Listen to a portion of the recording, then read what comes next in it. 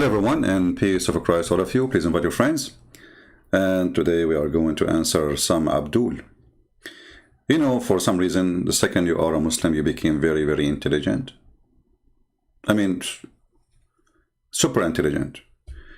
The second you are a Muslim, I mean, you believe that there is a God who will make your penis endless. Obviously, you are a genius.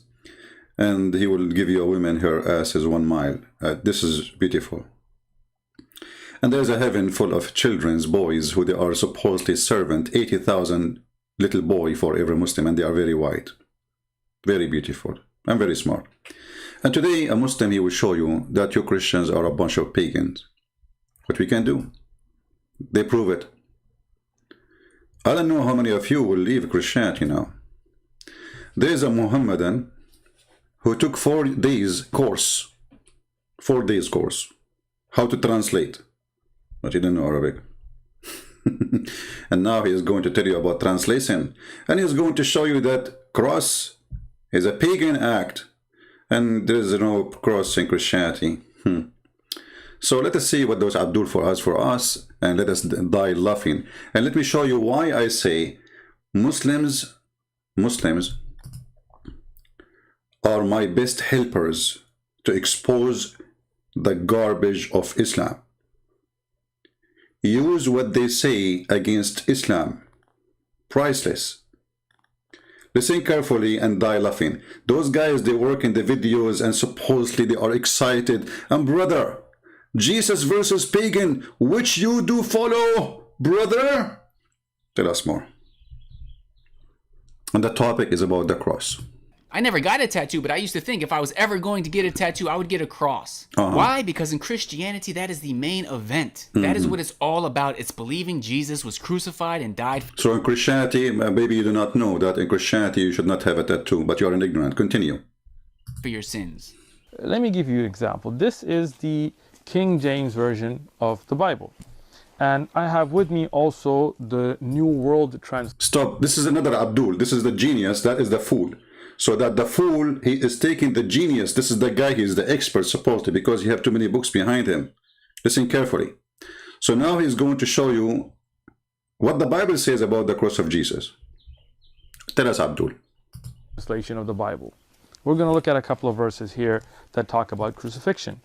If we look at the Gospel of Peter, 1 Peter 2:24, in both the King James Version and in the New World Translation, we find that he himself bore our sins in his own body on the tree.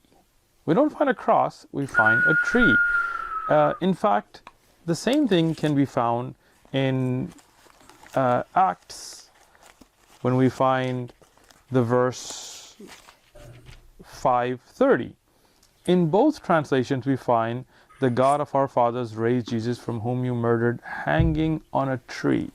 You will find this in the King James Version, and you will also find this in the New World Translation, that is the preferred translation of Jehovah's Witnesses. Both of these are Christian Bibles. It's not a Catholic Bible, it's not a Book of Mormon, it's not a Muslim translation. Both of them have them. What is the Greek word though? Because we have to go back to Koine Greek. The original writings in Aramaic of the followers of Jesus, peace be upon him, are lost. So the earliest New Testament... Guys, the original handwriting of Jesus Christ is lost, you idiot. Who said that Jesus, he wrote anything in his hand? Stupid idiot. Secondly, who said it's lost? Where you get this from? We have the Bible in Aramaic, not translation. We have the Bible in Greek, not translation. And we have the Bible in Hebrew, not translation. You Muslims do not have a single page. You see, not long time ago, a few years ago, they found a piece of leather. A piece of leather dated to the time of Muhammad. The leather is dated, not the writing. And the Muslims, they were so excited and so happy. And even that piece of leather does not, the writing is not the same as what the Quran today is. You don't have a single document about your Quran. But you know, I don't care really what about this now. Tell us more about the cross. The cross is not in the Bible, brother. It's lost in the translation. Tell us more what you want to say. Because soon we will see how those two idiots, they destroy Islam. And if you are a truly Muslim, if you have a dignity, and you listen to this video, listen carefully for what they will say. And if you have any dignity, you will leave Islam immediately. Because those people will prove to you that for the sake of lying, Islam exists, not for the sake of sharing the truth. Because now they will debunk Allah, they will screw Allah, they will hang Allah on a tree. Listen carefully. Manuscripts that we have are in Koine Greek. In Koine Greek, both in Acts 5:30 and Peter 2:24, the word Zelon is used, which is a tree or a stake, but never for two pieces of wood that could be put together as a cross. Never. That's it. Never. It's a stake, but it's never. Just to show you how stupid you are. You know, I'm not going to go with this stupidity. But we have many verses in the Bible says that this was a cross. So when they say a tree, my friend, because in the Old Testament it says, cursed is the one who hang on a tree. Why? Because the Roman is the one who brought the crucifixion. So after that, people are still using the same term. However, we can see in the Bible very easy that the Bible is speaking about crucifixion. But I mean, I'm talking to who? I'm talking to a Muslim, right? So always when I want to show something, I will show from the Quran, Islamic books. But before we go there, to get you busted and make everybody laugh at you. If we go to John chapter 20, verse number 24. It's speaking about the wounds and the hands of the Lord.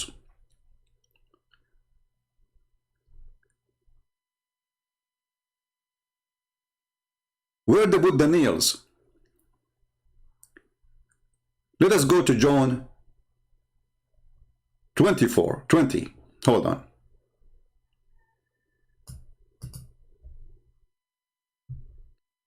Just to show you the stupidity. What translation? What is? They're talking about describing how they put the nails in his hands. You see, when you open the hands of somebody, where you were going to find a tree, have two branches next to each other. But I will get you busted in the best way from your Islamic books, starting from the Quran.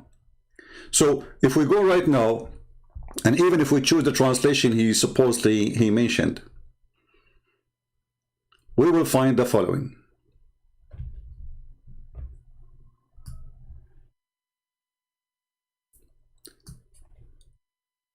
And when he had said, he showed into them his hands and his side. Then were disciples were glad. So he showed them what? He showed them what happened to his hands. What happened to his hands? They put nails on them. So you idiot, you can say even the word it says hang. Hang mean hanging. That's mean he was hanged maybe, right? But you are stupid. You need to read the rest of the details. So they hanged him on a tree. This is what the Jewish they use as a term for the crucifixion. However, the whole chapter is speaking about how they put him in the cross, how they made him carry the cross, you donkey. He was carrying a tree. So Jesus, when he was carrying the cross, he was carrying a tree. And then they took the tree, they put it in the top of the hill, and they wait for the tree to grow roots, because the tree will not stand by itself. And then they put him in the tree. I mean, look at this. Don't get married. If you get married, your wife, she will leave you right away. So when Jesus, he carried the cross, and he was walking with the cross, obviously, according to this Abdul, he was carrying a tree. Genius.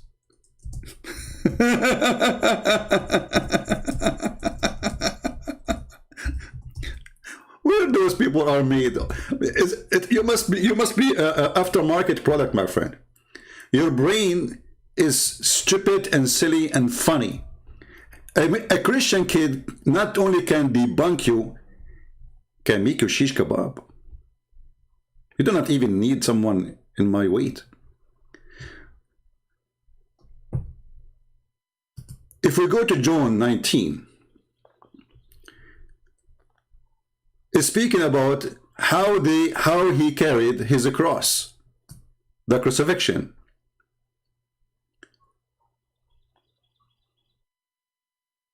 Carrying his cross.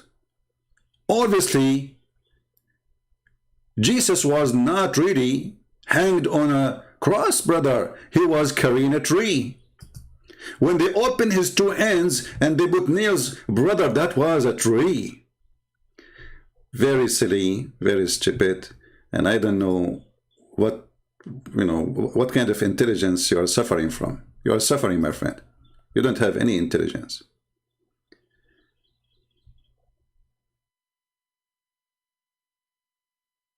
They put a sign that this is the King of the Jews in the top of that cross. Is that a tree?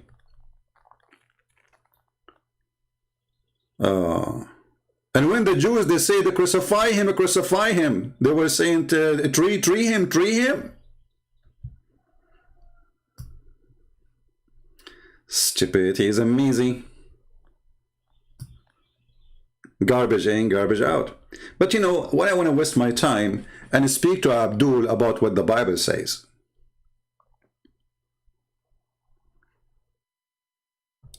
Shall we get him busted so all the Muslims will die laughing at them from their Quran? Even those people, they have a... I mean, honestly, I wonder sometime if those people are paid by Christian prince. There's a guy, his name is a Christian prince. He paid Muslims to leave Islam. This is what the Muslims, they say. I think you are paid by Christian prince. Because look, you idiot, what you just said. You said in the translation, this is not a correct translation. There's no cross in the Bible, brother. No cross, it is a tree. So why your stupid Quran approve it?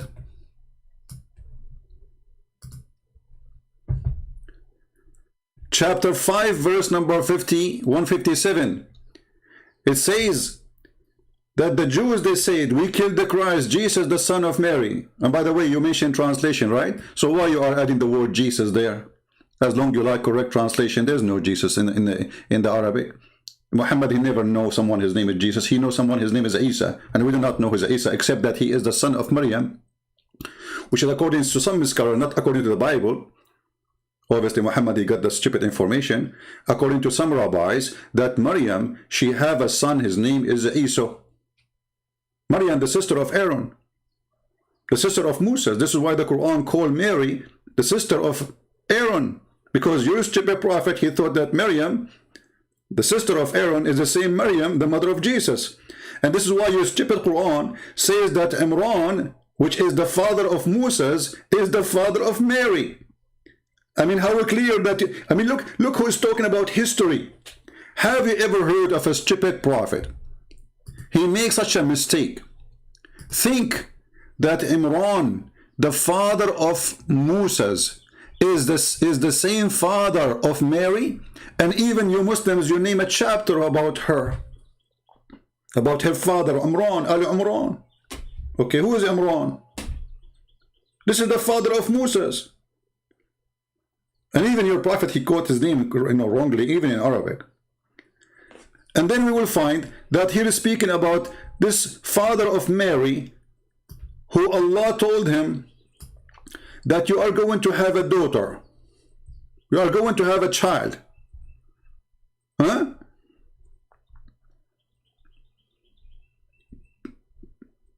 And you are talking about history, a God who do not know who is Imran. How in the world Imran, and even in the time of Muhammad, a rabbi got Muhammad busted, and he came to Aisha, and he says, what Maryam, the sister of the mother of Jesus, have nothing to do with Maryam, the sister of Aaron. Aisha, she said to him, Kadhabt, you lied.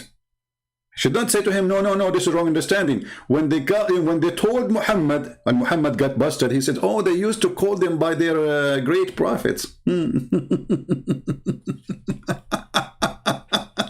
وَإِذَا قَالَتْ إِمْرَأَةُ إِمْرَانَ.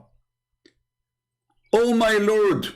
Okay, who is Imra'atu Imran? Supposedly this is the mother of Mary. The stupid Muhammad, who you are taking him for granted as a history source. I mean, look at this stupid religion. A guy who came 600 years after Jesus. The Abdul talking about wrong translation. This guy don't speak Hebrew, don't speak Aramaic, don't speak any language. He never met Jesus. He never been with any of the disciple of Jesus 600 years after, and they accept what he say. Even he cannot even read his own language. That's it. Jesus, he told them Jesus was crucified. That's it.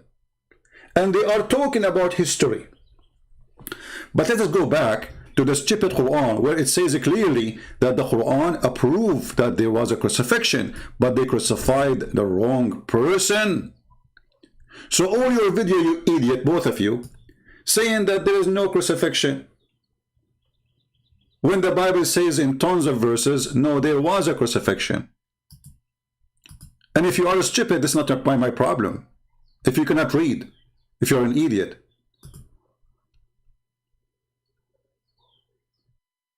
That is your problem. When in John 21, verse number 18 said, they stretch out his hands. Will you stretch out your hands? Is that a cross?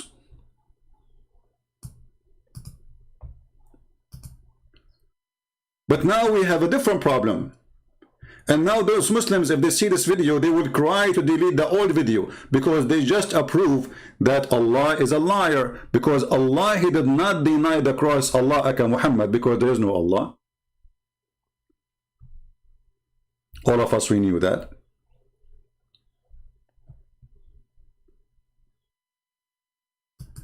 He did not say there is no crucifixion. He said they crucified him, not.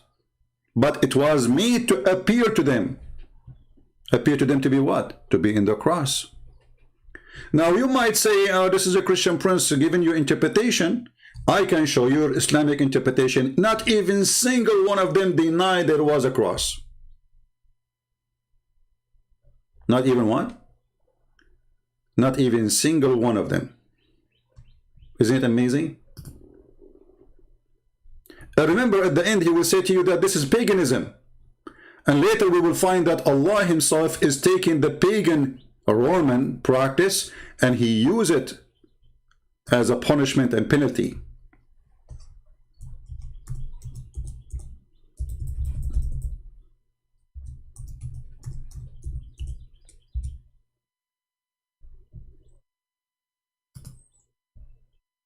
Do you see it?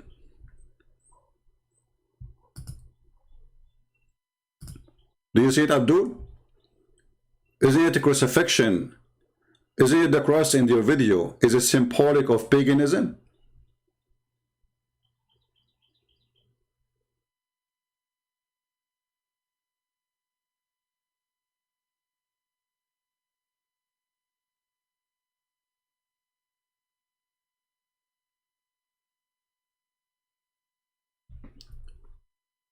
Let us see what the Islamic scholars they say about those two idiots. Or maybe I should play more of the video. Hold on, let me move this idiot so we can laugh more. Because the more they talk, the more they do poo-poo.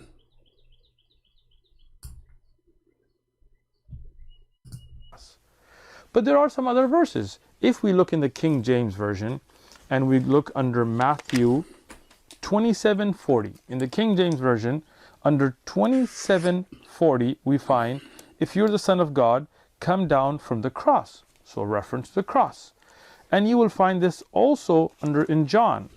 In John 19:17, in the King James Version, we find, and he, bearing his cross, went out to a place of a skull.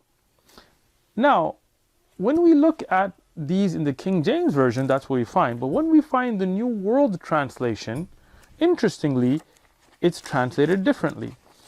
Same verse, Matthew 27:40, and you can see both of them on your screen. Same verse, but different. If you are the Son of God, come down off the torture stake. You notice the difference? Torture stake instead of cross. The same thing can be found in John 19:17, John 19:17, bearing the torture stake, not cross, for himself, he went out to the so-called skull place. So if we compare between two translations, but why we don't compare between the original, you idiot, you stupid? Then we will find that it says that it is a cross. However, if you go on the internet, you will see the Christians making million complaint about the translation of the New World translation. There's even verses were missing and they were adding them later. It's a stupid translation. It's not accepted by us. However, if I ask you right now, which translation of the Quran is accepted by you, and why, and how you explain to me the differences between them? Name for me one chapter of the Quran you accept a translation for it by any translator. You will say to me, there is no translation you can translate the Quran. Why?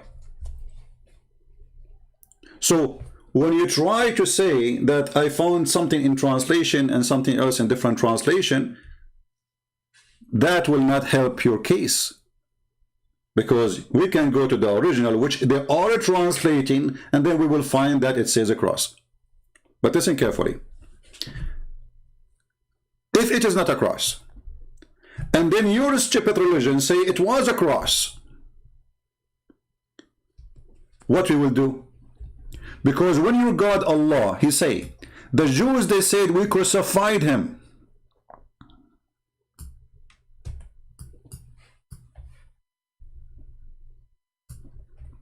And Allah, He says, they crucified Him not, but it was made to appear to them. That's mean that they saw someone in the cross. So how your stupid Allah did not join YouTube to learn from you that the translation is wrong? And how the stupid scholars of Islam, all of them with no exception, they make the same mistake. If we go and search for the interpretation of this verse, those are all your scholars. This is your Muslim website.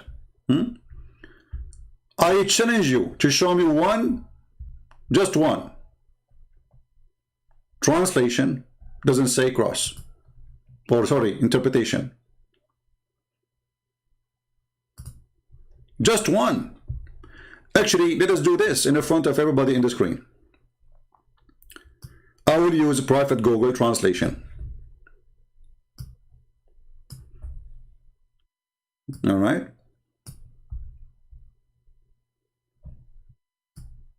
Let us zoom out. We use Google translation because remember, the Christians are wrong about Jesus being crucified.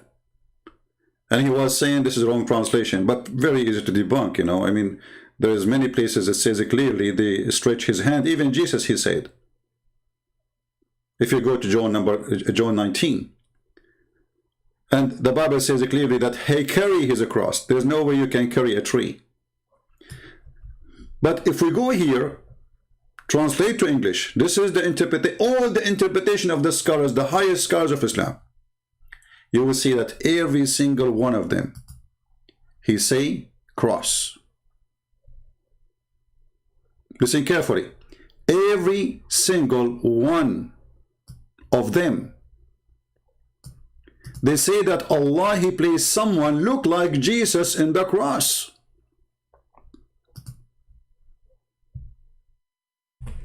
And now what does Abdul will say after he watched this video? He will say, those are donkeys. They should join YouTube. But they crucified a man similar to him. Who is saying that? This is your interpretation. As-Sadi, Allah, He said, the messenger of Allah, and killed him, and they crucified him. But those who disagreed with it in doubt. Okay, so what happened? They crucified someone else. Isn't it amazing how stupid to be? Let us show you more. Hold on. Read carefully. And from their saying, they killed Jesus and they crucified him. They did not kill him, and they did not crucify him, but like them, like someone looked like Jesus to other, appeared for them in the cross. Do you see it? This is your Muslims. This is what they teach you in school, in Islamic school in the city of Medina.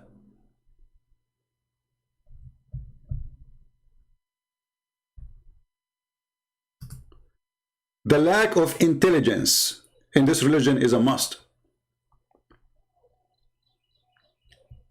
You see, all of this is not my translation, is not my, I'm not the one who explained to you. This is Ibn Kathir, this is Al-Mawdudi, this is all the garbage you have. All of them, they say they crucify someone instead of him. How come not even single one of them, he says they hang him in a tree? Read carefully. It was then that Jesus raised up to heaven. The person the Jews they crucified was someone else, who is for one reason or another was mistaken for the person of Jesus. But let me show you how stupid this is. How he can be mistaken. So now we refuted you about the crucifixion. Look how many times. This is all in your interpretation. Name them one after one, all your Islamic scholars. You see, those are Islamic scholars, which mean they are donkeys, certified ones. All of them, they saying crucifixion, crucifixion, crucifixion, crucifixion, crucifixion, non-stop, one after one, one after one. I mean, the Islamic interpretation for the verses, not a single one of them says anything except they crucify someone instead of Jesus. In the top of that, when the verse in the Quran says that they crucified him, but they crucified someone like him, and as you see, it says clearly that according to Islam, you believe that they crucify someone else. So now you are saying that the story of the Quran is a lie, because there's no crucifixion. And when the Quran says that Allah, He made someone appear for them in the cross, the Quran is historically mistaken. And maybe the Quran is copying the wrong translation. Maybe he copied the King James version of translation.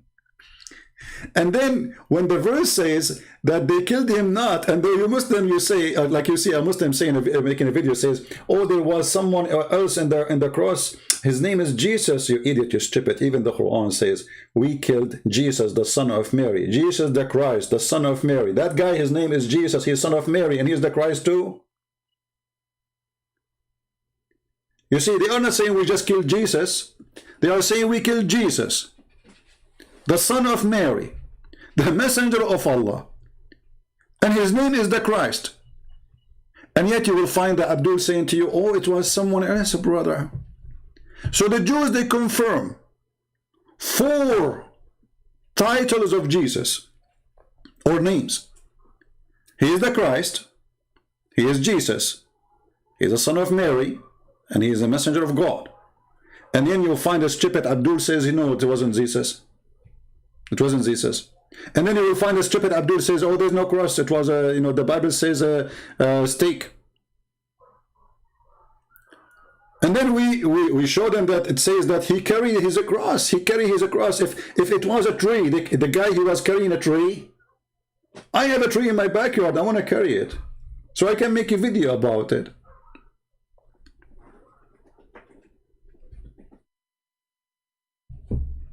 Do you see how stupid those people when they make those videos? And then the guy, he said, crucifixion is a sign of pagans. This is a pagan. Well, first of all, we don't worship a cross, you idiot. And for us, even the Bible says the cross is a curse. But Jesus, when he went to the cross, he showed us how the curse can be turned into love, for he loved us. So it's a curse. Even the Old Testament says cursed is the one who hang on a tree. This is way before the Roman. The Roman is the one who brought the crucifixion. And then your God, Allah, He took it from them, and He made it as a punishment. But as long in your video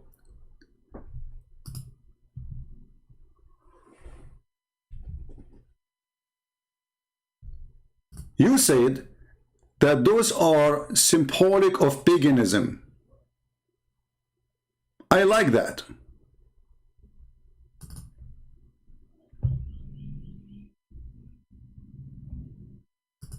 Well, where did it come from? This was a pagan symbol. As you can see on the screen, these are uses of the cross by pagans in Northern Europe when they were being converted. This is why in early Christendom, the early followers of Christianity never used a cross. You know, in early use of Christianity, this is why all the Bible says the cross of Jesus, the cross of Jesus, the cross of Jesus, the cross of Jesus. They don't say, when they speak about what Jesus did to us, by the cross of Jesus, he redeemed us. They don't say by a tree, they don't say by a stick, they say the cross. But let us go with you. If a cross was a symbolic of paganism, that means nobody used a cross before, but we know that cross is extremely important for any structure as a human being you want to do. You have a cross in your house, you idiot. Everything around you is a cross. The electric column in the front of your house is a cross. Your street have a lot of cross. Your car, you yourself, you are in the shape of a cross. You idiot. You yourself, you are in the shape of a cross. This is your shape. But as long those things are symbolic of paganism, and then we find Allah using the pagan practice of a crucifixion of the Roman, and he make it his own practice. Couldn't Allah find a better practice?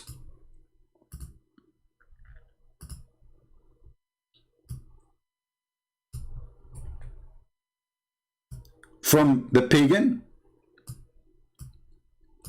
And as long Muslims, they are talking about paganism, and if the cross is a sign of paganism, that means we should worship the cross. But we don't. So you fail. But if I show you right now that you're a prophet, he kissed a stone, and he claimed that the one who touched the stone erased his sin, what you will do? Let us see how the pagan Islam can stand. I mean, you see, Islam is like a whore. Islam is like a whore making a speech about honor.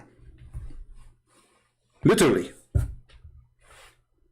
Islam is like a big pimp whorehouse.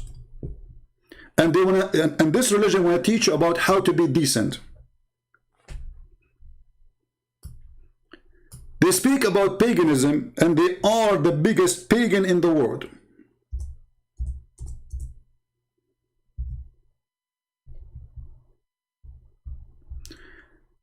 Let us go and see what your prophet he said about touching black stones and the Yemeni corner.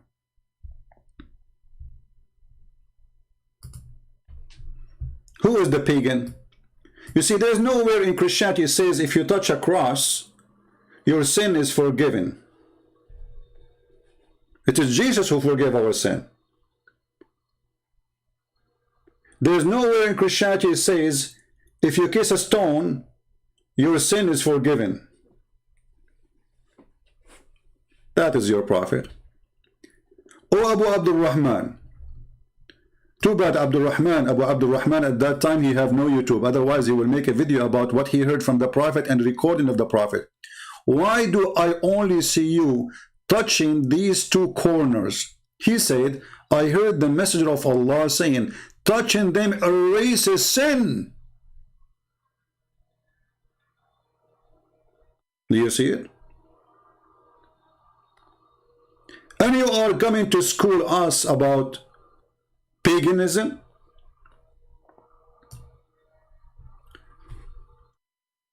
If I say to you that the Buddha people, they believe that praying in front of Buddha will forgive their sin, you will say this is paganism. They are praying in front of Buddha. They are not really touching Buddha. You know, they are praying. Oh, this is paganism. Okay. If a Christian, they have a cross in front of them and they are praying in front of the cross because it's symbolic for what Jesus did, not because we worship a cross. Otherwise, we have to worship anything in the shape of cross. I will be kissing my electric column in front of my house every 2 seconds. You will say this is paganism. But if I show you your prophet saying touching a black stone which is in the shape of a vagina, and I can show you that even the vagina, black stone, was a vagina, and your Islamic interpretation saying that the Arab they used to go naked around the Kaaba, and women who cannot have babies when they have their period, they come and they place their hand in their vagina and then they place it inside the Kaaba, inside the black stone. And I will show you the reference, so you don't say I'm making things up.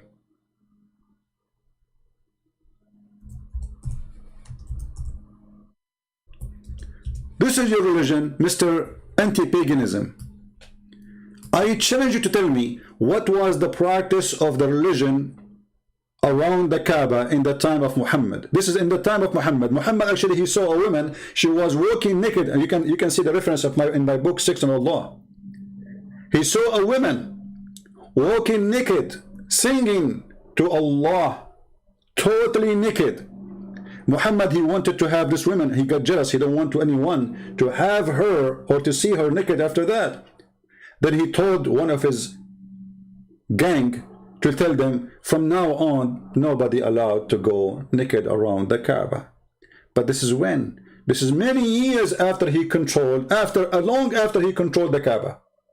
The Kaaba now in the control of Muhammad is still people going naked around the Kaaba. Why? What was the practice? Why people, they used to go naked around that house? What was the religion? Required nakedness.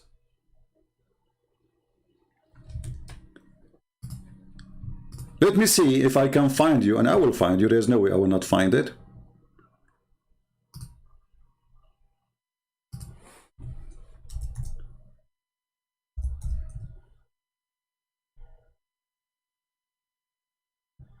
Give me a second.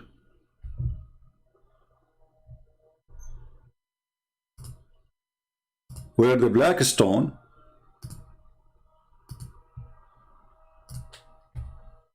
used to be the refuge of women who have no babies, and it get black because of the menstruation.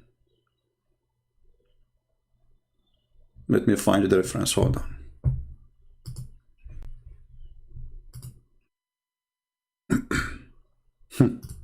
Look who is talking about paganism. Muhammadan talking about me. It's unbelievable, honestly. It's hard to believe that a pagan person who follow the pagan Muhammad, who is the black stone kisser, who go, all their religion is based on a stone. They pray in the direction of a stone. They bow down in front of a stone. They touch a stone to erase their sin, and now they will say to you, a Muslim who make video says, oh, it's not the stone who erase our sin. Okay, hold on. It says whoever touched them, his sin is erased. Why? What is the connection?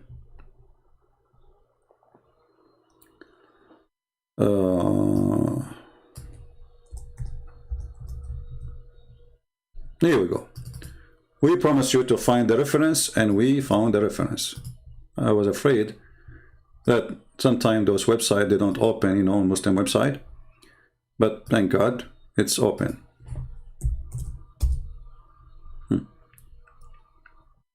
Let us put it for you on the screen.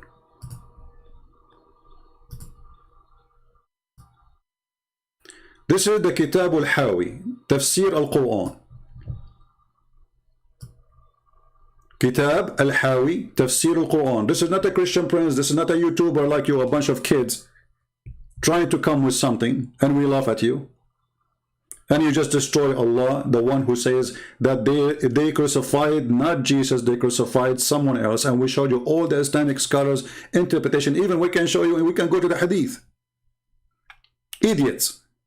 Just for the sake of hate to Christianity, they are willing to say anything, but they do not know that we know all the garbage, all the laundry of Muhammad is in my backyard.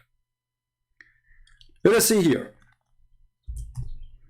Why the black stone became dirty? Read it, read carefully.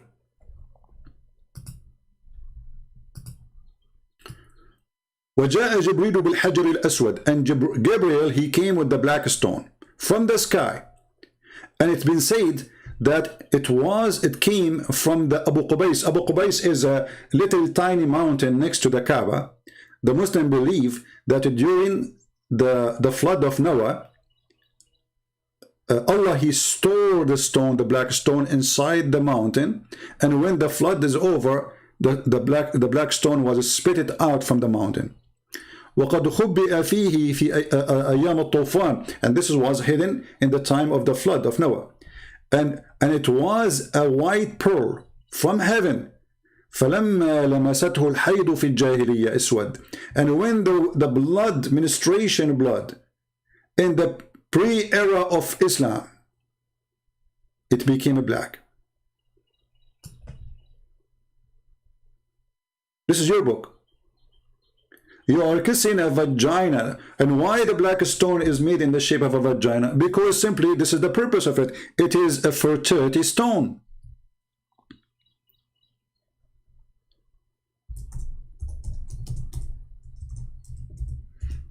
And by the way, I'm going to use Google Translation, so everybody will see that I am not making my own translation like you Muslims do.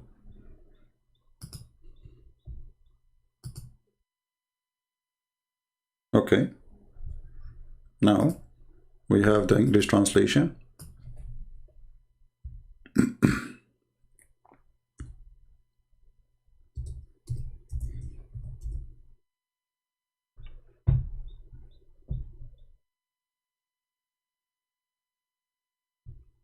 Read carefully, guys. The black stone is from heaven, and it was said that Abu Qubais, this is the name of the mountain, gave birth to it and spit it from, and it was hidden in it during the days of the flood, and it was white ruby or pearl from heaven. When the menstruation touched it in the pre-Islamic times, it became black. Do you see it? Let me zoom for you in the menstruation, because this is where your prophet used to take a shower.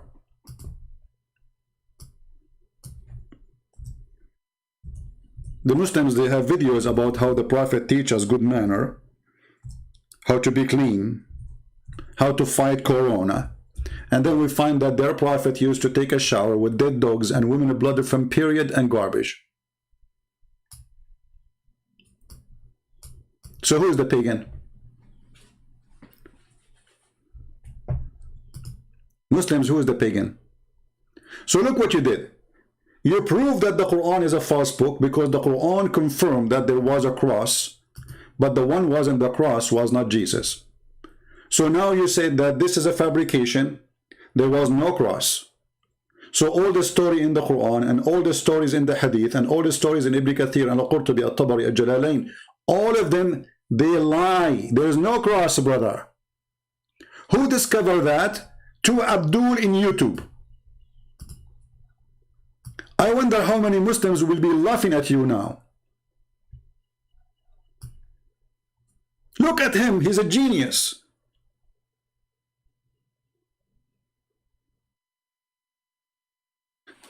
So when you in the Quran say, brother, how many times the Muslims guys, they say to you, Allah, he put someone in the cross.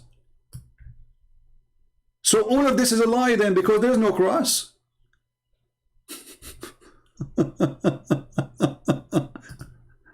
Brother, there's no cross.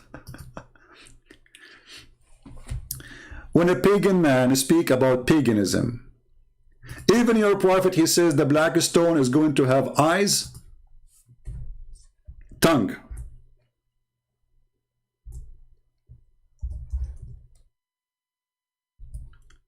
And is going to witness to every Muslim in the judgment day. And you are talking about, and this is not metaphorical. You see, somebody might say to you, this is metaphorical. Not a single scholar understood this as metaphorical.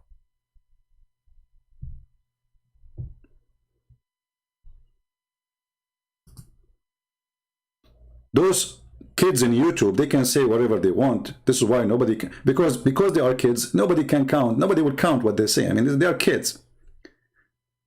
When someone like Yasser Qadi, because he's way more educated, he says something, they go crazy because he is the educated and they are the donkeys. And when the educated speak, the donkeys, they kick him, they kick his balls. Oh, Yasser Qadi is stupid, what are you talking about? The guy is educated, he knows what he's talking about, and this is what he believes. Suddenly he is a donkey and they are the educated.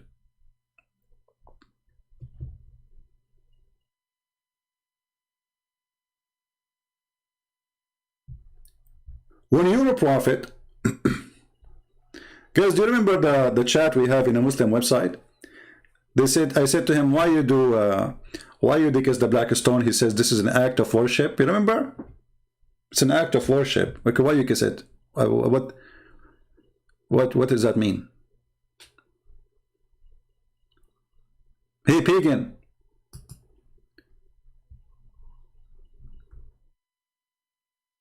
This is a sexual stone.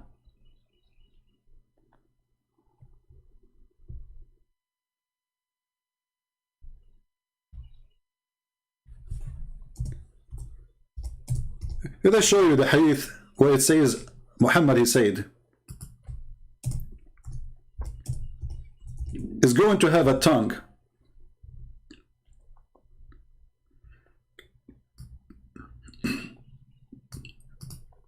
And eyes.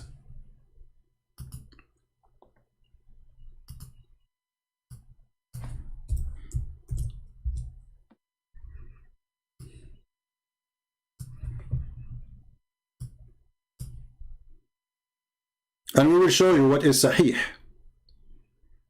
brother. So you don't say this is weak and you know the garbage, you know. This is Sahih Muslim. This is here Ibn Majah. This is Hassan, which means good. I heard Ibn Abbas, the Messenger of Allah, SAW, said, the stone will be brought on the day of resurrection, and it will be given 2 eyes which will see, and a tongue which to speak, and it will bear witness for those who touch in sincerity. So the black stone is a living stone, and sin and the ministration made it, because why it says the ministration of people of Jahiliyyah make it black. Remember we showed you the reference, right? Right, here we go. For those who have weak memory.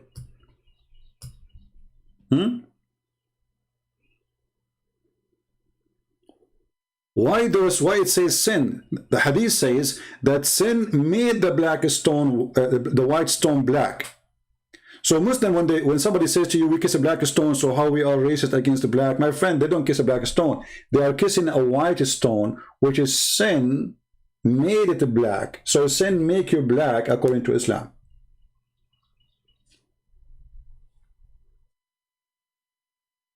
And why they believe that those women, they have sinned? Because simply the reason they are not having babies, because God is punishing them, Allah, the pagan God. And this is why they come when they have their menstruation, because when a woman, she have menstruation, obviously she have no baby.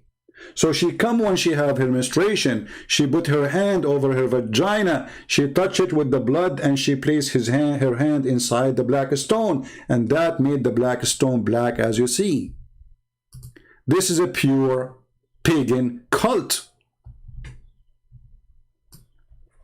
And if you ask a Muslim why the black stone is made in the shape of a vagina, what is the explanation? Was it by mistake? Was it an incident? A wrong design? And why your book says that women, they used to put their hands inside the black stone and the blood of menstruation made the stone black? What a coincidence. And why they used to go naked around the Kaaba? What a coincidence. And by the way, as long as you Muslim, you say that this is a stone sent by Allah. Where is the stone? Do you know that there is nothing left of the stone? Those naive Muslims, I feel sorry for them. There's no stone in the stone. There's little tiny pieces of a stone inside the stone. See, the Muslims even they made for you. Here we go. Let me show you this. But here they are making them big. Actually, they are really tiny. Let me show you. All of this black around or brown, this is wax. There's no stones left. Do you see it? There's 7 or 8 little tiny pieces of rock. So if Allah He sent the black stone from heaven, how come Allah could not preserve the black stone? Where is your stone? Those little tiny dots you see in the screen is the holy stone of Allah, which every Muslim he go and kiss it and lick it, and when you touch it, it erases your sin. But yet there is no stone. If you go to YouTube right now, you can see, just search for maintenance for the black stone. Black stone maintenance. I mean, have you ever heard of a religion that there is a God, He sent the black stone, and this black stone is going to witness for you in the judgment day, which means this stone should be exist until the judgment day, and now we need to do maintenance for it? Why Allah don't do maintenance for it? Pagan.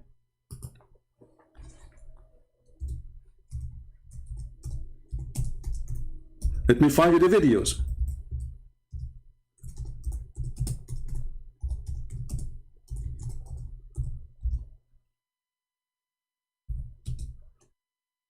Here we go.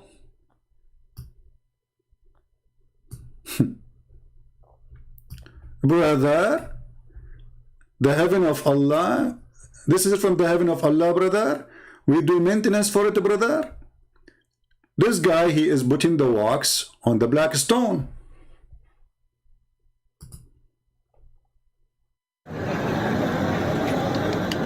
Yeah, brother, hit it. Fix it. Clean it. Yeah, take the wax off. There's no black stone. The leftover. Scratch it, yeah, around the rocks, brother. What is this?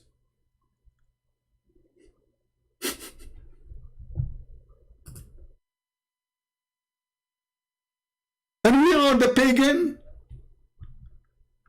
Hey, black stone kissers, who is the pagan? And not only that, hold on. Brother, Allah, He chose the Kaaba in the middle of the world, brother. Where? In the middle of the world, brother. Golden ratio, brother. Perfect location, brother.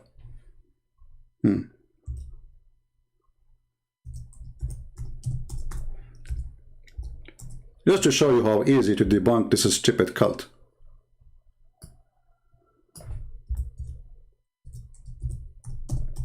And they have a video that birds don't piss on the, don't do poo-poo on the Kaaba and all the garbage. You know, I mean, unbelievable. And then you will find tons of poo-poos. They have to clean it every year. Here we go. Listen to this. Allah, brother, He chose the location of the Kaaba, brother. And this is the house of Allah, but is located in the lowest part of Mecca, where all the flood and the sewage come and cover it, brother. Brother, don't Allah, He knew that here the sewage will come and will flood the Kaaba, brother? Yes, brother, but Allah, He knew that one day American engineers, they will find a solution for it, and they will direct the sewage to not to come to Mecca, brother. Well, brother, still it's flooding.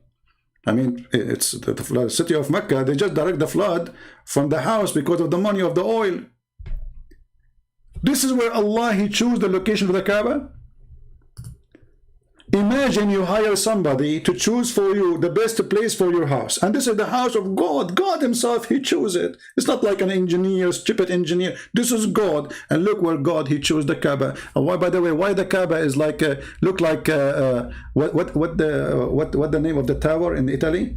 Pizza Tower, no, I'm just joking. Pizza Tower. So what the Kaaba? The Kaaba is a flipping, brother. Look at this, and this is why they used to rebuild the Kaaba every few years, because the flood come. The Kaaba is not built with concrete like now. Now you see a lot of marble, a lot, you know, if you go and see the Kaaba, the old pictures of the Kaaba, you will die laughing.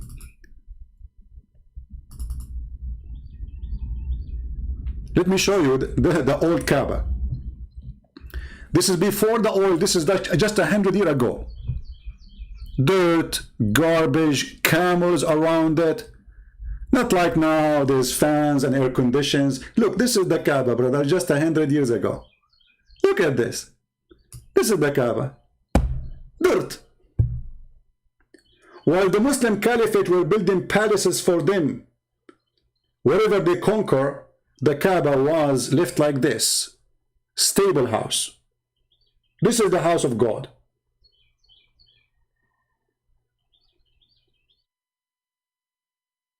A house of a donkey in Europe is way better than the Kaaba until 100 years ago.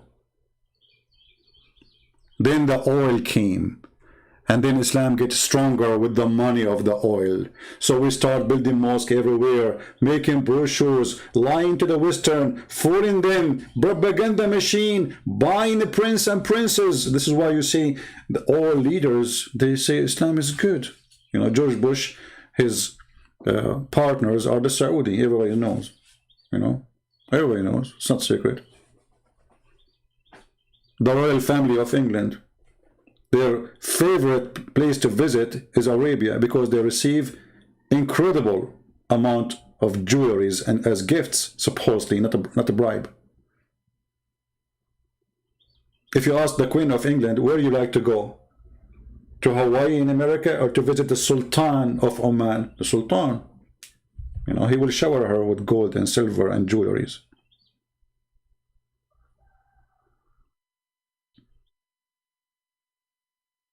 But what the Queen of England have to do with the Sultan of Oman? I have no idea. I mean, why she's visiting even, you know, you tell me.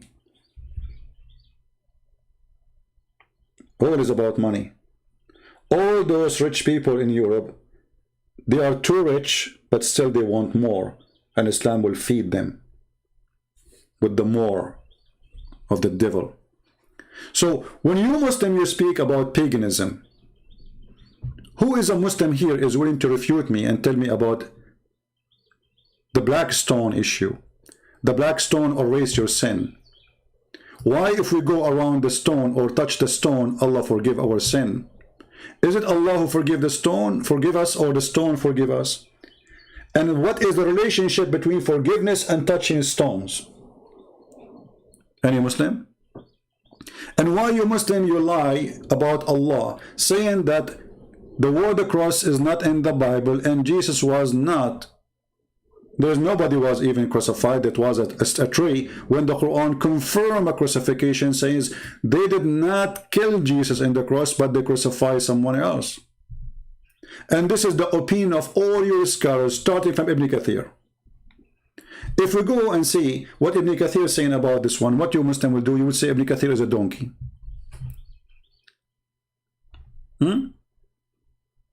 He's a donkey. And by the way, I agree. I mean, he's a donkey. I mean, why he will not? Someone believe that if you go to heaven, there's a God who will make his penis English. He must be really lost his mind.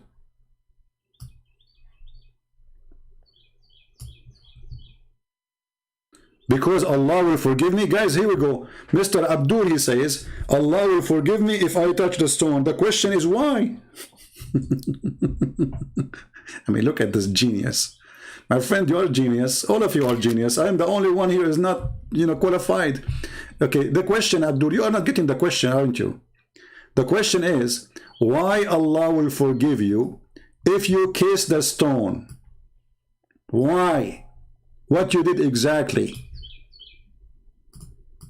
Why do you keep repeating the same thing but nobody is answering? Why I shall kiss the stone, and why you're a prophet kiss the stone? You see, if the Muslim later they made their own tradition, I will say, okay, this is not part of Islam. This is as the Muslim they call it bid'ah, you know. But Islam, all of it is a bid'ah. Here we go. The prophet, he kissed the black stone. You remember once in the chat I asked the Muslims why I have a question. Why the prophet kissed the black stone? The guy in the chat, he said because it's holy. And I said, why it's holy? He waited for 5 minutes to answer me. He said, because the Prophet kissed it.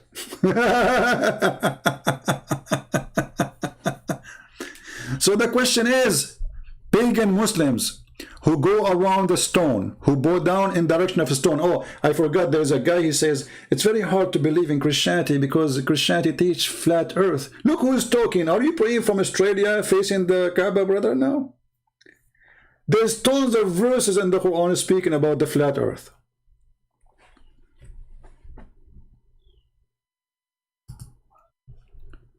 You are looking for reference about the endless penis? No problem, I can find it for you.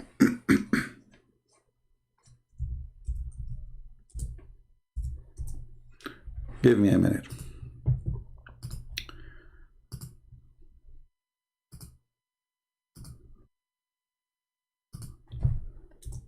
Any Abdul?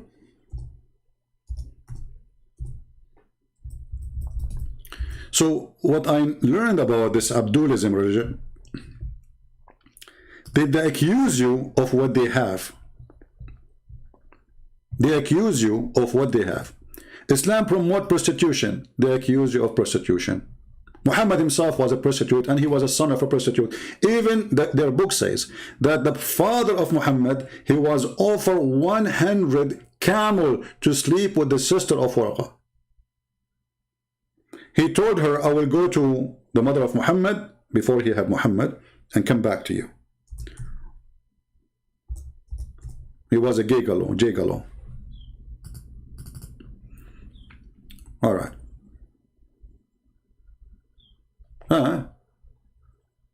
Hey, hold on. I could not open the website. I don't know why. Let us see. You see, it was in this website here. It says required. They need me to join the website. Okay, hold on. Let me search for a different place.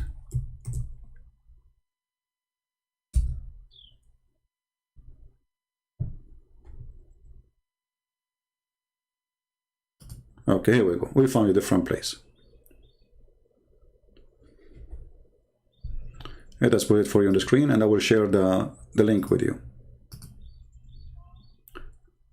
You know how many times the Muslims, they say to us that the word nikah mean marriage?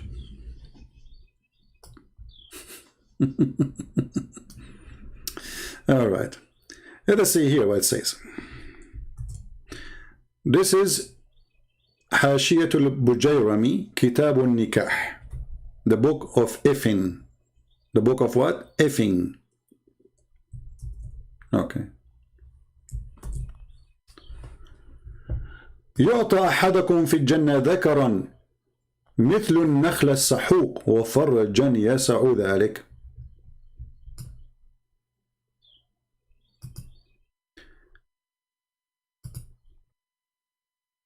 Let us give you a shorter link for this.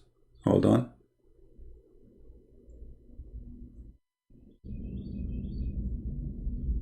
Here actually there's images of the page, I think. Yeah, hold on. Let me. We can use Google Translation in that one, but you know, I prefer to get you an official Islamic website so the Muslim will not say, what is the original book?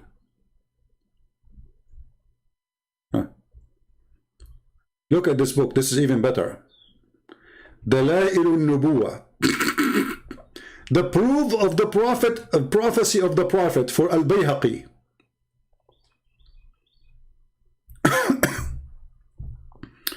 Oh, this is a PDF file. How we are going to find the page? Hold on. The funny, I find more reference in the CIA website. You believe it? They have all Islamic books, all ISIS books, all Al-Qaeda books is there. See, Dalailun Nubuwa lil-Bayhaqi.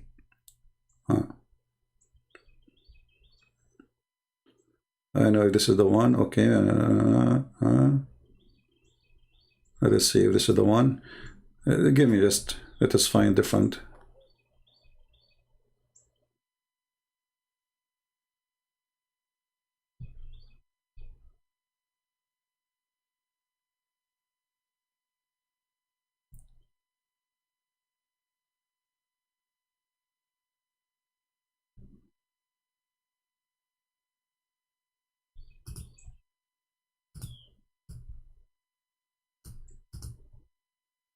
Let me give you this link first. This is a Muslim website anyway.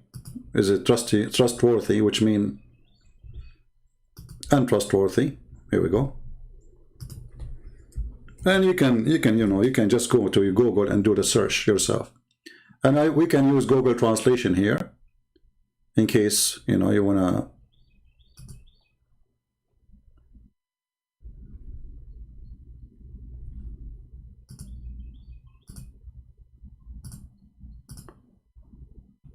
Let us do that.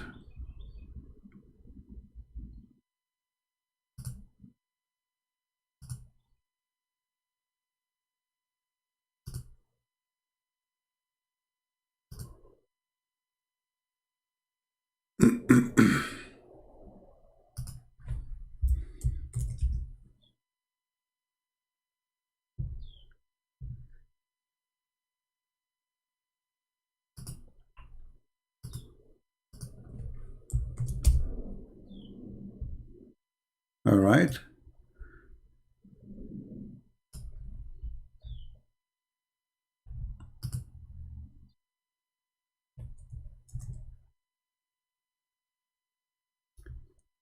You can use the link I gave you, and then in order to, just use Google Translation and you will see it. It's not really a big page, the page is not really big. And this is variant number 3, page number 356, as you see. So if we do Google Translation, and I hope the admins, they will save the page, so later if somebody asks, you can just share it with him. Let us use Google Translation. Where is Google Translation? Okay. All right. Look at this book. Look, intercourse in the anus, from intercourse, blah blah blah blah blah blah blah blah. This is religion. Okay.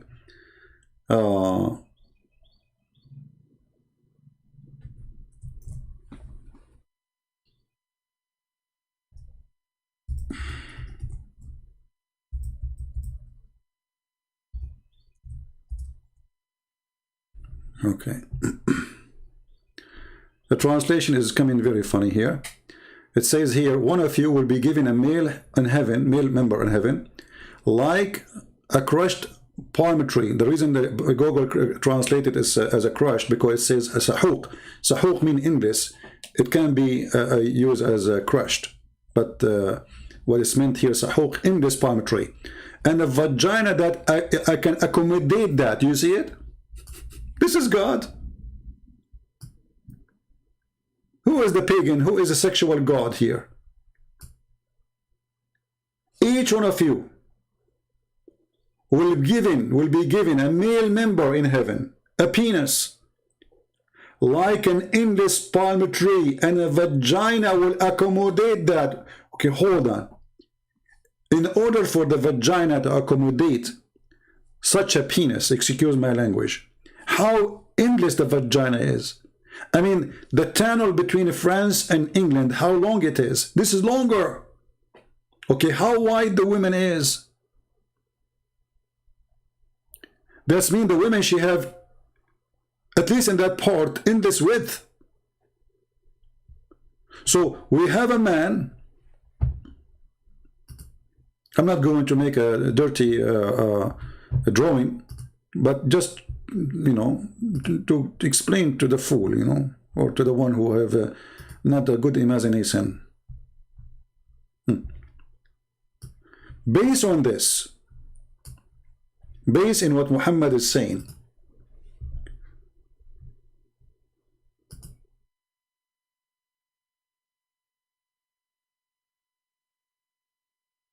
and now the Muslim will say to you, this is weak, and the garbage, so it wasn't weak when they wrote it, it's not weak when they transmit it, it's not weak when they reserve it for 1,000 years something, and now it's weak, brother.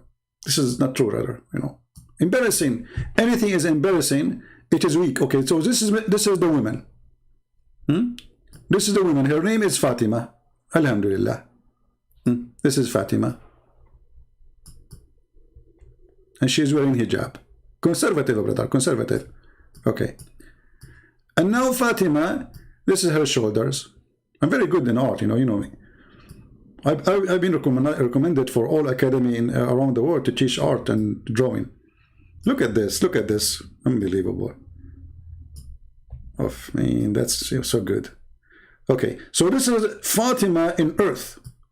This is Fatima in earth. Okay? And she's wearing, you know, like a veil, you know, veil. You cannot see her hair. You cannot see her hair, you know. And then Allah will make her vagina accommodate an endless penis. So that means her vagina is like... The screen cannot fit, sorry, you know. This is the vagina.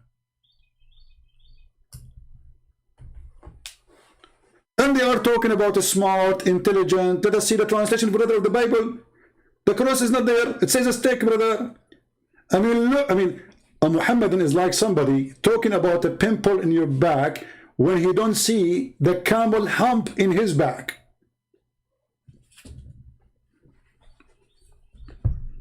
This is God.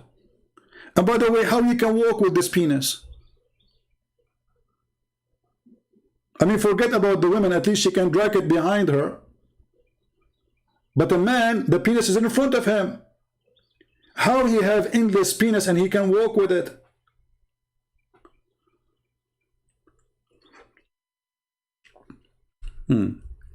Somebody saying, why you don't debate Zakir Naik? The question is to Zakir Naik, my friend. Why you don't debate me?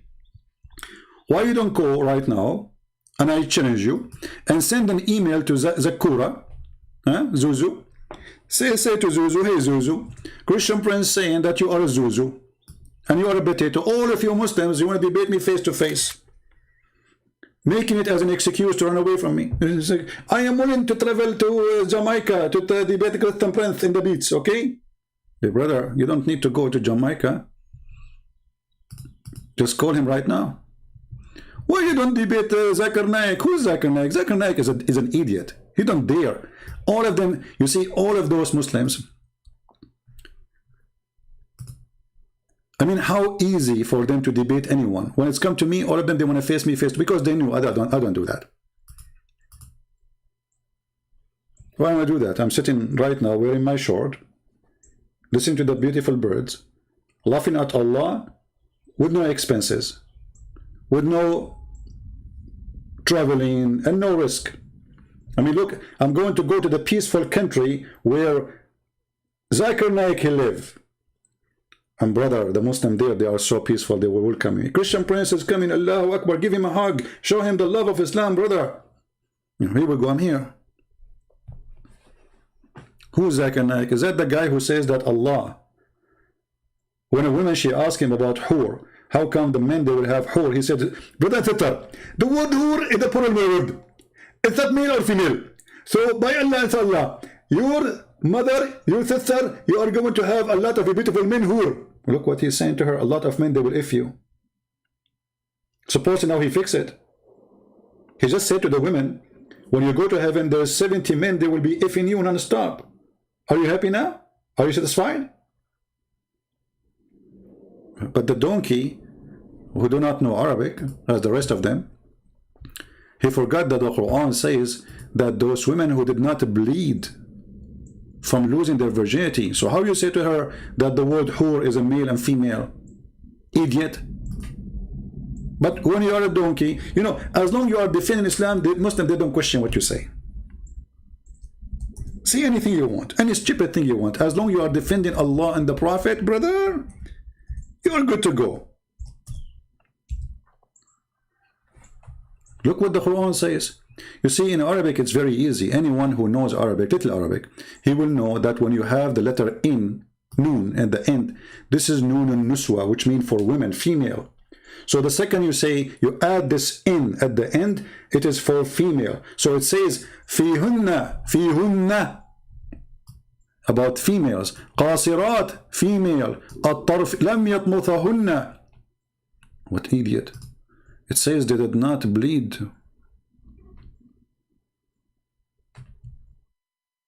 You see here, the translation is false, by the way. If you change it, and this Abdul in the video, he was saying, how come translation it says different? Look at your translation. Is it a chastity or their bleed? Does it say chastity Or it says they did not bleed. They will not lose their skin, actually, the skin of the vagina. Yatmuthahunna is losing the skin of the vagina. So we change the translator, right away we'll find different Quran.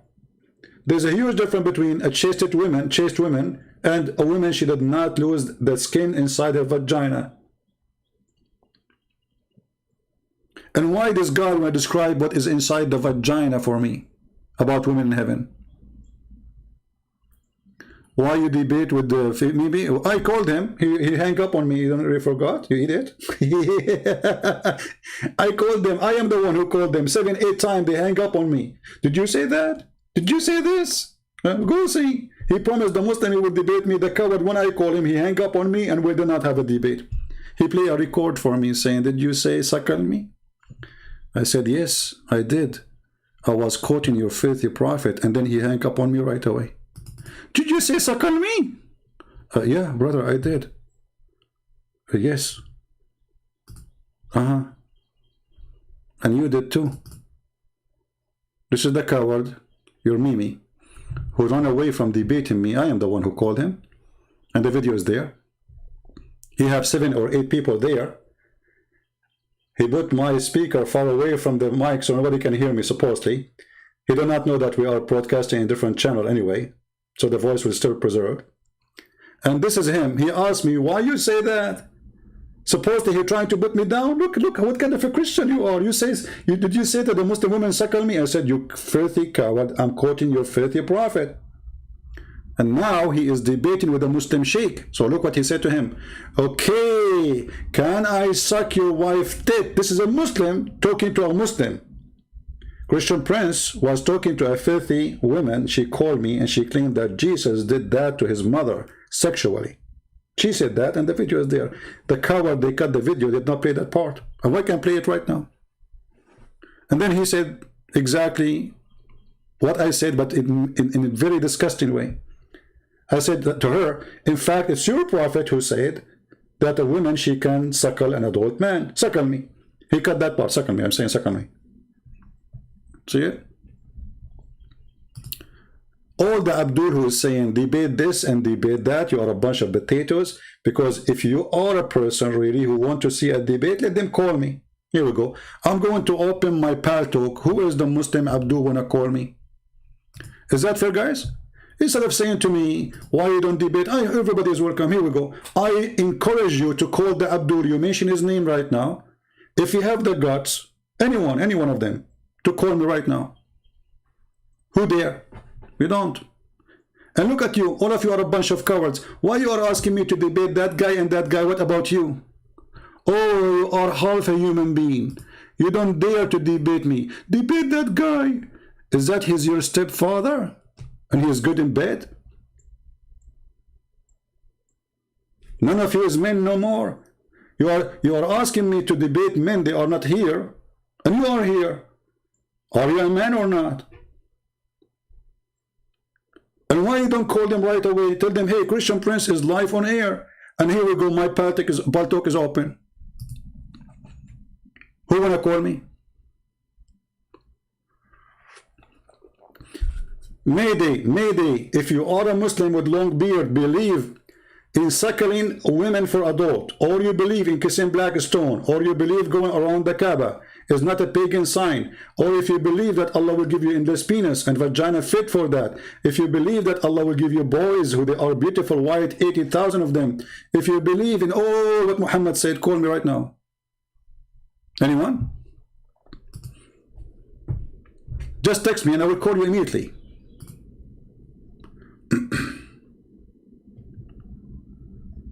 Anyone? Mayday, Mayday. Anyone? Why don't call this guy? Why don't debate this guy? Why? The question is for them. I'm here. I'm here for many, many years. Did you ask yourself, how come those potatoes never dare to call me? As long as it's so easy to get this guy busted. Call him right now, live on air.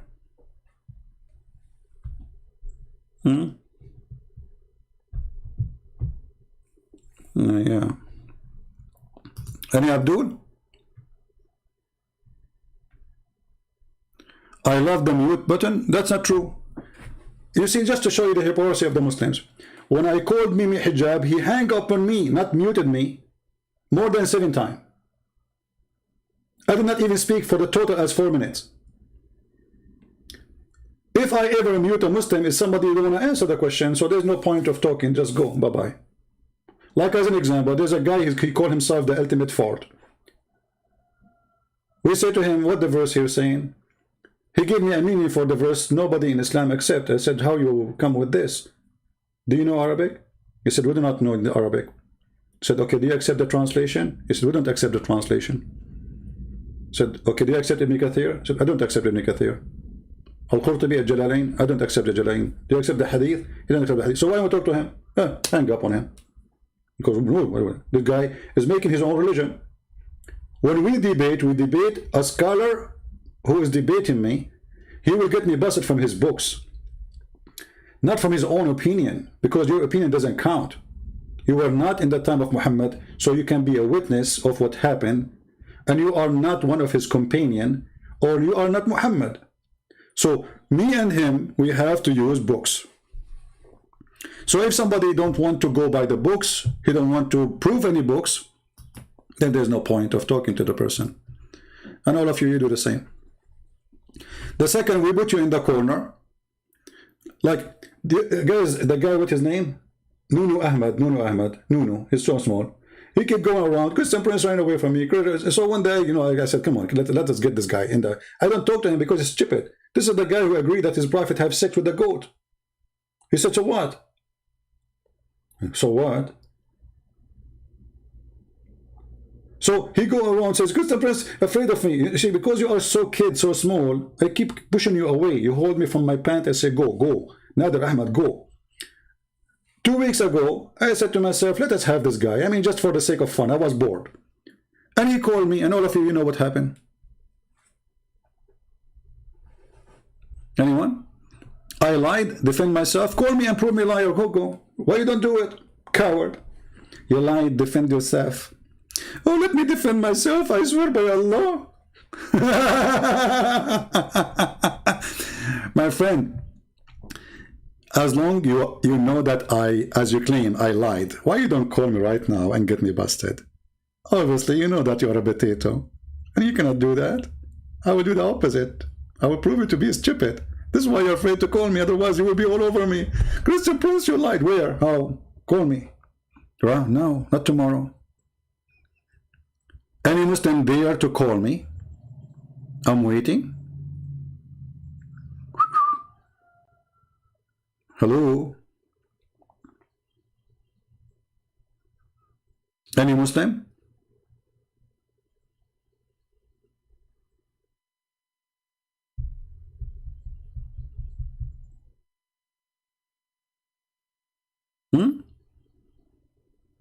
You know, when this guy with his name, Apostate Prophet, was talking to 2 Muslims, suddenly Nini Hijab appeared in the, and he said to him, don't be scared, don't be scared. Why are you going to do that to me?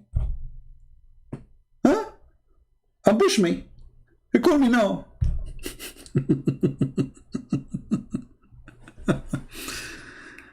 Can I ask you a question? I am a Christian. No, my friend, you cannot ask me a question, because as you see, my time now for Muslims. But our topic is about Islam. Any Muslim? Any brave Muslim? Forget about the coward one. You mention names for me, a bunch of cowards, because they never dared to call me. I called them.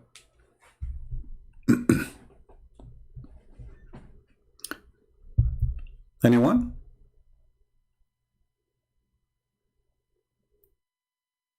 Mayday. My pal talk is open. Anyone?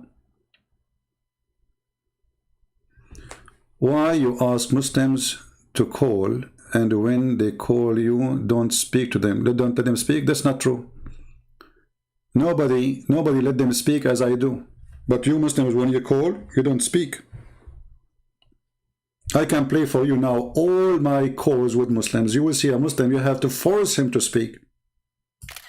And the proof is here. Let us make a challenge.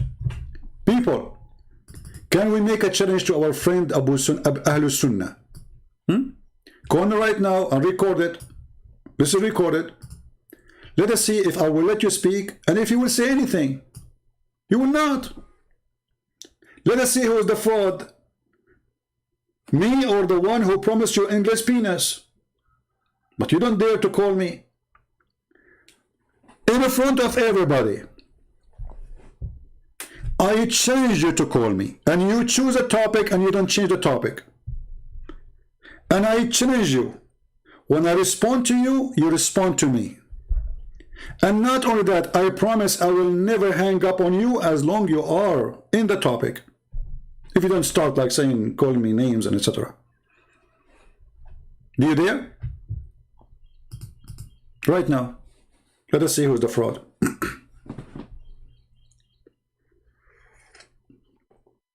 Look at them, look at them. I am the one who says, I'm waiting for you, call me, get me busted. Let everybody see who is afraid. Let's see who is the coward. You are like Muhammad when he went and he hid between the legs of Aisha when they broke his teeth.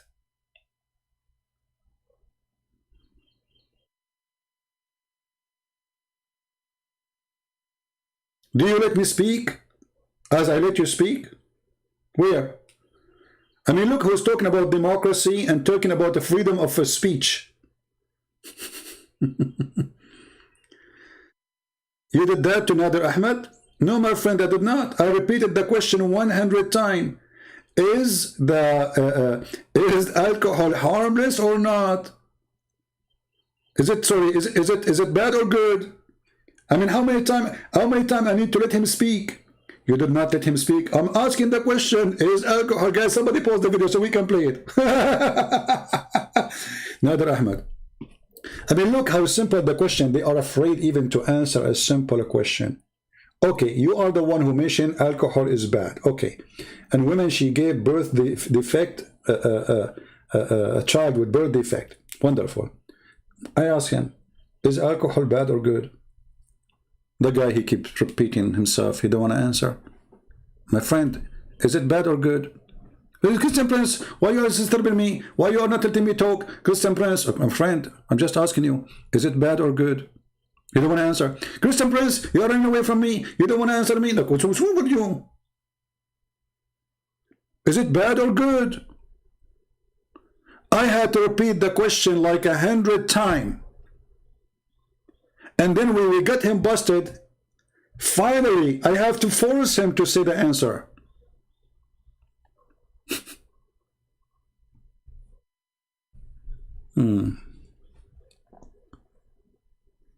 Any Abdul? Yeah, this is Nader Ahmed. Your link did not work, Tappy. I click and it didn't work. Anyway, you can go watch it. It's a joke. It's a joke. This is an example, actually. This is an example of how and why Christian Prince, he hang up on Muslims. I don't hang up on you because you are adult. And actually, even this guy, I don't hang up on him. He ran away. Guys, isn't it him who said, I have to go? I need to go. I'm leaving. Where are you going? Abdul, where are you going? Huh?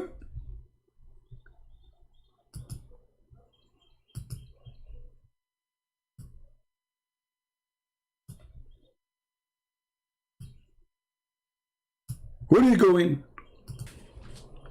So this verse, it is about Muhammad. Let us see, where he called me? I don't know where he called me. It says debate, but I don't see the debate. Hold on. Oh, remember. We are talking about chapter. Well, I'm sorry. Chapter what? What'd you say? What chapter? Chapter 5, verse 9. What chapter? Yes. So we're going to do one scientific miracle proves that the Quran is the truth, and you are actually following a demon called Christ. So both the Bible and the Quran actually answers a question on the issue of alcohol. Now, what's very interesting here, there was a study done. I don't have my desktop, which is shared. I'll show you that study. But in this study, it showed that the Quran actually, because of the teachings of the Quran, the Muslim women. See, I'm listening. I listened to him to the end, the claim. I did not interrupt him. I'm listening. The Muslim, they say I don't let him talk. See the liars? It's there. I'm listening. There is he called me. He chose a topic. He is the who is the one who chose it. I did not even ask him a question. I said to him, okay, Nader Ahmad, what do you want to say to us? What do you like to say? That hurt my feeling. Do you accept? Okay, hold on. Then you're going to. Let us see from the beginning. I can give you from the beginning. You are playing. Knows that the Quran is priceless. You are the best. Forget about the rest. Now he will call me. Let's see. He's here. Hold on. Yeah, let us call him.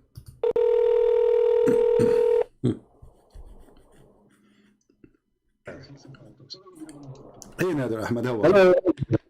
Well, hello, CP. How have you been doing? After all these years, we finally meet. This is very good. I get a chance to meet you. How have you been doing? Thank you. I'm very fine. So what do you want to say to us? Go ahead. Yeah, so, we've been having these wonderful debates on the Bible, Quran, and modern science. Mostly Quran and modern science. Quran, I have a few challenges. Quran and science? Absolutely. We've been having these discussions and debates, and I have said Christian has been running away from this debate series because he knows that the Quran is in complete harmony with modern science, and there's okay, give us one. Let us not waste time, me and you. So for some reason your voice is cutting. Well, give me one. Give me one miracle.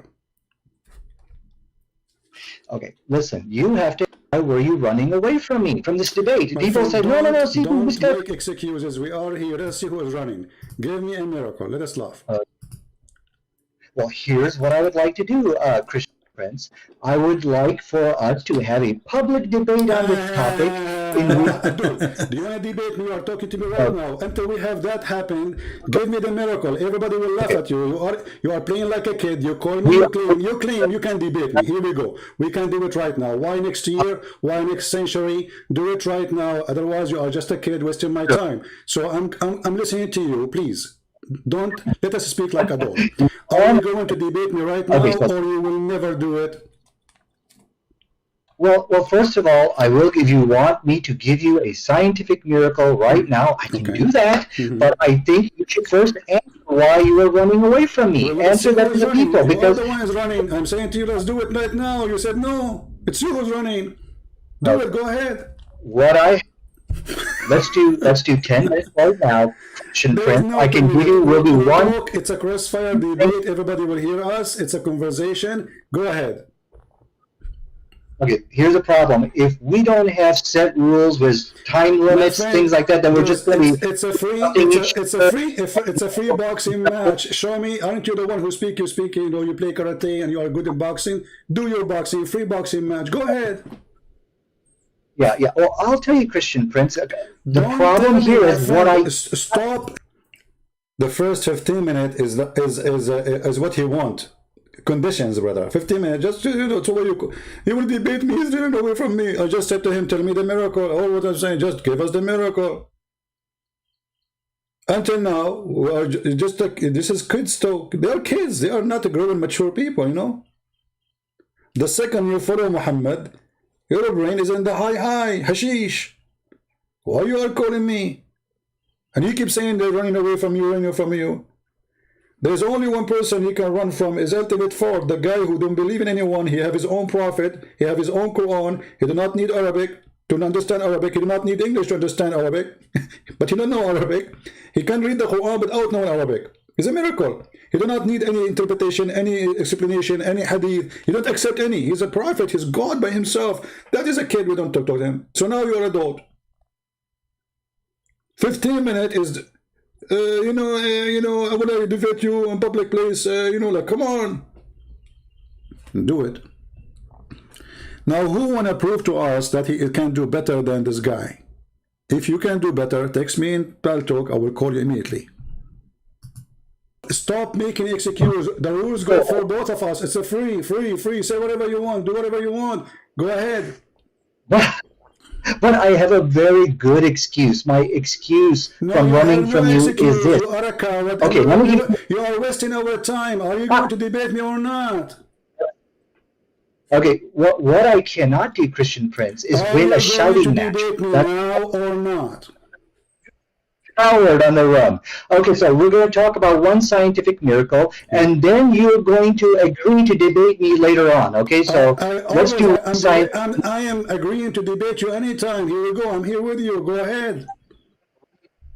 CP, we need a format. We need equal time, and we need to share. Don't call me again. See, they say to you, you mute. I hang up on him. I lost my patient.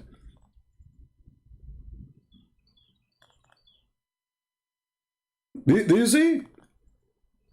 Where is the guy who's so excited to go to do boxing? He go in the stage. No, we need to put conditions, okay? We need to agree and come on, it's a free boxing match. Just use your hands, no problem. No, Christian Prince, you're running away from me. First, you have to agree to debate me. I agree, that's it, let's do it. What is this? They are too much intimidated. You are just a kid, you don't dare even to talk to me. We need a format. What format?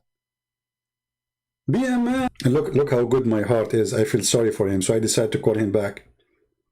I said to myself, oh man, come on, this is just a kid. He's 60 years old, yes, but he's a kid. All of them are kids. So I called him back. See how good my heart is? Man, you are the one who said you want to debate me. You keep saying I'm running from you. You are just a kid. You are not even equal to my shoe. You don't even know how to say. To be honest with you, when I spoke to him, I was not wearing a shoe. Which is not right to say. I mean, what shoe? Because how many I have? I have only two. I have two shoes only, you know, that's it. I'm confused now, which one of them? Say your prophet name correctly. If I call you right now and I ask you to say your prophet name correctly, do you know how to say it? You don't. And you are the one who agree your prophet have sex with the goat. What more I want from you? So either you want to do it now, don't waste my time, I will call you one more time. Either we do debate. Look how nice this Christian Prince, unbelievable. They will call him one more time. Nadir Ahmed was saying to himself, I hope he will not call me, because now I have an excuse. He hung up on me, do you see? Now, don't put rules. No rule for you, no rule for me. Speak as much as you want. Get me busted. Go ahead. Let me call you.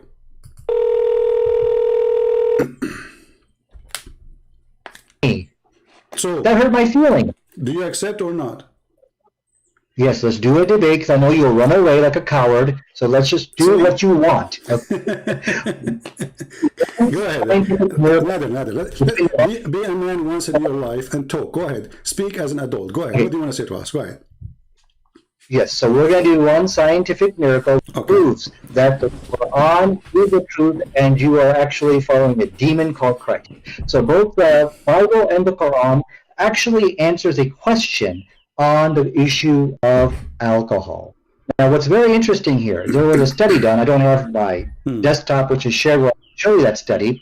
But in this study, it showed that the Quran actually, because of the teachings of the Quran, the Muslim women are 50 times less likely to give to give birth to who has fetal alcohol syndrome.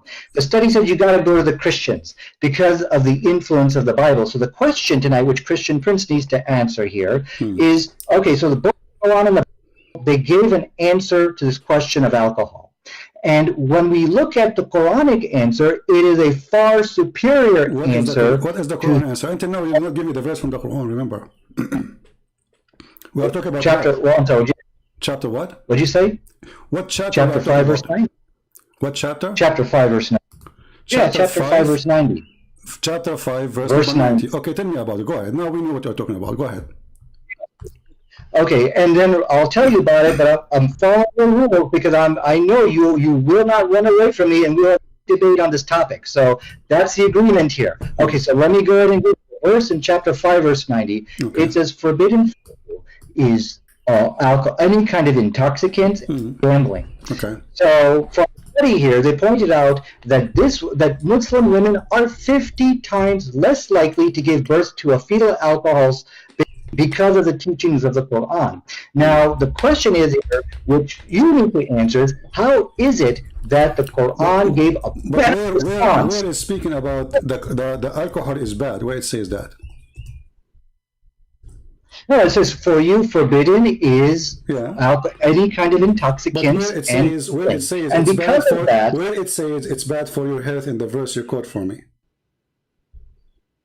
that is bad for your health. No, it is completely forbidden for Muslims. This is clear. Okay, And from the my study friend, again, another is. I'm asking you a very simple question. You say that this is about health. I'm asking you, why in the verse never say anything about health? It says this is from shaitan, that's all. Because it's from shaitan, don't do it, correct? yes, this is from Shaitan, and so because as the study concluded, it is the teachings of the Quran which caused Muslim women to abstain from alcohol, and so the question from again is that how could Allah of the Quran provide a better response than Jesus of the Bible on the question of alcohol? That's a question you need to answer now.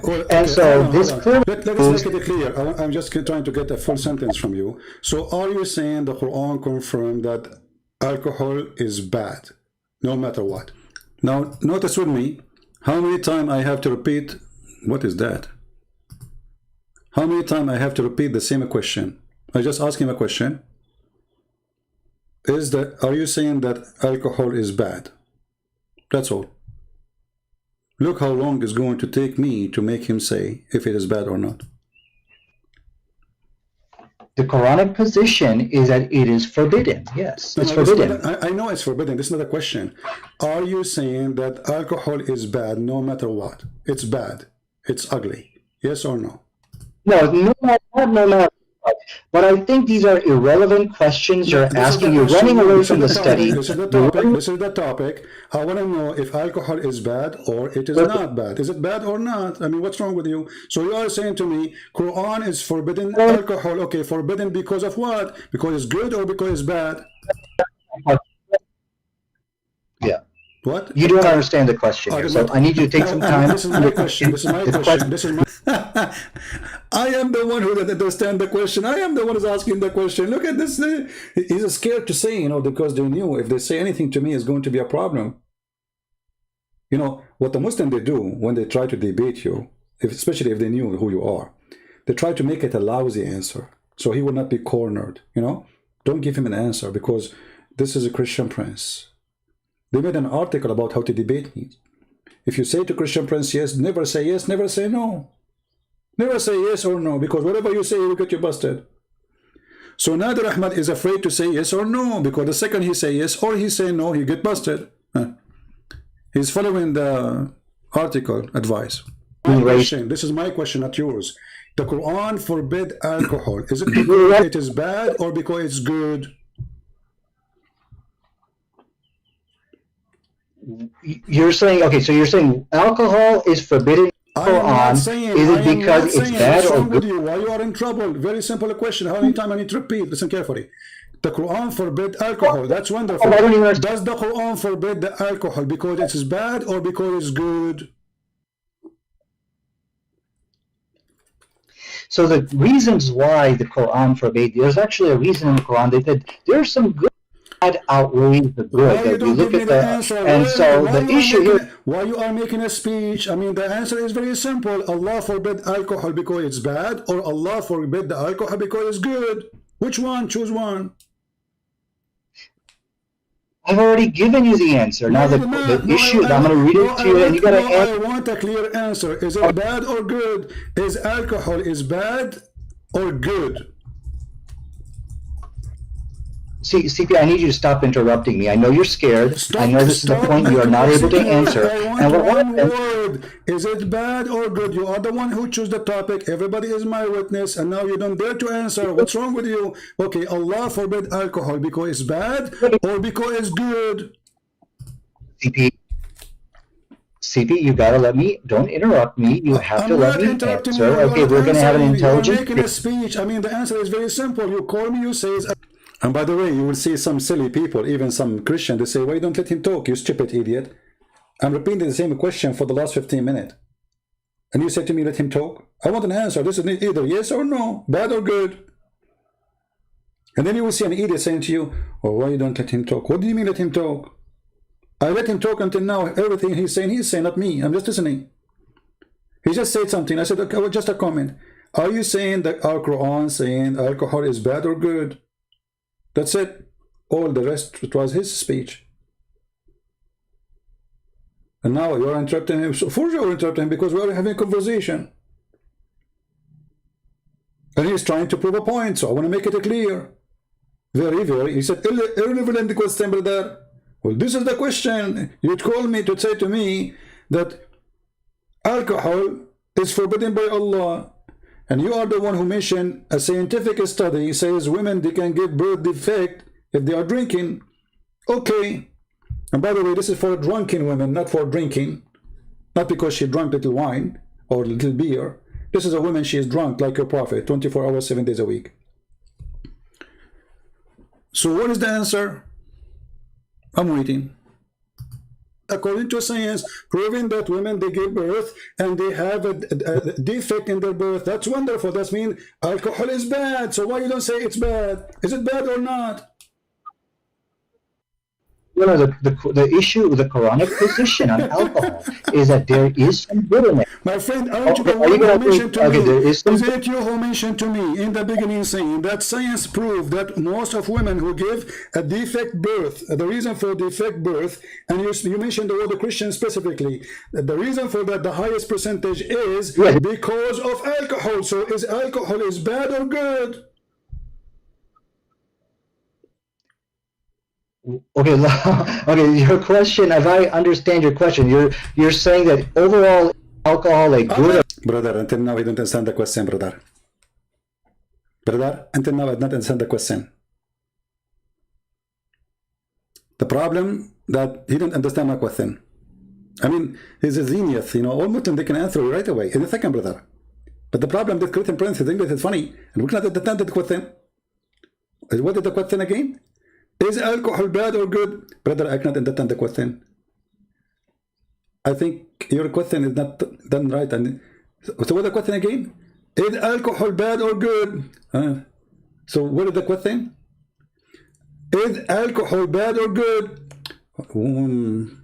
So is the question is or bad? I don't get it. Can you explain it more, please? Like, because simply your English is funny and I can't understand your question. You know what the question?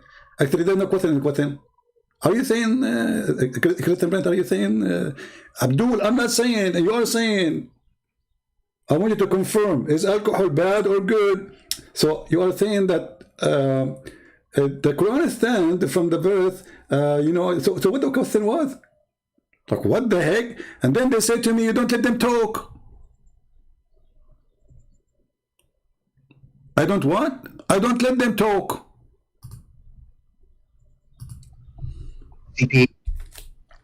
CP, you gotta let me, don't interrupt me, you have to let me answer. Okay, we're gonna have an intelligent... You're making a speech. I mean, the answer is very simple. You call me, you say, according to science, proving that women, they give birth and they have a defect in their birth. That's wonderful. That means alcohol is bad. So why you don't say it's bad? Is it bad or not? You know, the issue with the Quranic position on alcohol is that there is some good in it. My friend, aren't you the one who mentioned to me? Is it you who mentioned to me in the beginning saying that science proved that most of women who give a defect birth, the reason for defect birth, and you mentioned the word Christian specifically, the reason for that, the highest percentage is because of alcohol. So is alcohol is bad or good?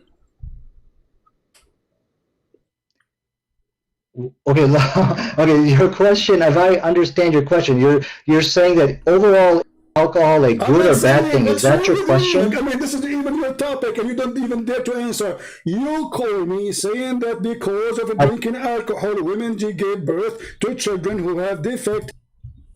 And then you will see a Christian say, the Christian Prince, have more patience. No, really. Actually, those people, they are the one really is the weird one, not the Muslims. Christian Prince, let him talk. See, the problem is that those Christians, when they debate Muslims, they just let them talk. You are not listening carefully for what they say. And this is why they fear me. I listen carefully for what they just said. He knew, you see, in his mind, did you ask yourself why he's refusing to answer a simple question like this? In his mind, he knew there is something Christian Prince is getting ready for me. He wants yes or no. I'm not going to give him yes, neither no. Because the second I give him the yes or the no, he will unleash hell on me. They knew me. When they debate different Christians, they just listen. The guy, he speak for 5 minutes, and then the guy, he go and he have like a piece of paper in his computer or like an article, he read from it. So both of them, they are not really debating. That's not a debate. The 5-minute thing to you, 5 minutes for me, is a joke. This is a debate. Never accept the 5-minute thing. Because neither you is debating. And if one of you is making mockery of the other one will look like a fool. Even though he's saying the truth, maybe. Like when Mimi was debating debating David Wood. David, he said to him, your God, Allah have parts. Mimi, he said, who said so? And the Muslims just start laughing. This is not a debate. If the other opponent is ready for a debate, he will say to him, okay, you said who said so? Let me show you your prophet said so. What do you mean who said so? The Quran says so. The scholar, they say so. Who are you? But what we do, we let it go. Instead of getting them busted, but what they just said. Denying the nature of their God, exposing their lies in the spot, not after the debate is finished. Now you want to make a video about what happened. Where you been in the debate? Right away getting busted.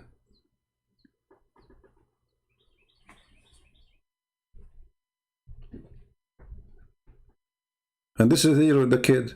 He just said something, and now he did not know how to get rid of of what he just said. In their birth, okay, that's your claim, and you claim this is from science. That's wonderful. Now I'm asking you, based on what you told me, is that mean, and based on the Quran forbidding the alcohol, does that mean according to Allah, alcohol is bad or good? Oh, I think I understand your question. Your question is. Now I understand the question.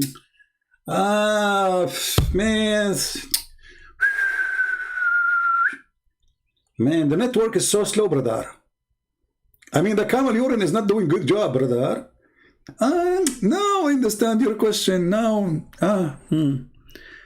how many times I repeated the question? I have, you see, this is why you have to force the conversation if you want to get a benefit of it. Otherwise, it's a waste of time. Okay, did Allah forbid alcohol for a specific reason of preventing fetal alcohol babies? Is that? Supposing now he understood it.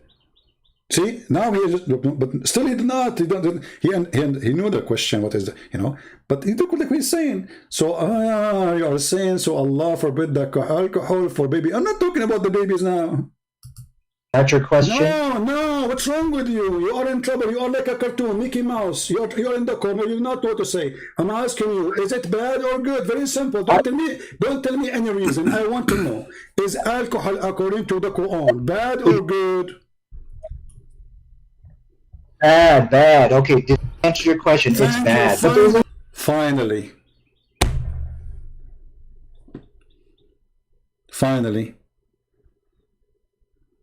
He slipped. Finally, we got the answer. It's bad. Okay, finally you said it is bad. So how come the Quran says it is good? Here we go. This is the chapter 16, verse number 67. You made me lose my voice, repeating the same question. The Quran says that the alcohol is amazing drink, is the best. It's a miracle of Allah. Read for me the verses.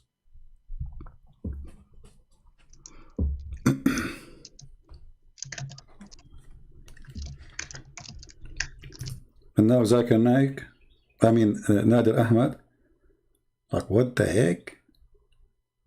What? I wish we have like a sensor to transform like his heartbeat to the sound. Boom, boom, boom, boom, boom, boom, boom, boom. Look, now he stopped talking now. He stopped talking. What happened? Nader, are you there? Are you finding the verse? I'm sorry, I'm not even looking at your screen. Well, did you want me to respond?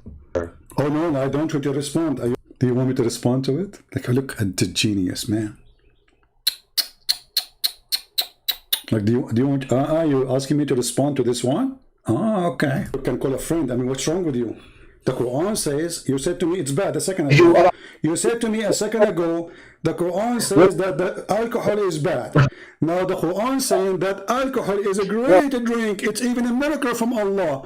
It is a benefit for mankind. And you can change any translation you want. What translation you want me to put for you on the screen? Okay. Oh, okay. I'm sorry. I'm not even looking at your screen. So let me answer that if I may.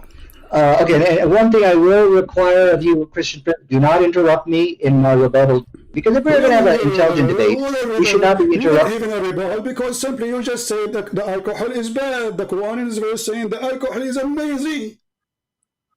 I mean, can you even make a rebuttal? Yeah. Okay, so let me now respond to you without interruption, because if you interrupt me, this is an act of cowardice, and this is exactly what I'm saying. He can't handle me in this debate, so he's got to interrupt me. So let me now go ahead and... We cannot handle you, for sure. For sure, you are like a little cat. Answer how the Quran, the same book, saying alcohol is a sign from Allah. It's a great benefit for mankind, and this is amazing product to use. It's a benefit. You make good deeds from it. You make good money from it. You make good health from it. It is in the top of that. It's a sign from Allah. Okay, so now you're going to let me speak, or are you going to run away? I'm waiting for your interruption. I'm waiting for your majesty. Stop complaining about interruption. You can interrupt me too.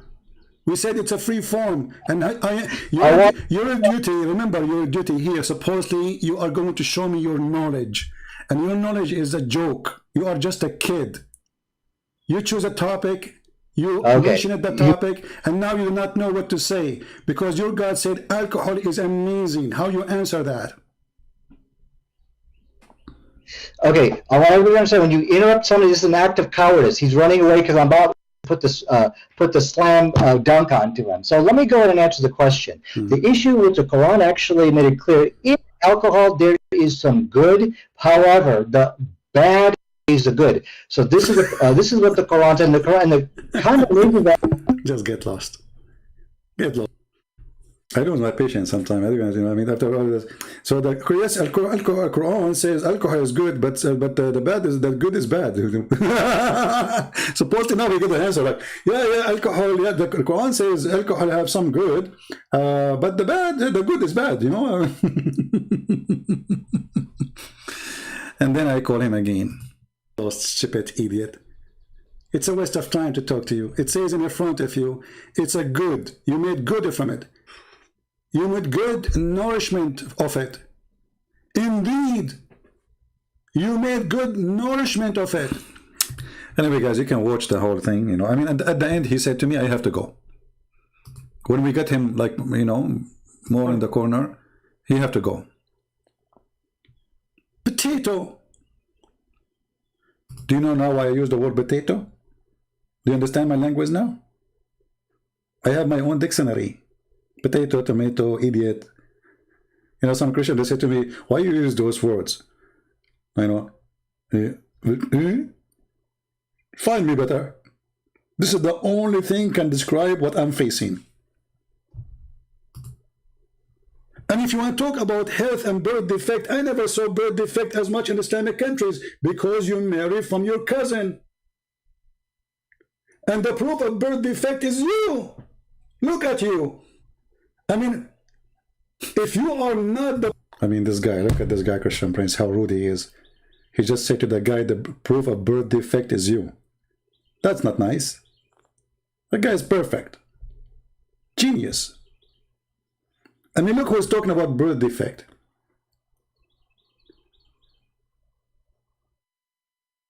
A nation who do marry, their first favorite marriage is marrying the cousin. And this is number one reason in the world for birth defect. not alcohol, because not every woman should drink and can get drunk. If there is some, this has nothing to do with the Bible anyway. Actually, the verse where Muhammad is speaking about Allah, he said to him that gambling and drinking is haram. This is from Paul. It's Paul who said that. Muhammad is copying Paul.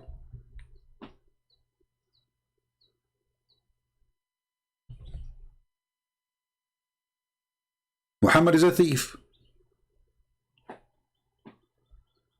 And if we asked them why it's forbidden, they didn't know. And then they say to you, scientific studies. What? Scientific studies. Like who's talking about? A Muslim talking about scientific studies. You know. Who is a Muslim would like to call me and tell me about the scientific studies about the alcohol that Allah is saying it's a miracle? It's a miracle from Allah. Look, because Muhammad, he was explaining how people got drunk, man. It's a miracle. It's a sign from Allah for those who have wisdom. Brother and sister. Alhamdulillah. Miracle. Scientific study, you know. Scientifico. If there's any Muslim he believe in Scientifico in the Quran, call me right now, I'm live.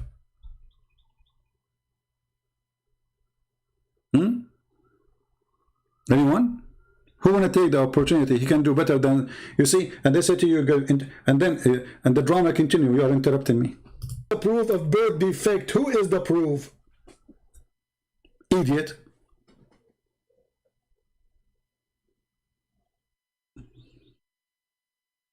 And the funny, the Quran says that alcohol is the made of shaitan.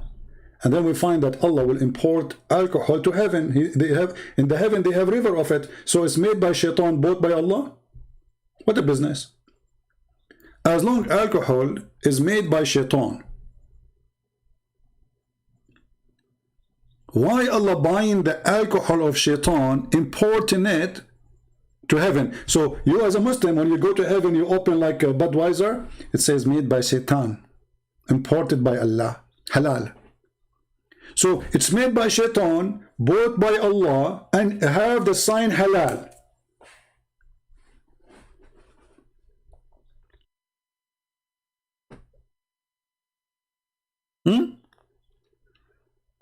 Now, if there's any Muslim, we don't need to talk about this topic.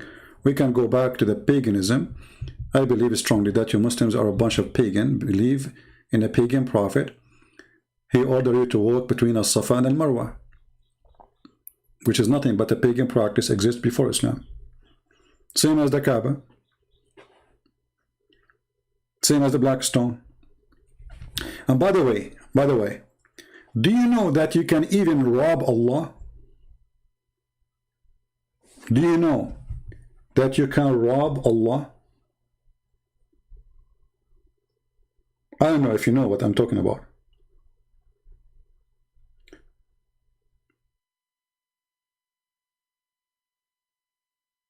I have in front of me, let me see if I can put it in the screen.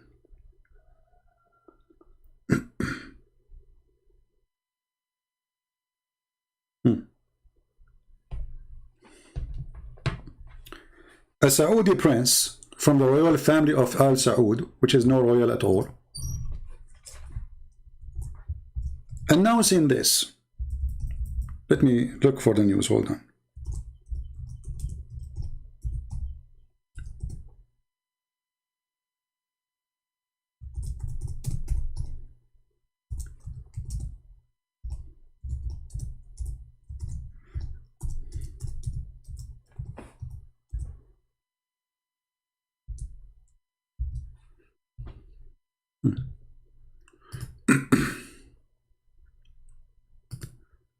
Brother,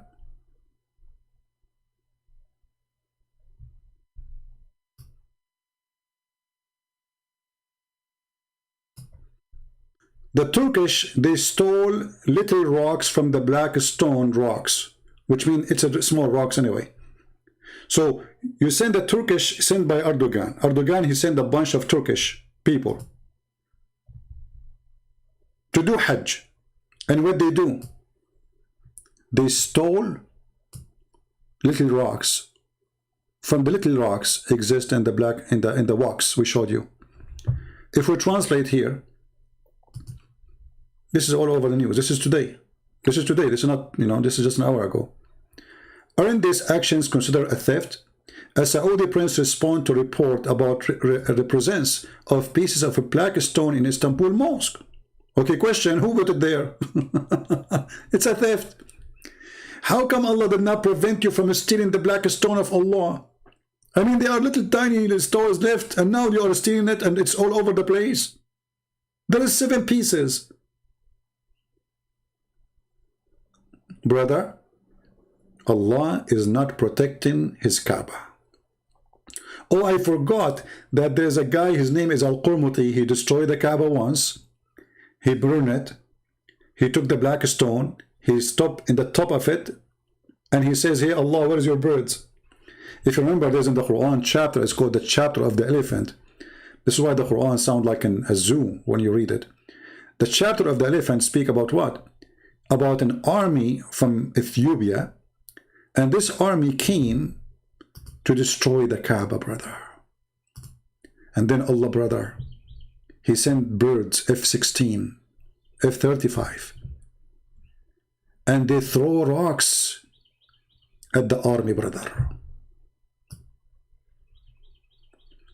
So Al-Qurmuti, who in his time most of the Muslims left Islam because he showed them that this is a stupid religion, and he was a Muslim, by the way.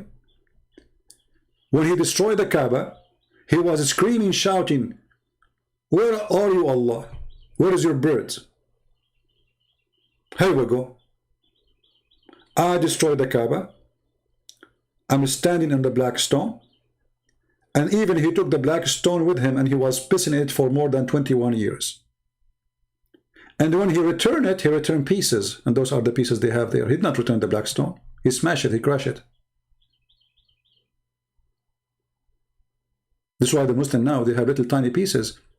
And this is why we see here, they are talking about a little piece, stoning, because there's no rocks no more. It's just a little piece of the black stone.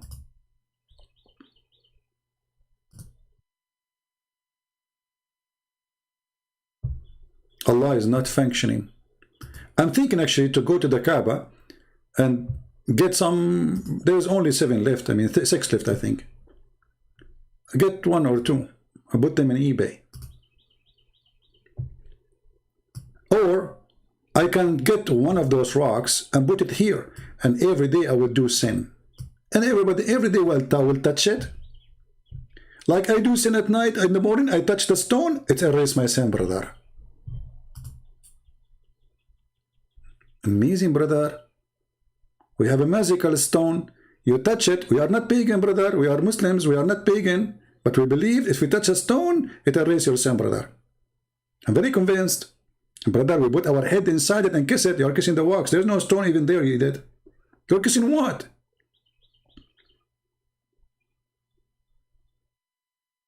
Do we have any Muslim want to say anything?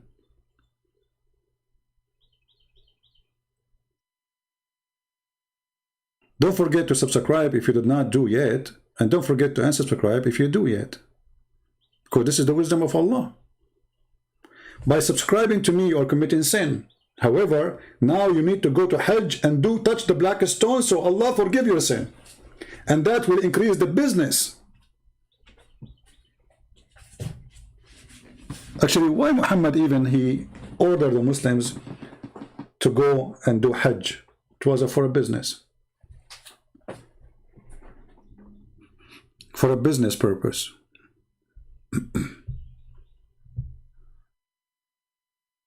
Anyone?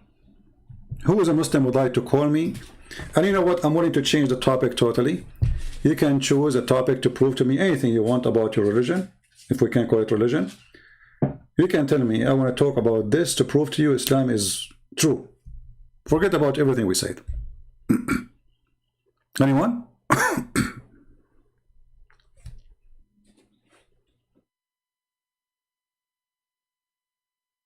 Anyone? who is a Muslim would like to give it a try. Look, my Pal Talk is open for almost, I don't know now how long, 2 hours. Not a single hello from any Muslim who want to debate me or call me. Not a single one.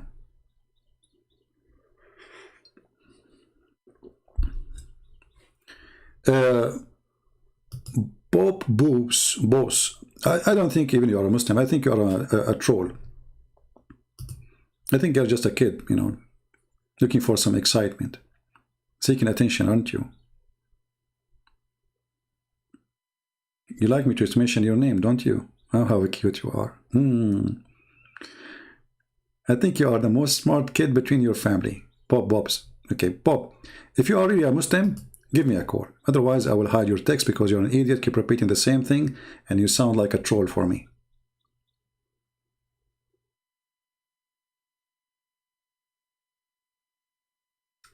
Any Abdul? You are a spent penny. We Muslims don't waste our time talking to you. You Ahl Sunnah, how you see how stupid what you just said. Aren't you the one who says to me, why you don't debate Zakir Naik? And now, you don't waste your time talking to me. So you're stupid doing what here now? And what you did now, isn't it talking to me?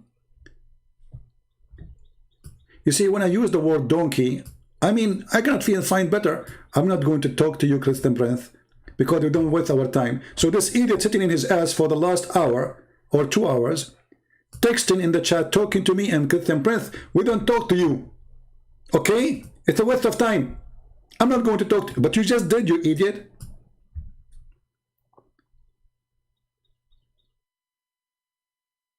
I'm not going to talk to you, okay? You are a spent penny. We Muslims don't waste our time talking to you. We'll deal with your sheep directly.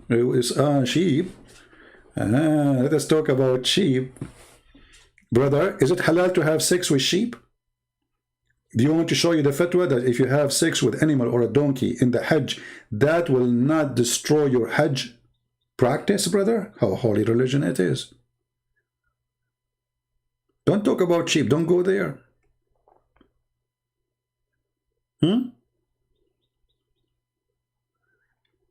Who's a Muslim when I call me? We don't talk to you. You know what? Why you don't debate Zakir Naik? Huh? Why you don't look? Why you ask Muslims to call, and when they call you, don't let them speak? Prove it.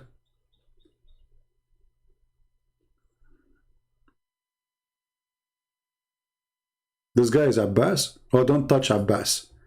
Abbas, he have my protection. Because he is my pizza vendor. Hey, Abbas, is pizza halal? Is the pizza you deliver always, is it halal? I mean, one of the funny things Muslims, they keep doing, al-halal and haram, halal and haram. Brother, having sex with the children is halal, but eating pizza half pork is haram. Brother, looking at the bum of a Muslim sister is halal, but eating pork is haram. Brother, sucking the nipples of a growing adult Muslim woman is halal, but eating pork is haram. Brother, stealing the money of non-Muslim is halal, but eating pork is haram. Brother, looking at women walking by ass and get horny is halal, but eating pork is forbidden. Brother, are you there, Abbas? Should we continue?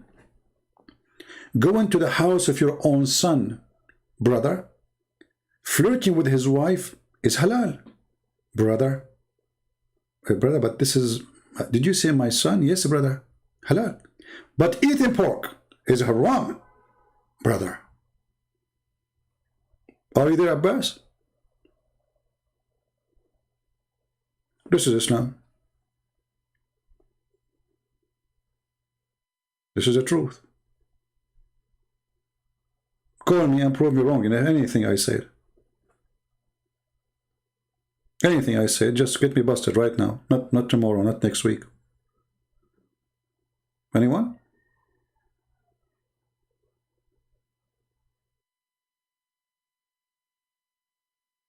Hello?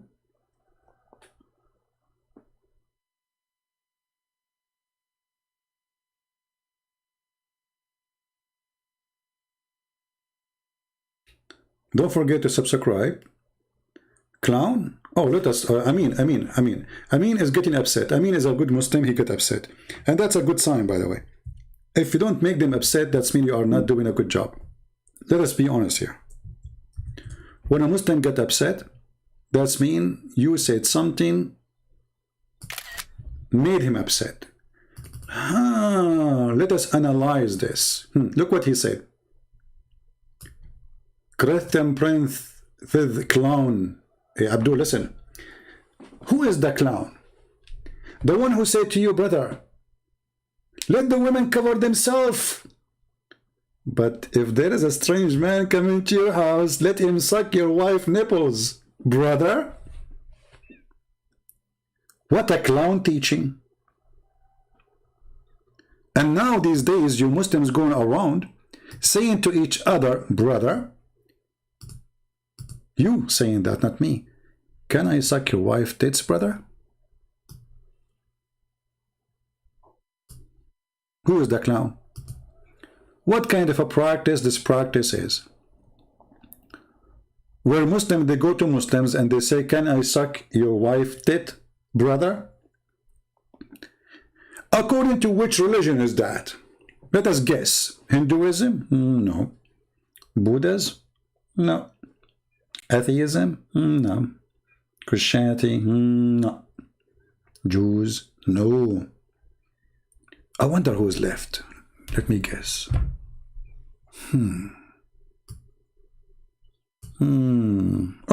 Abdulism.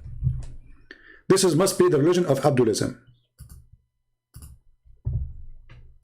Clown. Look who's talking about a clown. By the way, your prophet, he used to wear his wife's clothing, and he said, I never receive Quran unless I am in her dress. Clown. Aisha, she used to order her sisters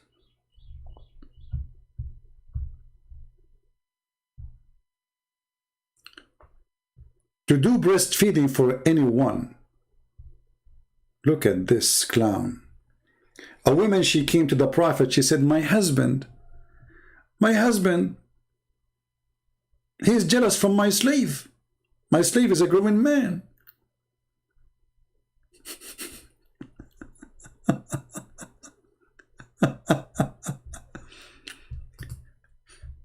O Messenger of Allah, I have a problem and you are the only one can solve it. Prophet Muhammad is like, now he's scratching his Zakir Naik beard. She said to her, okay, talk. I said, I see in the faith of Abu Hudhaifa, which means the husband, like he is not happy with who? With Salim. Who is Salim? Is a slave who live in the house. Whereupon Allah Apostle said, suckle him. I'm turning my car on. Don't think I'm laughing. Are you there, Mr. Clown? I want to give you an opportunity to be an admin in my chat if you can give me the name of the clown who said to her, suckle him. I'm waiting for you. Give me the name of the clown. A woman, growing woman, she have a growing man slave. And she said to him, but how I'm going to suckle him and his growing man? Like, what? Like, what? Is what? What? Who is a Muslim would like to invite his Muslim brother to his house and he would like voluntarily to practice the teaching of the clown prophet? By the way, I don't mind to visit you all, but one condition. I mean, your wife, she have to have, I mean, to be beautiful. I'm not going to suckle everybody. I mean, don't bring me a woman, she is 99 years old, and say, this is my wife, suckle her. Like, come on. And then the Muslim, to solve the problem, they start saying, brother, this is not suckling, brother. She give him milk. It says suckle, arda'i, in Arabic, arda'i, rada'a. So he suck something with, give him milk. Why your wife, she's a goat? Why you would think women always, they have like, anytime you suckle them, they have a milk? She's a goat. She's an old woman, actually.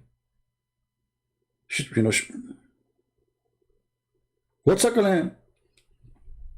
You will suckle what exactly? But we have to be honest here. This is very hippie, beautiful religion.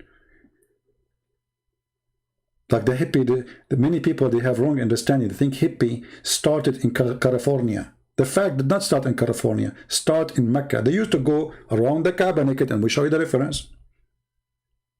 Wearing nothing, and we show you the reference. Touching their vagina, and we show you the reference. And now the Prophet is making it even more beautiful. So the husband is jealous. He see a man, a grown man in the house. He go to work. What this guy is doing in my house now? God knows what he's doing with my wife. The Prophet, he found the solution. Suckle him. Hey, people, if there is a neighbor and he is looking at your wife, and you want to stop him from doing that, bring him to your house and let him suckle your wife, and he have to suckle her 10 different days in 10 different time until he is satisfied. I mean, we have to be honest here. I like the satisfied part, because you might never get satisfied, so you have to do it again and again. And by the way, this was in the Quran. This was in the Quran. And the Muslim, by the way, they say to us, the Quran is preserved. And then we find that the one who ate it is a goat. Look, look, look. Aisha, may Allah peace upon her. May Allah pray on her. May Allah preserve her nipples. The verse of stoning. The verse of what? Of stoning. My friend Kareem is a kid. This guy, we talk to him. That's it. He's just a kid. Why you want this, Kareem? We have him recorded many times, and we took his call many times, and he's just a kid. He's stupid. Okay. The verse of stoning of a breastfeeding an adult 10 times was revealed. Okay, it was what? Allah revealed the verse to do suckling to adult 10 times? I wish I have a video camera at that time. I go to the office of Allah. And then Allah now, he put his head in the disk. He says, I need to send them something to stop them from looking at each other women. What I should do, what I should do. Allah don't really know what to do. I mean, those men are very aggressive. Arab, we are Arab. Me as an Arab, I can tell you about myself. I can't tell you everything because you get scared then. But I can tell you, brother, some stuff, brother.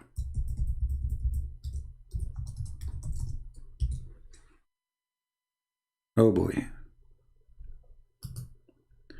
Okay, we found a picture which is not a picture of a woman. That will solve the problem. So Allah, he said to himself, how I can stop this problem? The woman, she have a slave in her house, and he is adult with beard. The husband is jealous and worry, which makes sense. I'm going to come with an idea which nobody created before me, for my name is Allah and I'm sexy and you know it. I will order them to let this man suckle this woman 10 times. Hey, brother, I have a question. Christian Prince, your question is rejected. And we refuted you. Zakir Naik, you did not even say what the question is. How you know what I know the question. Okay, tell me, what is my question? You are going to say, Why eating hummus is halal? Zakir Naik, what hummus have to do with our topic now? We are talking about breastfeeding. Okay, let me guess. You are going to ask me, why when I speak, I spit a lot? No, Zakir Naik, I don't care if you spit or not. We have umbrella, it's open, so we are ready for you. Why Allah He order the women to give her breast to that man? Okay, Christian Prince. First of all, show me your face. Zakir Naik, what does have to do with the question, man? Christian Prince, I threatened you to debate me face to face. Zakir Naik, hold on. The man is jealous, his wife alone with the growing man in the house. Allah told Muhammad to let the Muslim women give their nipples to a strange man until he sucked satisfaction with satisfaction 10 times in 10 different days. What is the wisdom behind that? Christian Press, I debated in Oxford University, and I have a long video about corona science. Zakir Naik, what this have to do with my topic, man? Zakir, focus with me. Christian Prince, I only focus. Actually, when my mother she gave birth to me, they gave me Mr. Focus. And actually, this is my nickname. Your name is Mr. Focus? Exactly. Okay. So, focus with me. The man is jealous. The wife at home. The husband is worried. Why Allah He ordered the women to give her boobs to this strange man? What that will do? What is the logic behind it? Question, Prince. Now I get your question. And now I'm going to refute you. Brother and sister, calm down. Because some sister and some brothers are set from the cry. I'm going to get invested. Question, Prince. Did your mom tackle you? Yeah, because she's my mom when I was a kid, not now. Exactly. What do you mean? So your mom tackle you. Okay, but this is not his mom. And he's a man. He's a stranger. He's even her slave. So she's sucking him for what? First of all, we Muslims, we learn from the Hindus that the mother is our cow, and the cow is our mother. So when you suckle from the woman, you can make a mother. In Islam, adoption is forbidden. But now you are approving adoption by suckling? Exactly. Okay, but I thought that can be accepted in Islam only if you are a child, not if you are an adult. And even there is a fatwa says if you do that to a woman, still you can have sex with her and you can marry her. Christian Prince, the fatwa is true. And if you suckle from a woman, still you can have sex with her. So what is the benefit of this 10 times suckling? I don't know this. And now I get you busted. Alhamdulillah. I get them busted. Brother, sister, anytime you want to get them busted, say to them, Allah knows best, and that's it, the end of conversation.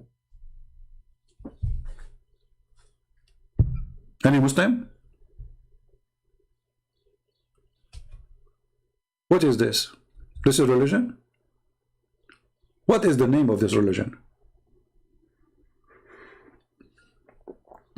So this religion forbid adoption, and then they say to you, if you suckle a person when he's a child, he became forbidden for you. But this doesn't go for adult, even in their religion. So why he did it? They have no answer. Muhammad is obviously making fun of this woman. This is why it says even here, his teeth came out from laughing. When the woman, she said to him, how I'm going to suckle him and he's a growing man.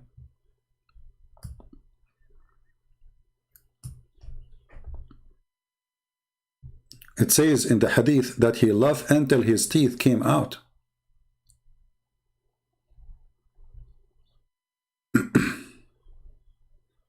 And then the funny, it says that this verse abrogated by 5 times. So what Allah He found that 10 times is too much?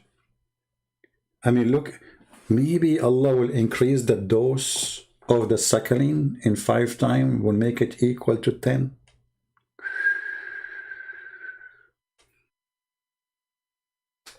And where we can find those verses, you see, they say to you that the goat ate it, right? Okay, the goat ate the verse, did not eat your memory, Muslims. Where is the verse? Don't the Muslims, they say we memorize the Quran? Who is a Muslim can memorize for me the verse of 10 times breastfeeding for adult? Anyone? Remember, the goat, she ate the verse in the paper, not in your memory. I think that the goat ate your memory too. And I think it's not the goat who ate the Quran. I think you're Muslim, you deleted it on purpose. You're ashamed of it. Because it doesn't make sense. The goat ate the Quran, we got it. What about the rest of the Muslims? Nobody remember it?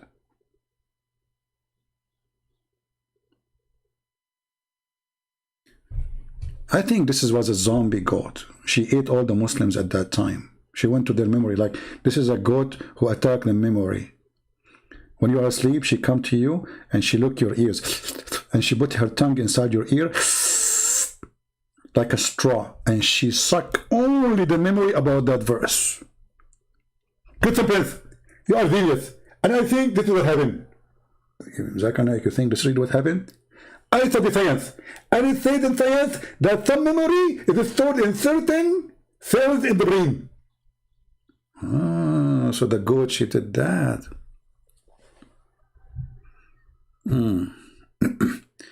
Islam rent-free in your head. What does that mean? What this guy is talking about rent. Don't talk about rent. I can show you where a prophet he allow you to rent women.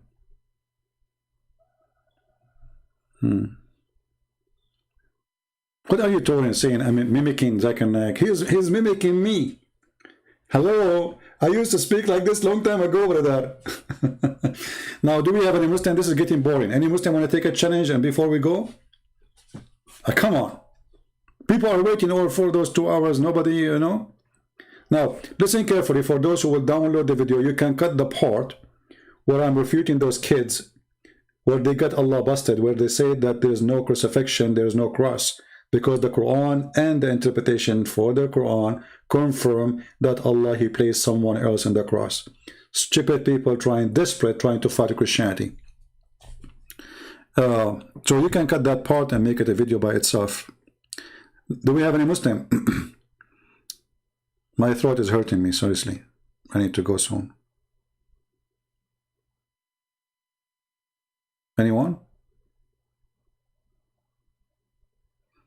Mayday, if there's any Muslim?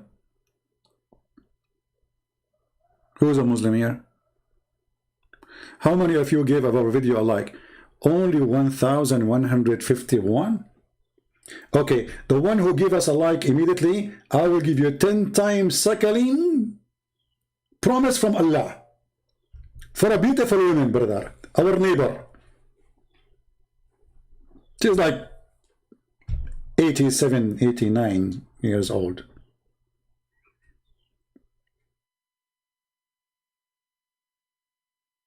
Suckling cult. So this is what Islam is about. They say we are against adultery, but Islam is religion of adultery. Muhammad, the biggest adulteress ever. We're against of drinking. Muhammad was a drunk, and the Muslim they used to be drunk 7 days a week. Even they go to pray and they are drunk, and the Quran speak about that. Muhammad and the Abdul, they were falling apart behind Muhammad. And when the Arab, they start making fun of such a religion, suddenly Muhammad says, Allah says, don't get close to the prayer when you are drunk. He did not say to them, don't drink. Look at this. Muhammad, he come with no drinking thing. When he got sick, he cannot drink no more. When he was dying from poison. Oh, you believe, approach not prayer when your mind is drunk. You see it?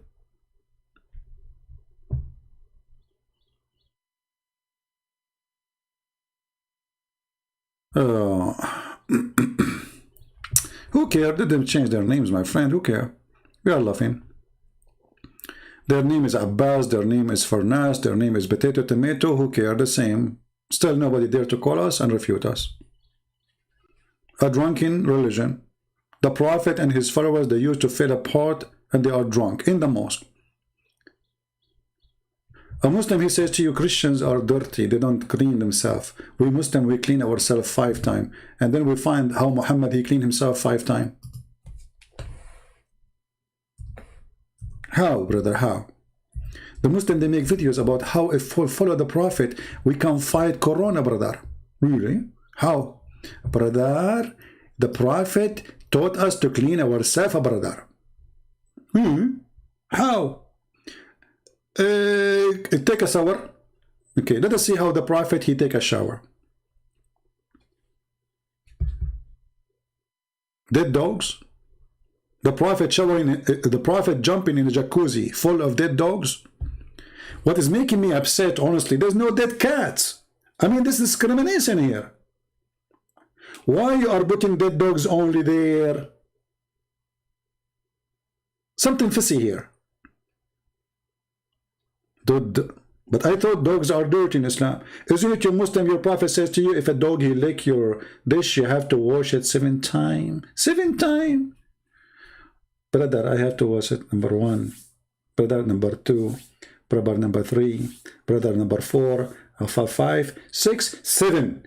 And the Prophet, I just washed my dish from the tongue of the dog, but you are swimming with the dead dog.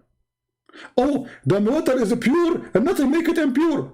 Okay? I was wondering because you told me that dogs are dirty and now you are jumping next to a dead dog and it says it's a stinky. Yes, it's a stinky, but this is my stink, not the water stink, because water is always pure. Wow, that's deep. You know what? I thought it is a stinky, the garbage or the water. No, the Prophet says it is always pure. The stink must be coming from the Prophet. Do we have any Muslim have a comment? Oh, don't forget the menstrual rags. No, they are here, my friend. What are you talking about? I will never forget them. Huh? What's wrong with you? Look, here we go. This is the menstrual rags, okay? Here we go. Here, this is the rag. Huh? And they are full of blood. Huh? Are you happy now? Huh? Hello? I did not forget it. And that makes the water more pure. Because ministerial, brother Tatar, it's proven that ministerial, it's full of, true. Yeah, alhamdulillah. We did not forget, and we did not forget that says here, and this is the Muslim translation, not me. It says stinking things, like what? Brother, when you say stinking things, like what? Like what? I'm confused now. Stinking things. Is that like poo-poo? What do you mean by stinking things? If there's any Muslim want to volunteer?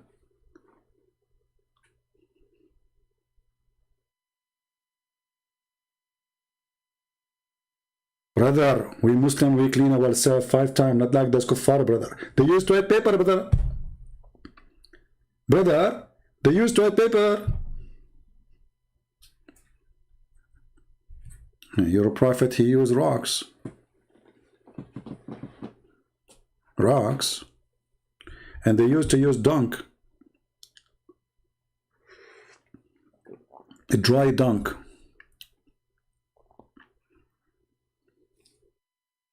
Yeah, but you know, what we have to be honest here. Those stinking things are cleaned before they've been thrown, brother. Okay? So literally, this doesn't count. I'm going to erase it, brother, because those stinking things, the second they touch the Prophet, they are not stinking no more. Because, you know, things is about comparative, brother. So if you put something stinky to something next, way more stinky, the stinky thing will smell like perfume. So now you put the stinky thing next to the Prophet, who is more stinky now? Obviously, this is a clear sign that Muhammad had mental issues. That's why people are asking him, why you are doing that? You see, if this is something the Arab they used to do, then they will not question his behavior. Why you are doing this? Nobody in the town doing such a thing. Only Muhammad. But Muhammad, he come with the explanation. He says, this is scientifically true, by the way. You know, there is a, okay, let me prove it to you.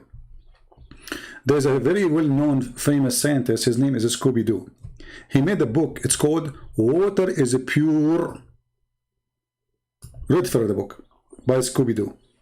By the way, Scooby-Doo converted to Islam after he learned that the black dog is the devil.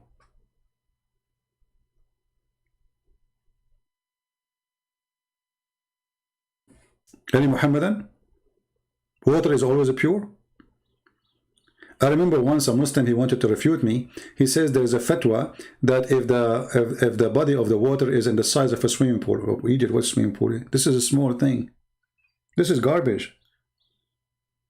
And this is not a spring of water. This is leftover water from washing things in the houses of the village. It goes to the lower point. This is not like a spring of water. You know that the Arab, the Bedouin, they will never make a water dirty like this if it is water to drink. This is dirt. So why Muhammad, he did not go to Zamzam? I thought Zamzam is where the water, yeah, this is the only water for them there, Zamzam. This is supposedly clean water, you can drink from it. Even though the BBC, they found it have full of arsenic, poison. And then the Muslim gets so upset from the report about the arsenic in Zamzam water. Okay, we are going to change topic now. Guys, should we go or we continue with something more? You want something? In the Middle East, right away, Middle East, when they say, you know, we say something, not something. Actually, those Egyptians say something. Is it true that when Muhammad received his verse, would begin to sweat and his eyes would roll in the back? Yeah, well, there's many stories reporting that Muhammad, he struggled and he have a muscles shrink. Obviously, Muhammad is suffering from kind of brain illness, you know. I'm not a doctor, but those who they are doctors, they can tell you the name perfectly for that. Even Muhammad says clearly in the Muslim stories that he tried to commit suicide many times. He go to the top of the mountain and he tried to throw himself many times. And here you see in the hadith here says, when the angel come to him, he went to his wife. This is after he saw the prophet, the angel supposedly. When he come to his wife, you will see that he is shaking, he is terrified.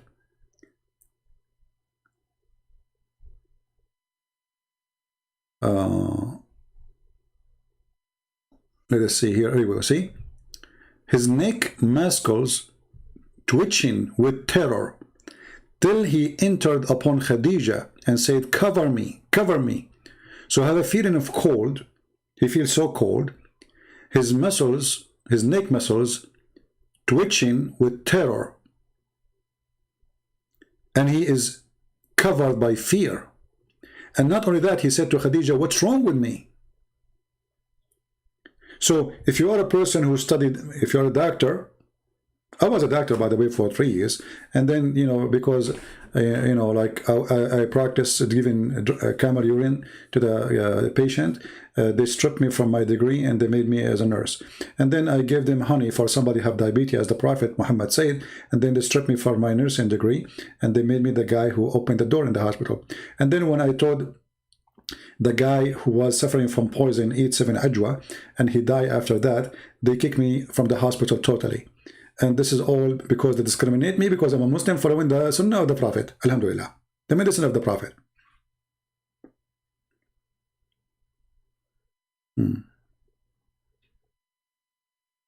They call it epilepsy, right? I don't know about the epilepsy. I think epilepsy, I think the name is so, the word is so nice for Muhammad. I don't know. Epilepsy, Muhammad? Come on. Make him epilepsy. Make him, I don't know. I mean, the epilepsy doesn't fit with Muhammad. Even the Muslim will be upset. It had to be something strong, brother. Schizophrenia? Can you make the name easier for me to read? I mean, you know my English. Schizophrenia. Like what? It's like a train, you know. Forget about Nina now. What's schizophrenia? It's called schizophrenia. Okay. What are you talking about? The Prophet was very healthy. And you know, it's very normal at that time that people commit suicide, brother. And look what here, the story here saying, that the inspiration, this stop. Why? Because Ibn Waraqa, the real father of Muhammad, he died. And then the inspiration was paused. for a while, and the Prophet becomes so sad. As we have heard, he intended several times to throw himself from the top of the high mountains. Okay, so why the Prophet did not die? He was jumping from the top of the dining room table. He think this is a mountain? No, brother, he went to the true mountain. But each time he go there, Jibreel appeared in front of him and said to him, Prophet, you are truly a messenger of Allah. And then, brother, after every time, it says every time. I mean, look at this drama. What's wrong with this Prophet? The Prophet, he insists, I want to kill myself. Okay, leave me alone. I want to kill myself. He climbed the mountain. You know what is really making me upset? I wish that the mountain was next to Muhammad was the Himalaya. I will give you the idea. Imagine this is Muhammad.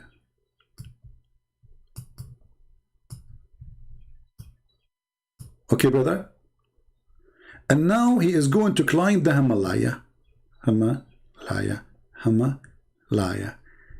Yeah, there used to be two mountains, by the way, and they put them together. A mountain is called Hama, and Laya, they get married. And then we have Himalaya. So this is the Himalaya. Very high, Himalaya, very high, very high. Okay, Muhammad, he spent like 10 years climbing the Himalaya. And then when he arrived there, now Muhammad is there. Let us put him there. Finally, the Prophet is there. Takbir! The Prophet is there. He's going to kill himself. He will jump from the top of the Himalaya.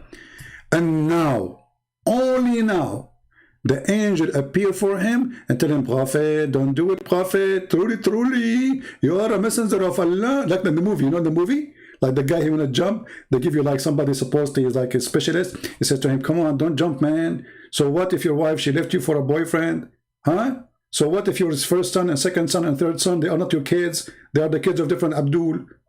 Huh? So what? So what if he is going to inherit you and get your money because of the Islamic Sharia Allah? So what? Huh? So come on, don't commit suicide. So the angel, he wait until Muhammad in the top of the mountain, the poor Muhammad. I mean, why the angel don't appear for him before he leave his house?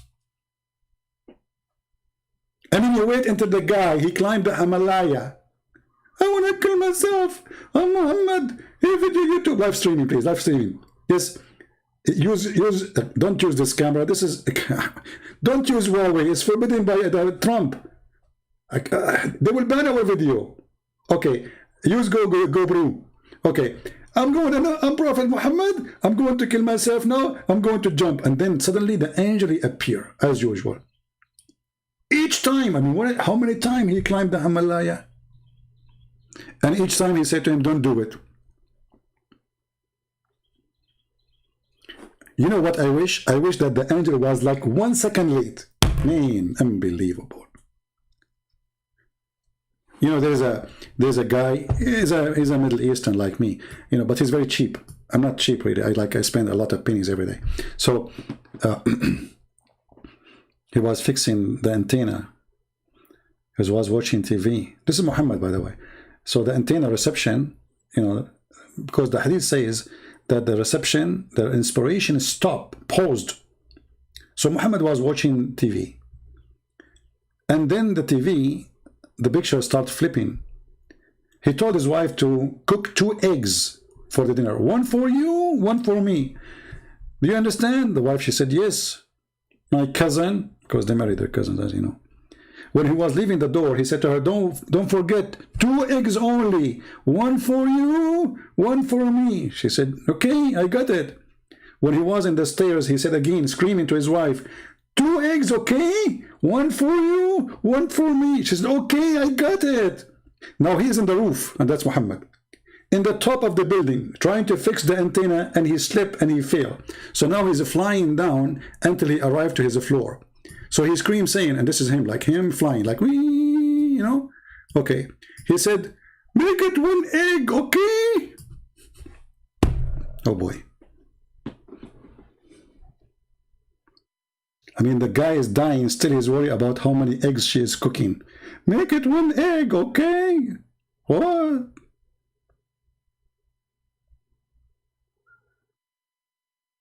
So the angel, he wait for Muhammad until he go to the top of the mountain, and then he appear in front of him and tell him, don't do it. And then when he's coming down, he said to him, make it one egg, okay? Because I'm dead, don't worry about me. Deep thinking. I love it. All right, I think this is enough for you today, guys. This is what? You love my Pisco drawing? Okay, now you expect me to understand what Pisco mean. I need to open dictionary now. Okay, I was going to close my broadcast and go, but now this guy, he says, I love Christian Prince Pisco drawing. Pisco sound dirty for me, man. Pis and co. I'm really upset from you. I'm going to call Zach and I'm going to sue you. You love my Pisco, huh? Unbelievable. Yeah, the English is very funny.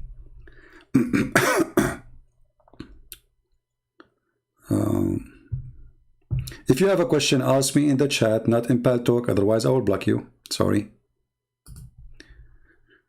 This is what he said to me, Pisco. I take a friendly screenshot for it. I'm not lying. He said Pisco.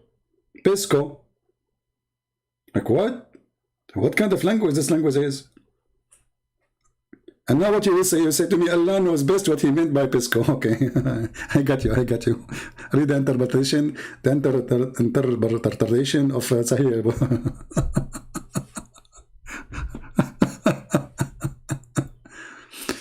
Like, okay, I got it, guys. I got it. Okay, come on. You know my English is wonderful. I know. You know, like when I was in school, I was #1 student in English school of Taliban because they don't teach English then. You know, like, you know, we read Quran only. Like, you open the book, Bismillahirrahmanirrahim, A'udhu billahi minash shaitanir rajim. You ask the guy, what this word? He say, Bismillahirrahmanirrahim. No. What this word mean? What, can you read this word? Bismillahirrahmanirrahim. Don't start from the beginning again. Just this word here. Bismillahirrahmanirrahim. Yeah. This is what we learn in Islamic schools, my friend. When we are going to roast Mimi, he's roasted already. I called him, he hung up on me, and the coward, he was so much intimidated. What do you want more? He used drugs? No, I don't think Muhammad he used drugs. I think drugs used Muhammad. Fix your words, please. Don't be insulting. And by the way, the Muslim, they say, there's videos, says when somebody tried to commit suicide, there's a video of Zakir Naik about suicide. And he speaks clearly that this is mental illness.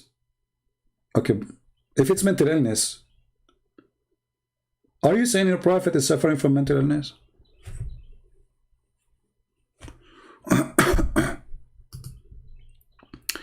Can you answer why John 5:7 been removed from new translation? My friend, I can make a translation and I can remove anything I want. The question is, who accept, who don't? They can do that. It's a translation. Translation is something done by a private person. I can make now a translation to the Bible in Arabic. But this is my translation. But we cannot move it really. Who said we accept that? We don't.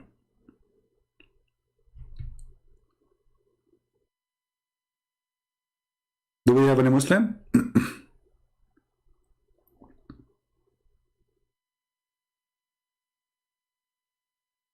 Anyone? Who is a Muslim would like to call us? Mayday.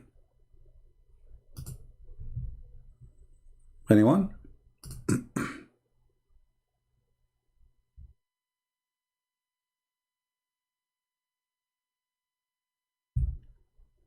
Anybody? You know, there is no book documented as much as the Bible. So let's say, for the sake of argument, they remove all 1 John. All of it is gone. Still nothing changed. But sometimes people who they want to be silly, they can come silly with silly stuff. You know what I mean? Let us say all 1 John, all the book is not there. not a verse. All of it. All this part. Nothing will change. Still the Father and the Holy Spirit and the Son is there. All over the Bible. From the first book of John, it says, in the beginning it was the Word, and the Word was with God, and the Word was God. And then in verse number 14, and the Word became a flesh. So here we go. This is John.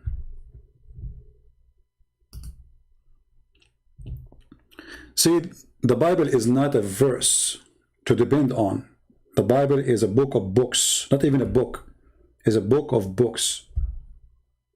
So those who want to try to make an issue, they are just looking for an issue to make an issue. How come this? How come that? Okay, no problem. That will not touch my faith, my friend. Right? Always use your intellect and intelligence. God, He gave you a brain. Use it.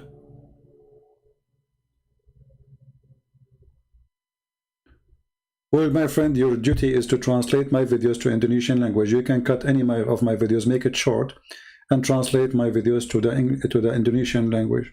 Do your part. Don't cry for Indonesian says they cannot understand English. Do something. I wish I speak the language. I will be happy to make videos in Indonesian language. All Muslim women are allowed to divorce. Muslim women, they can divorce if the man, he stripped his right and gave it to her before marriage, according to some sect. Otherwise, it's only the man. Only the man he can divorce. And now, because simply, the Muslims are affected too much by the European system and European law, so they have courts like, I mean, most of Islamic countries, they don't practice anything about Islam, really.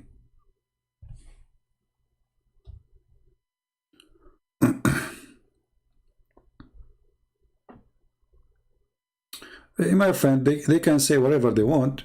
And did this Hamza call me if you're there? How come this Hamza, he is worried about a verse is gone? But he is not worried about Aisha. She's saying that there's more than 100 verses is missing in the chapter of Al-Ahzab.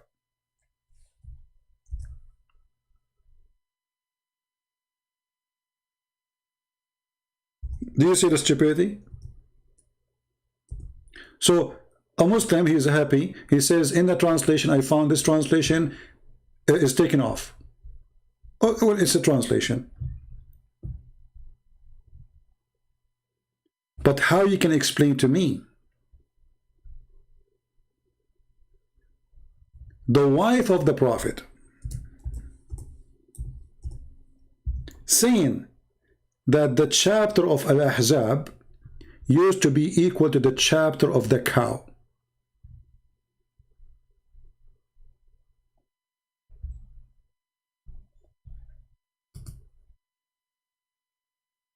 Any Muslim? And I can show you right now the reference. Who there? And I will make you read your own prophet wife. This is not somebody came 600 years after Muhammad to talk about it.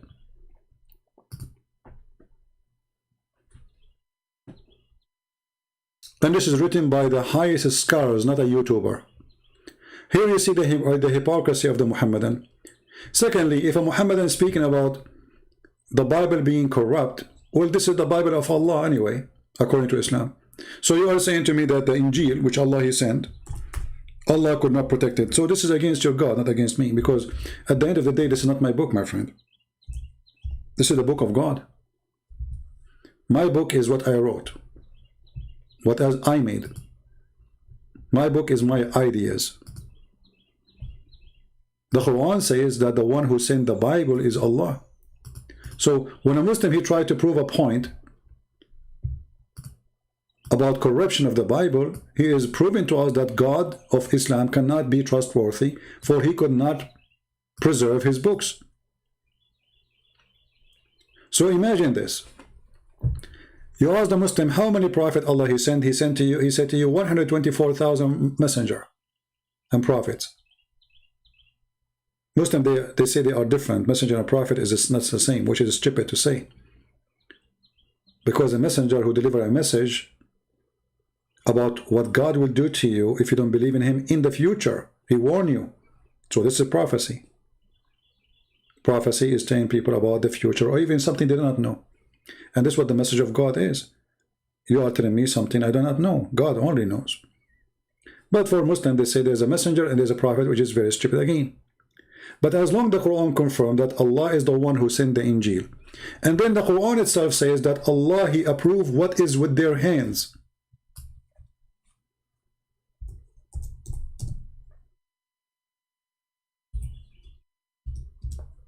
The Quran says that Allah believe in what is in the hand of the Christians and the Jews.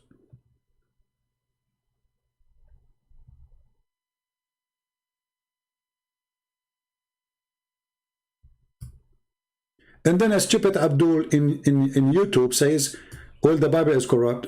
That means the Quran is corrupt. Do you see it, my friend? This is why they will never dare to call me. They will never dare to debate me, even about any topic, no matter. If the Bible is corrupt, so how he says, I confirm what is with you?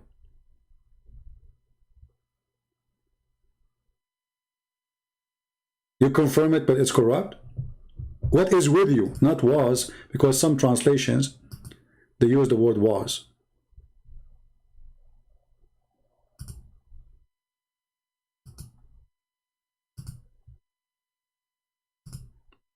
Which means the one who come with such an idea that the Bible is corrupt, he's a stupid, he's a fool, he do not know his own religion.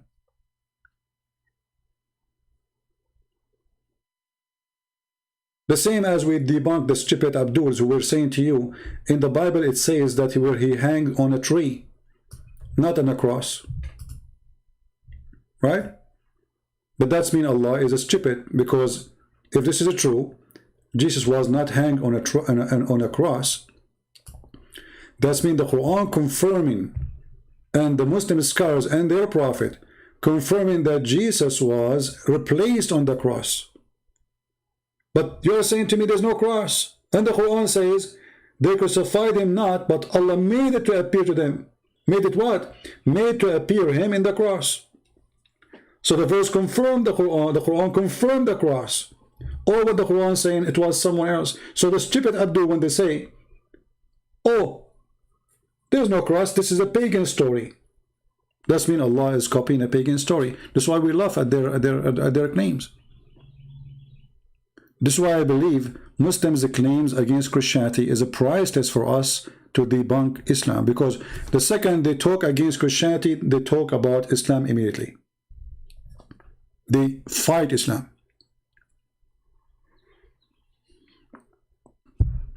And then they will regret. Like, do this guy dare to call me and say to me what he said, that the cross is not there? If you open every single interpretation for this verse and the hadith, confirm that there is someone replaced on the cross.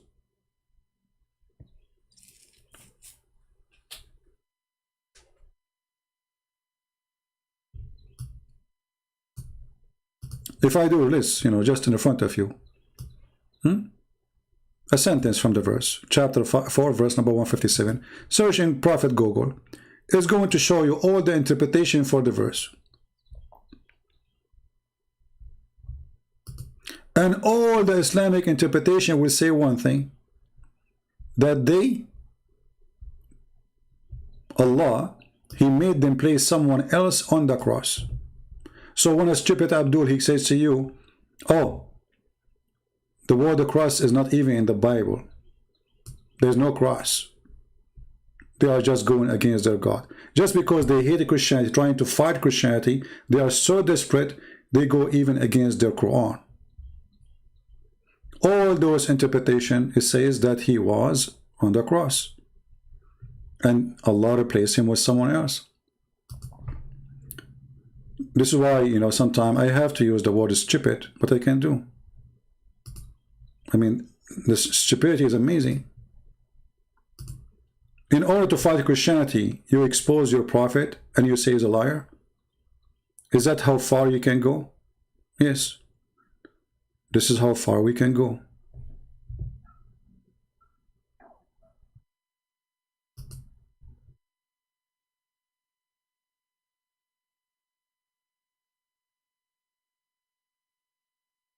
Any Abdul?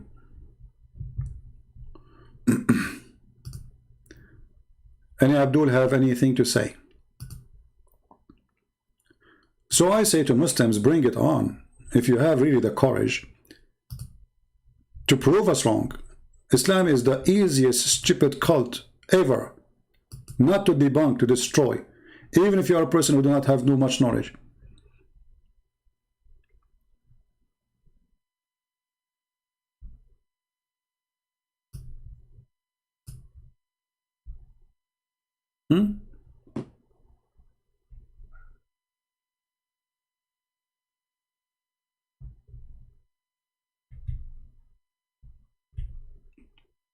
So what we will do now to Ibn Kathir, we will laugh at him.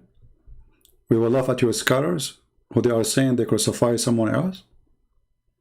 So you Muslims are following wrong teaching all those years, following stupid Quran. Jackie Metro, Jackie Metro is not a Christian, is not a Muslim, is a Christian. We take calls from Muslims only. I blocked this name already. I said 1,000 times, if you are a Christian, don't text me.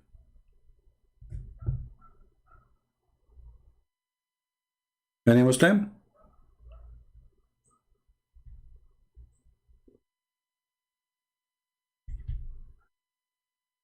Yeah, and people, they ask me why I am using Paltalk, because Paltalk I have control way better than Skype. What the Muslim they do, when somebody call me, because I have it, anyone can call me. So what they do, they start calling until they stop the guy from talking, so they drop the call. When we are not talking, they will not call. The second I receive from a Muslim a call and they see almost he is leaving Islam, they go crazy and they start calling, and the call will appear on my screen until the call drop. In Paltalk, they cannot do that.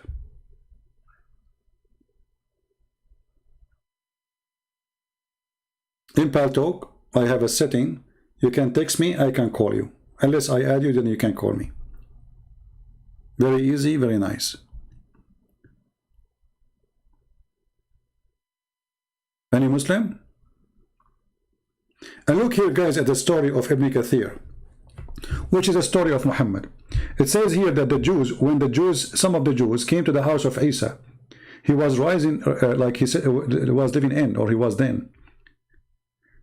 He was then with the 12, 13, or 17 of his companions. Ibn Kathir is not sure.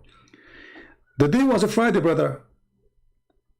But the Muslims, they make fun. They say, how Jesus died in Friday, which is a very stupid understanding of them about Friday thing. In the evening, they surrendered Isa the house. And when they felt that they would soon enter the house, or they would sooner or later have to leave it, he said to his companion, which means Isa, or Jesus supposedly, who would like to volunteer to be made to look like me? So one of them, he volunteered to be like him, and he was crucified. So when the Muslims, they say what they say, they are going against their religion, and that's why we laugh at them. Last call before we go. Any Muslim would like to call me? And honest to God, I said to myself, I'm going to go for 20 minutes.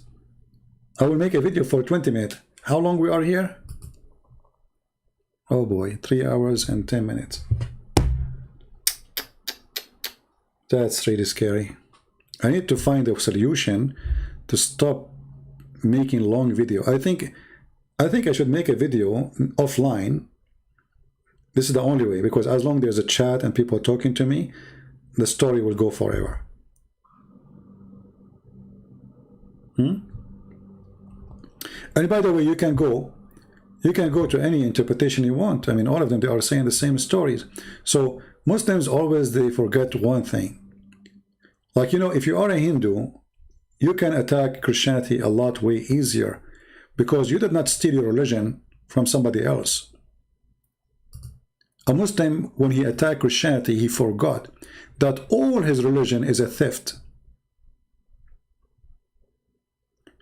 And by attacking our belief, immediately they harm the stupid Islam. But this can work only with someone who is ignorant about Islam. Nobody will notice how stupid what they said. But that will not work with me, my friend.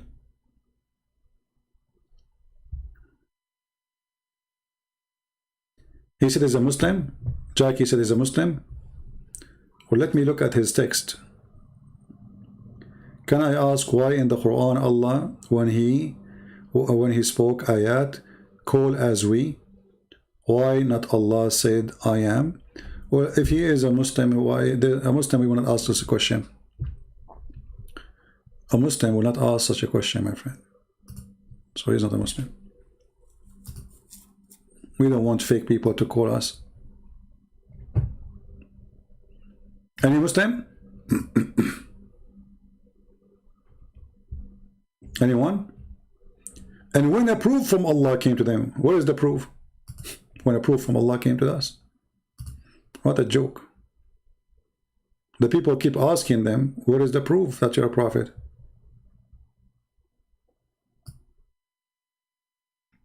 See, when those two donkeys, they say that the cross does not exist in the Bible, that means all the stories in the Islamic religion is a fabricated stories, because the Quran confirms that they crucify someone else. The Quran did not deny the crucifixion. The Quran confirmed crucifixion, but of someone else. This is how stupid those people are.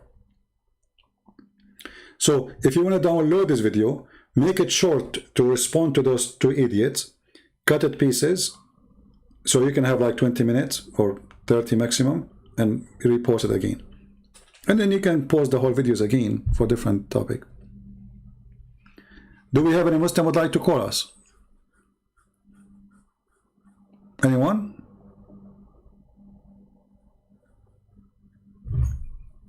Who want to enter heaven by defending Islam? Who want to have extra virgins? Who want to have a strong penis? It sounds like none of the Muslims is convinced with the penis story. Otherwise, all of them, they will join jihad. I think they are not accepting the stories of the virgins too.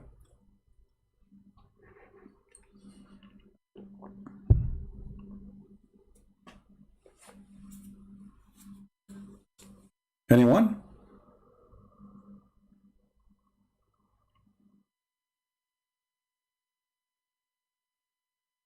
Omat, he sent me a link in Patreon, and he said to me, you might need this. I was laughing. I said, what this guy is talking about? You're funny, Omat. Why I need that? I mean, are you teaching me something I do not know? The Quran is full of verses about Allah asking Muslims to give a mortgage. Give Muhammad money. And this is additional sign that Allah is a fraud, aka Muhammad. Why Muhammad is begging the Muslims to give him money when Allah is your supporter? Who want to give Allah a loan? And Allah will give you interest in heaven, brother. I thought Islam is against interest.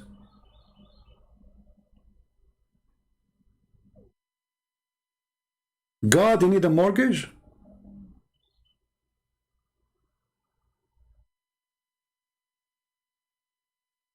And then a Muslim, he will come and he will say in chat, do you know that the Christian prince is making money? And my friend, I'm giving my books for free. If I am after money, all the books I get for free, I made for free, available for everybody, those are a lot of money. Indonesian books, Polish, Croatian, Yugoslavian, whatever, Bosnian, Russian, I mean, I don't know, like how many languages we have now. For free. If I am after money, I will not even let you get one of them for free. And as you see, we go live, and I don't say to people, hey, go and make a donation. If they like, they can go and do it. We don't beg for it. We beg only the Lord for support. No one else. For the Lord is my provider. And God, He used the good ones to support us. It is your prophet who begged for money, claiming that Allah said to you that you have to pay Muhammad money and he will give you interest in heaven. If somebody gave me donation, I don't promise him to go to heaven. I don't. Who am I? I'm no one. This is your religion. He gave donation to Muhammad. And what Muhammad will do with the money? Oh, he give it to the poor, brother. Really? Who was paying for the 13 wives Muhammad he have? And all the 6 slaves? How Muhammad he purchased them? And why Allah don't send him he said to him, go in that place and dig in the ground and you'll find an unlimited number of gold. This is God. God begging for money? I'm not a prophet. I am not supported by Allah, obviously. There's a guy, Muhammad, he promised him a corner lot in the heaven.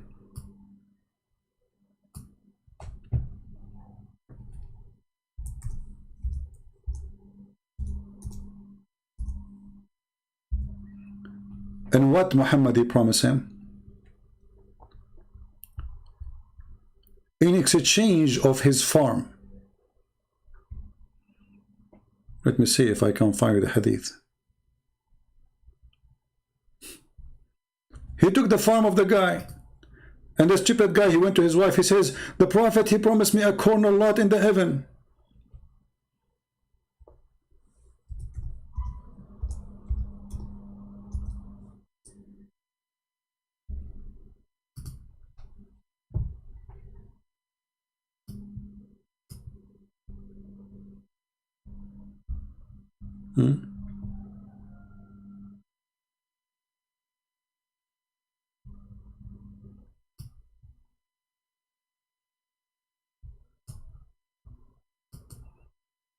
Let me find the story, hold on.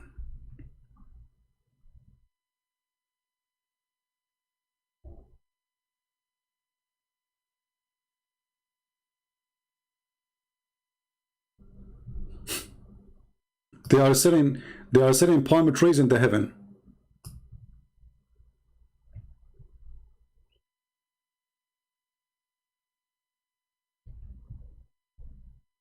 And this is where this verse is coming from, actually. And now the story have different report. Every story says different story.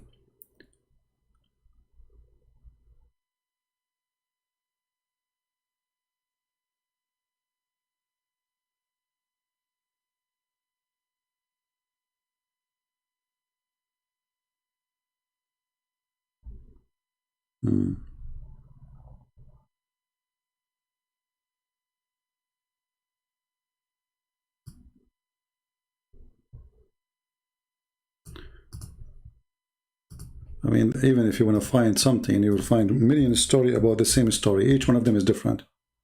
I mean, we cannot find in English.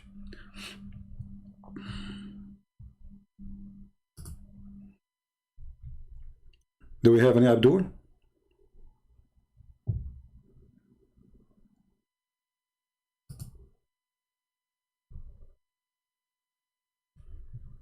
The God who begged for money.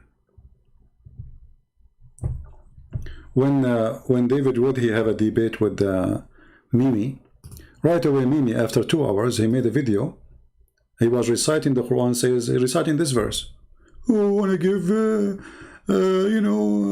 loan to Allah, so Allah can, they are begging for money. They say to themselves, this is opportunity. We made Muslims happy by debating David Wood. They thought they have a victory. Right away, they want to invest in the victory. Brothers and sisters, there's more than 60,000 people left Islam every year. Go watch the video. And we are the one, brother, who defend Islam, brother. And then Mimi Hijab start reciting this verse. And who will give Allah a beautiful loan? You give it to Mimi Hijab, you are giving it to Allah. And they are the one who will stop people from leaving Islam. That's it. True story. I don't go and brag about if you give me a donation, I will do anything. I just do what I need to do. Christians are watching, Hindus are watching, atheists are watching, all for free. And the one who would like to support us is more than welcome.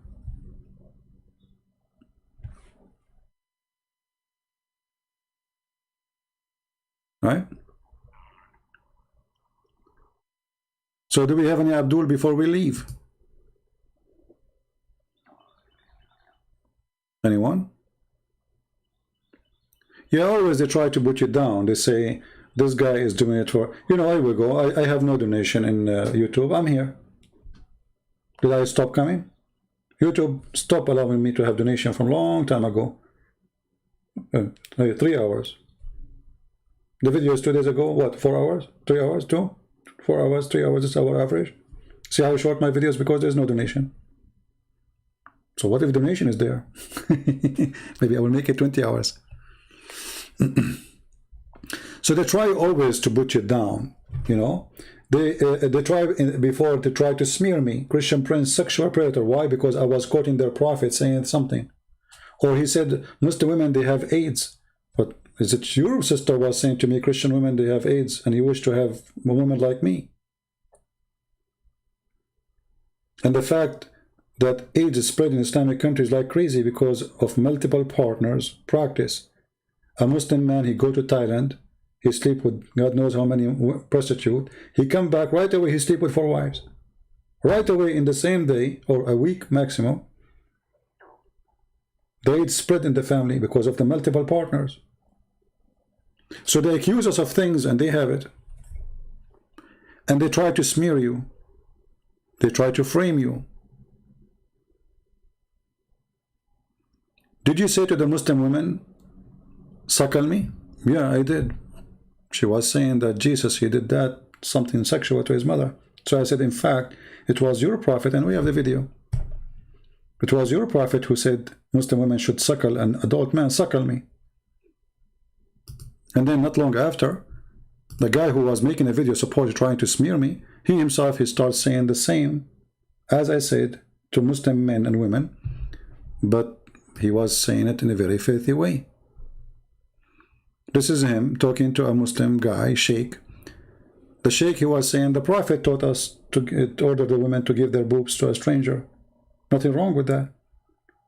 Mimi hijab, he said to him, can I suck your wife's tits? So if I say it, I'm not saying to a person, can I suck your wife's tits? No. This is a Muslim woman, she spoke dirty. And I showed her that what she accuses of is in her book. And I said, okay, the prophet says, suckle me. They cut that part and says, Christian Prince said, suckle me. To frame me, supposedly. And supposedly that will make Christians don't like me. The fact it doesn't work this way, my friend. We have the videos. Christians, they knew what I say. They say Christian Prince, he used the word panties. But all of your Islam is about panties. There's nothing in Islam except panties, penises, asses, and vagina. So what do you want me to use? Chocolate? So they try to smear you, they try to frame you in order to stop you. They think, actually I believe strongly, that people like listening to me because I'm very natural. I'm not a priest. I'm not a church minister.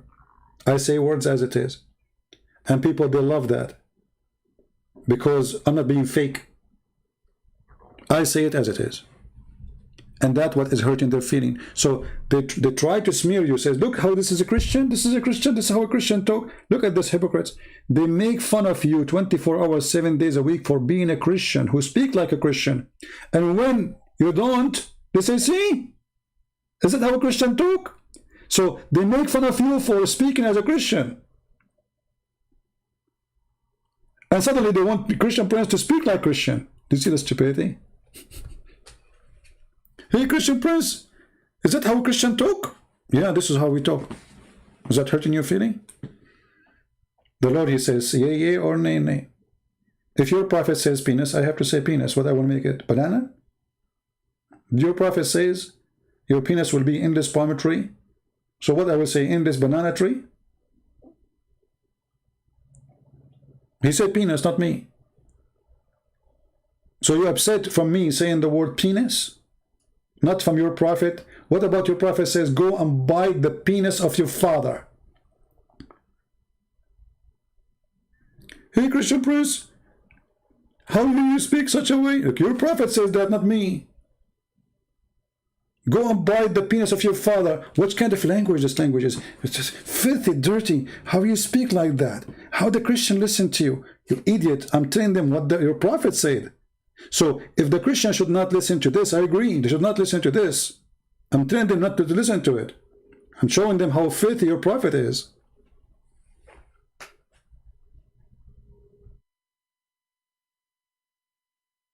So they try to make the Christians like refuse me or reject me, but it works in the opposite direction. Totally the opposite.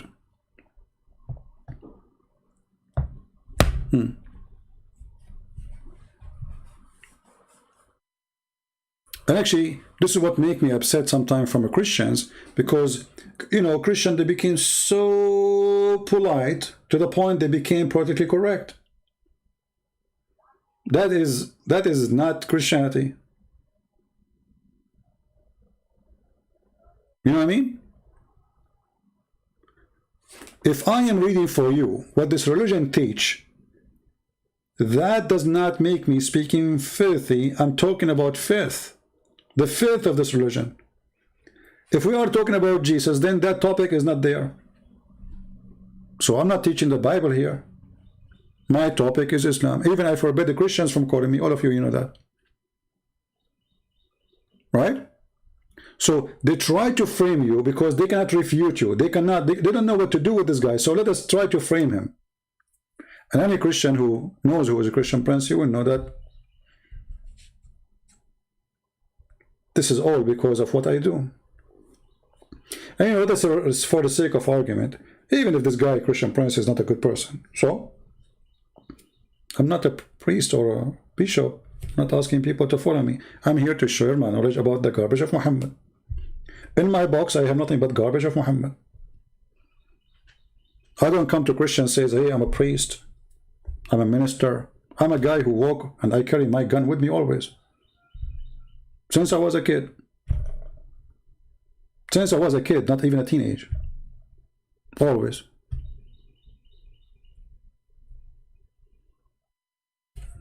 So I don't claim to be a priest.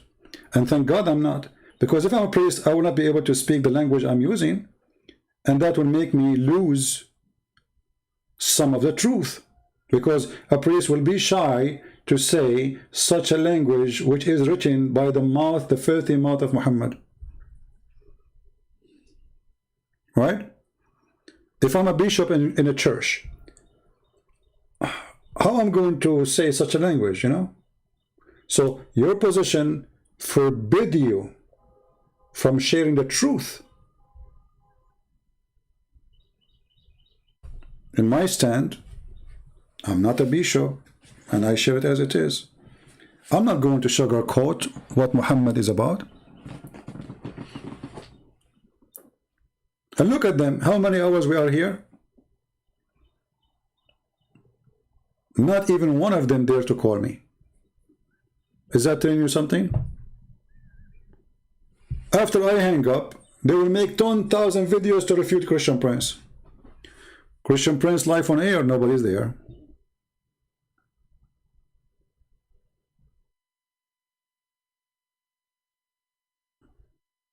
Right?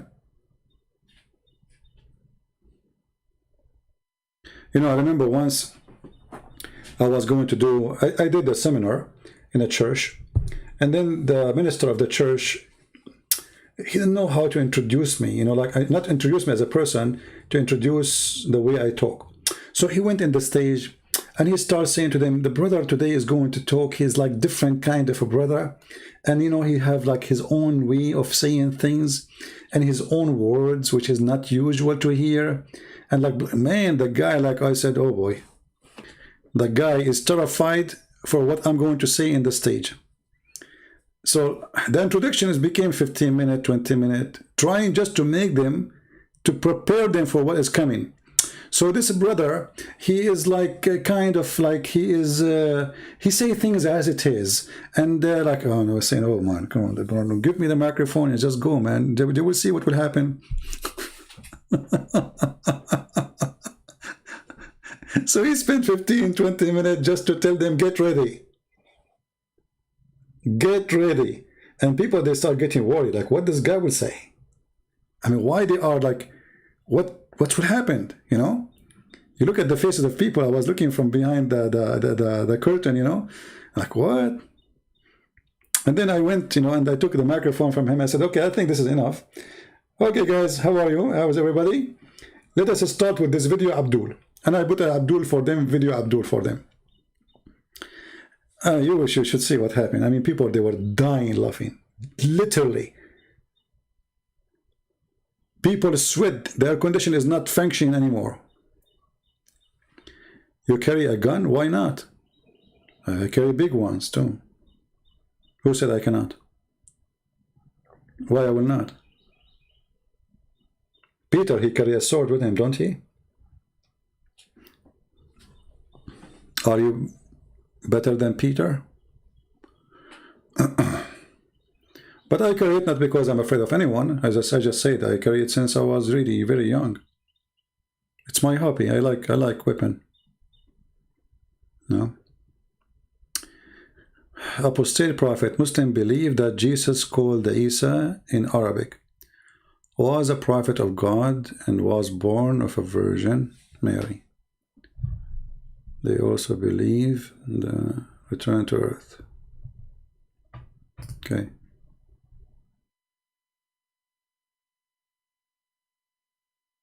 No, why? I mean, why you will not carry a gun? Actually, for me, I believe that if a person who don't have weapon in his house, he is inviting criminals to his house.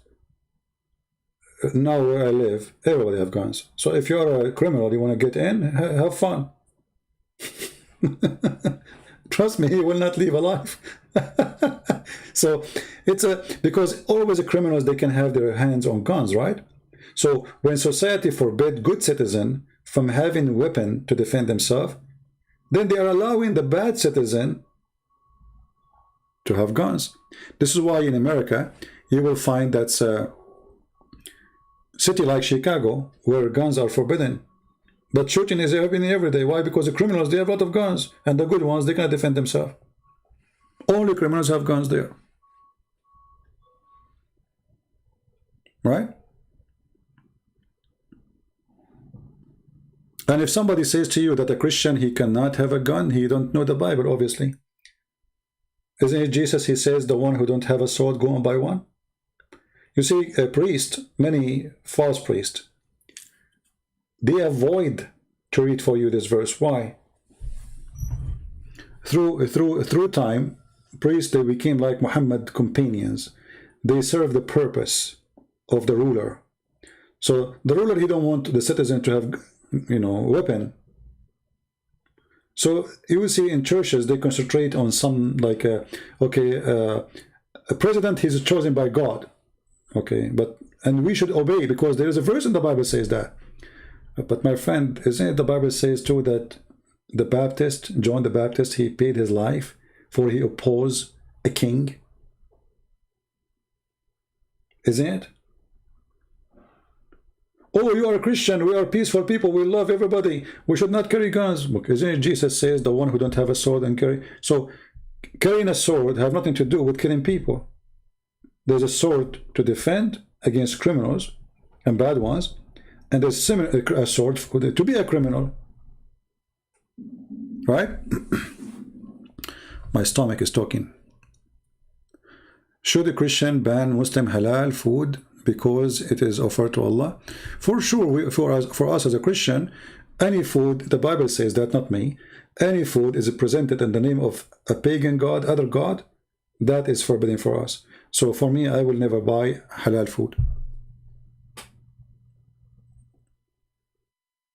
Because it's not halal for me. It's not kosher.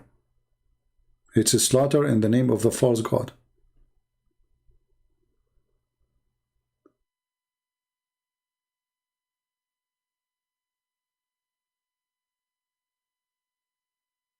My friend, weapon is not what make you bad or good. It's what you do with it. Because a bad person, he can make anything as a weapon. A car can be a weapon. A kitchen knife can be a weapon. A stone, a rock can be a weapon. So if somebody want to be a criminal, he can be a criminal. It's not a weapon who make you a criminal. It's what you do with things. So you can buy an ox to cut wood to make fire. And you can buy it to attack people too if you are evil. So it's not really a weapon. It is who carry the weapon and what he want to do with it. The same as drugs.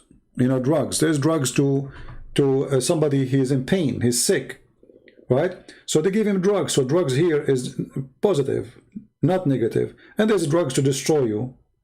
You take it as a poison. But it's the same drug. It's a drug. So it can be used for good, the same as alcohol, the same anything. Is what people do with it, not what it is. You know, we made a video just 2 days ago about the Prime Minister of Pakistan saying that a woman, she have to wear a veil so she can avoid being raped. Here you see the mentality of evil, because now they are encouraging people to rape women who they are not wearing a veil. They are telling you that you have excused. You're excused. She's not wearing a veil.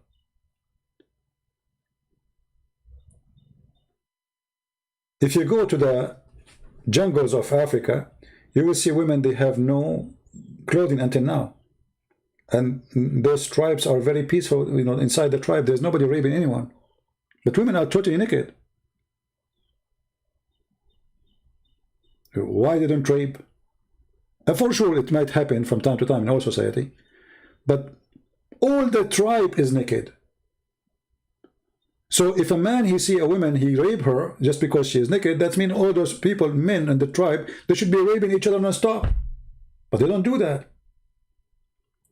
So even nakedness is not a reason for bad, unless you want to make nakedness bad.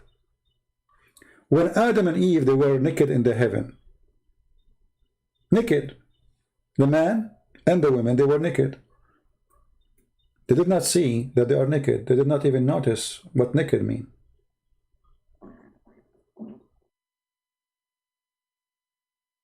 Naked, totally naked.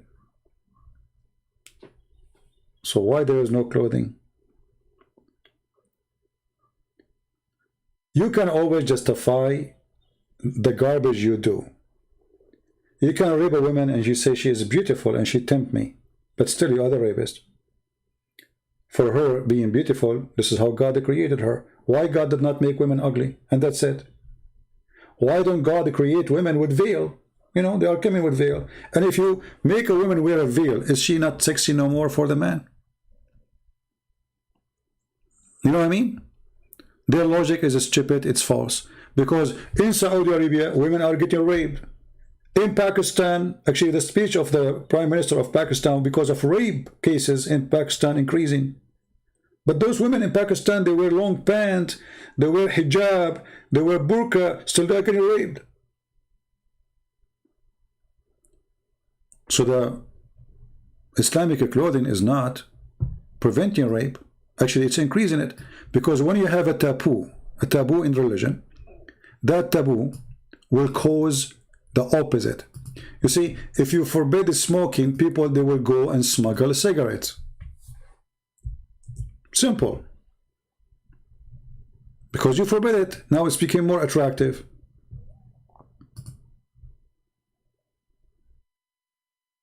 Right? Especially you are forbidding it and you don't give people freedom to do or not to do. Like, okay, in the Bible it says, don't do that. Like Jesus said, if your eye fail you, right? But he doesn't say, if your eye fail you, I'm going to, you know, we will beat you. No.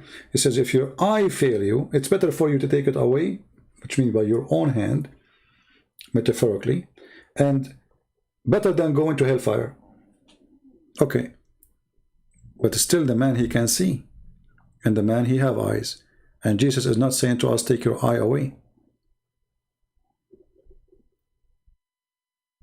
He's saying you have to make a decision how to use your eyes. What do you want to see with them?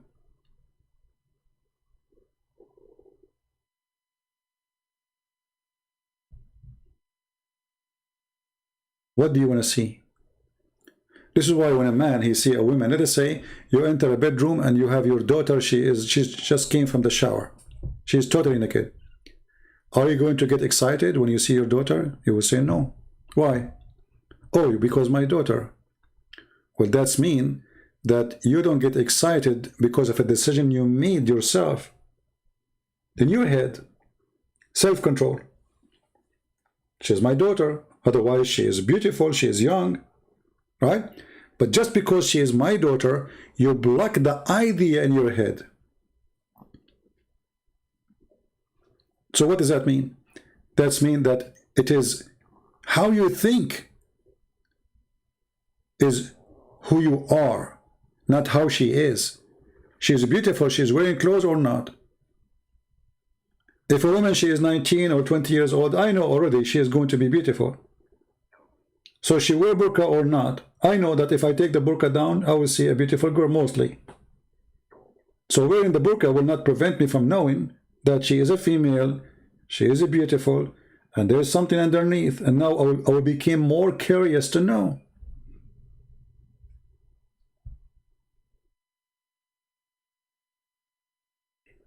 Right? It is how you think. You can decide. You know, when a woman, she walked in front of Muhammad, and he said, he got horny.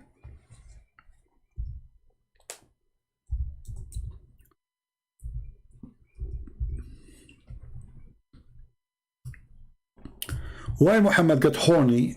Because a woman, she walked in front of him. Because he's filthy. The woman, she did not do anything. She's not wearing bikini. She isn't in the beach. She is wearing a veil. She's a Muslim. Okay, what made Muhammad excited?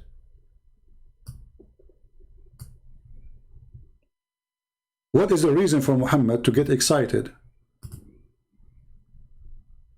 Somebody saying, can you help me with Genesis 38? This is what you are worried now about, Genesis 38?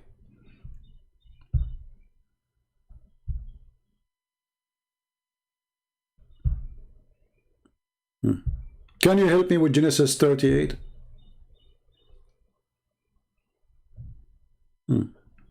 Lord have mercy.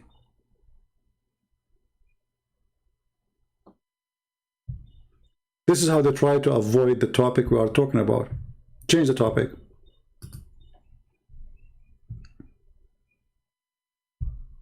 Do we have any Muslim want to say something? The Prophet get excited because a woman wearing veil walking by. So the veil did not prevent, and not only that, he claimed that the woman is the devil, not him.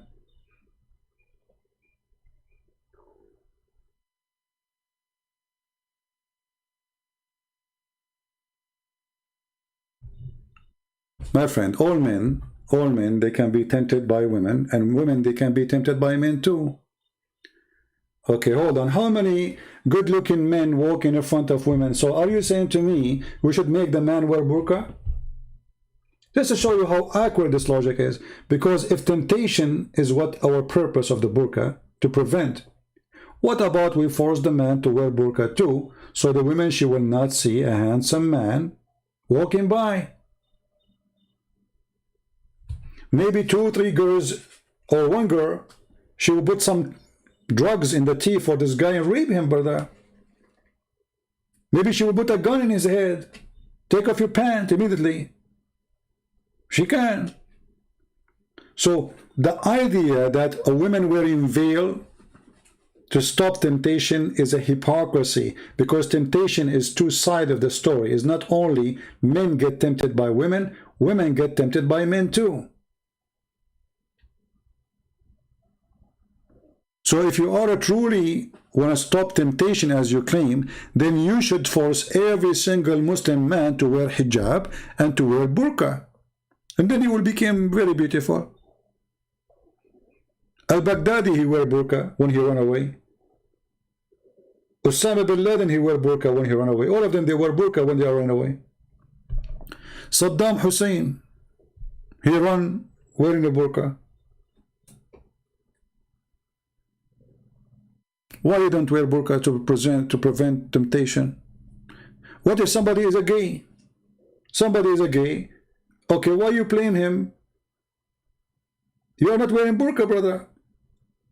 Let me show you this hadith here.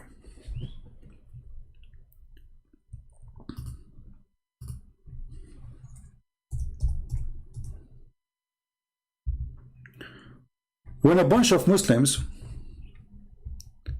they came to the caliphate and they complain they are getting tempted by an imam who is a gay. Let me show you the hadith.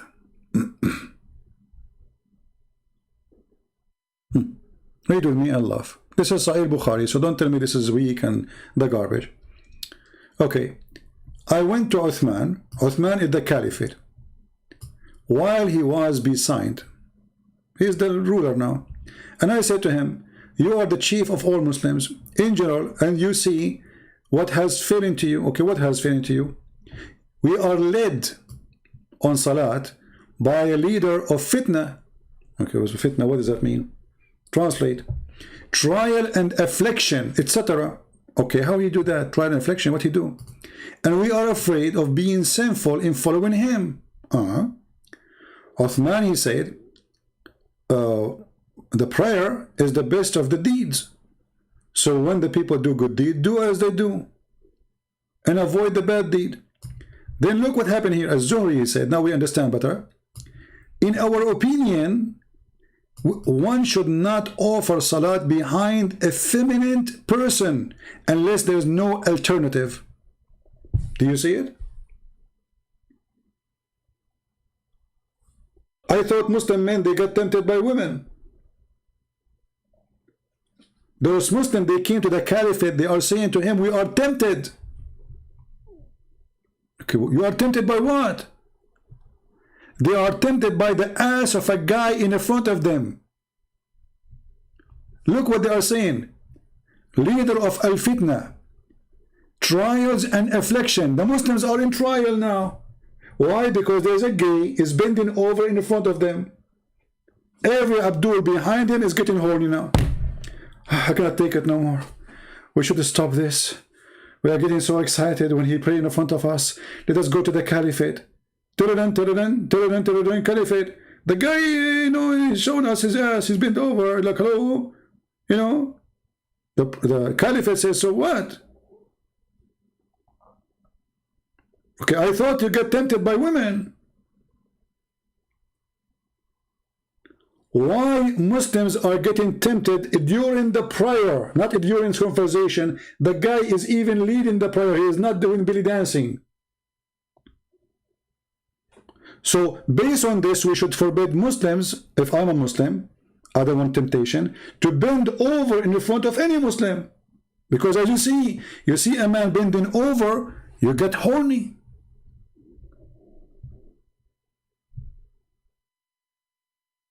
Prove me wrong.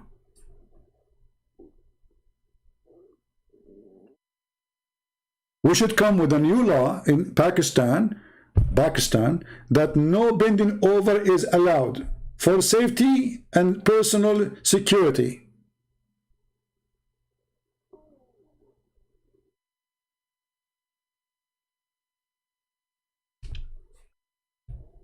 Any Muslim? And now if you are going to download this video, you can cut that last part and make it a video by itself. I'm just giving you ideas about how to make those videos short, because we spoke about many things. And here, by the way, I mean, look at this religion. If you have my book, Sex and Allah, you will find that all the family of Muhammad, they were homosexual. Allah himself is a homosexual. Muhammad himself is a homosexual. Isn't it Muhammad who used to put eyeliner 3 times a day? Isn't it Muhammad, he says, I did not receive Quran except in the clothing of Aisha? the Muslim, they try to defend, they says, oh, thawb mean house. I never heard of a thawb being house, but let us go for the sake of argument. So if Muhammad never received Quran in the house except in the house of Aisha, that means he never received Quran in the house of Khadija.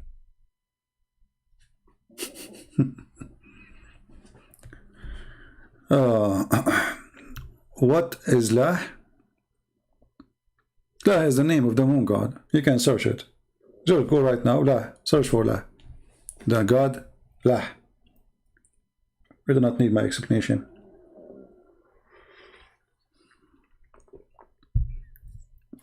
Do we have any Muslim want to say anything? So the excuse of women tempting me, it can be the opposite. It can be I am tempting women too. So now let us go, all of us wear burqa, and look, there's men, they have sex with donkeys. So we should address donkeys with burqa. It's not a secret that there's some people, they have sex with animals. So we should force donkeys, horses, dogs, monkeys to wear burqa for stopping temptation. There's people, they have sex with the statues. I can show it to you from the hadith. Or even have sex with watermelon. So we should make watermelon wear burqa. Because there's an idiot somewhere, he's going to be tempted by a watermelon. Are you getting my idea? I mean, where is this going to stop? When the Muslim, they have a fatwa says that if a man have sex with watermelon, okay, hold on, why you are having sex with watermelon anyway? Is she sexy and you know it? How this man get tempted by a watermelon? You tell me. Or making a hole in the dough. So now we have to make bread wearing burqa.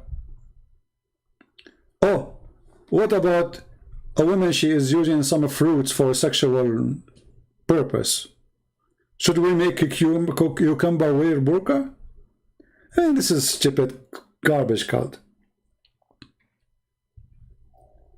When they speak about logic, their logic is the most awkward, stupid logic ever.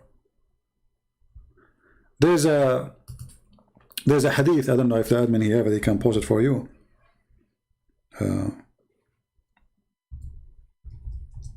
Where the Muslims, scholars, teaching Muslim women how she should wash if she is using a sex toy. This is the hadith about, you know, the Prophet having sex with the goat. Okay, so what we will do now? Should we make the sex toy covered by burqa so the women, she will not be excited? Where are we going to go?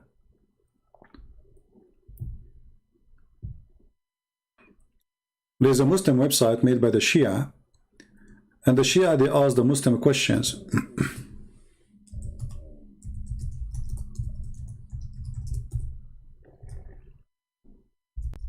Let me find the website.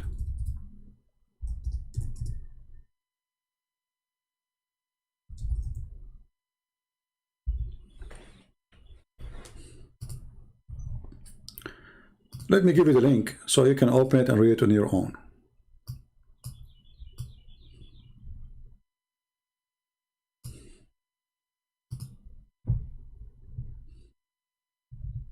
Okay, the admin, he posted, thank you.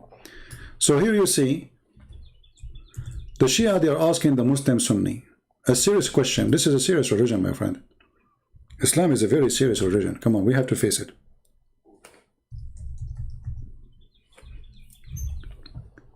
Third example of Sunni morality. Of Sunni what? Morality. Sunni morality. Those are Muslim Shia making fun of Muslim Sunni. Sunni ulama, which means scholars, have ruled on the principality of having sex with watermelons. What?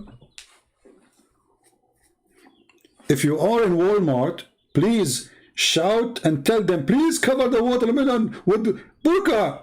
It's tempting me. She's round. Remind me of something. Especially if she's red. And here, this is the quotation from the Muslim Sunni books. If a man makes a hole in a watermelon or a piece of dough or leather skin or statues, you cannot take a Muslim to the museum. Can you?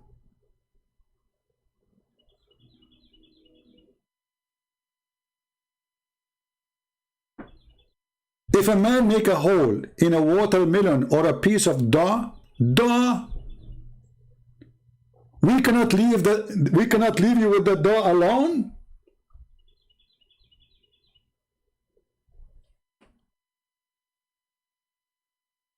And had sex with it. You explain to me, what do you mean he had sex with it? So if we take you to the French museum and you have the statues of Napoleon, Napoleon is not safe. Then this is the same as what we have said in the other type of masturbation. Masturbation, i.e., that is halal. Like, what the heck?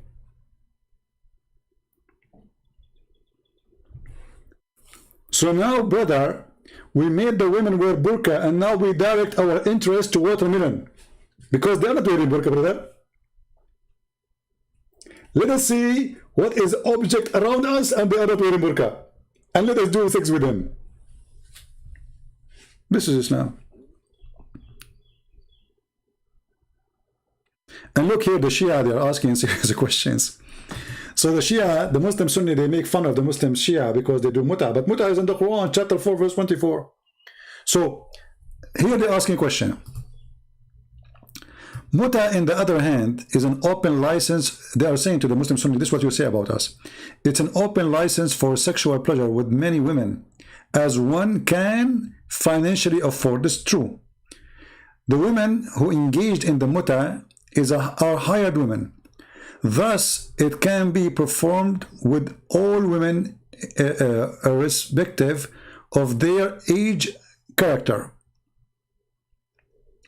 conduct, or religion. It required no witnesses, nor there is any obligation to the man provide food and shelter to the woman. And now he's asking, now the Muslim, this guy is a Shia doctor. He said, it seemed that Nasibi, this is how they call the Muslim Sunni, logic having sex with as many women as one afford is utterly immoral. But having sex with as many watermelon as one can afford is not.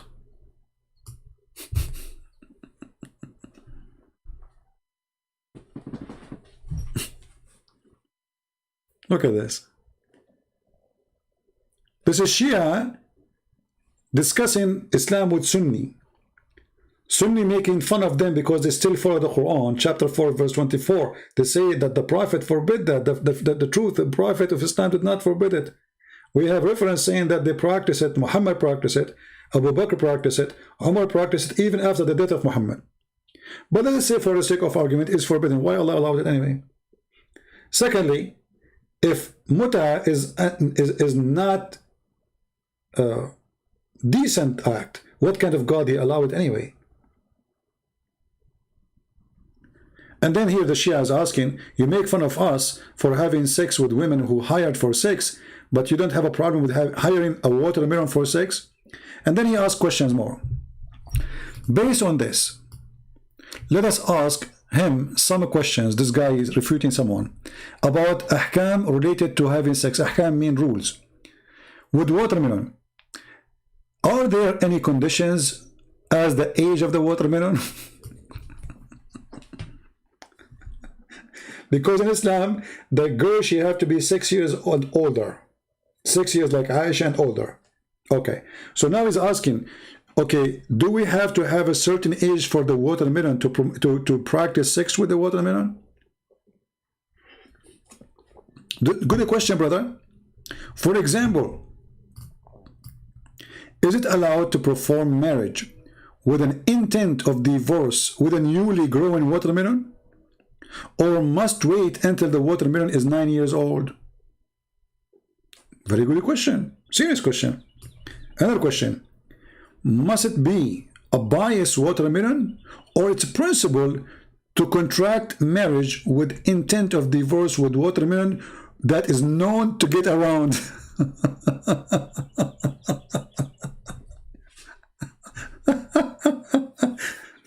This is a whole watermelon. You know, she go around like, you know, come on. So should we go like have sex with the good watermelon, or like a watermelon was used by someone else before us? This is religion. And they want to prove to you that Jesus is not God, and the Bible, brother, is not a true book, brother, and there is no cross in the Bible, brother. And brother, why you took that verse from the Bible, brother? And look, this is Islam.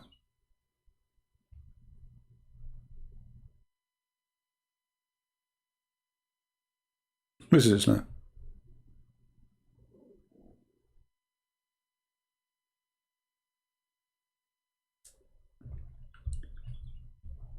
May a biased brother share his watermelon with another biased brother?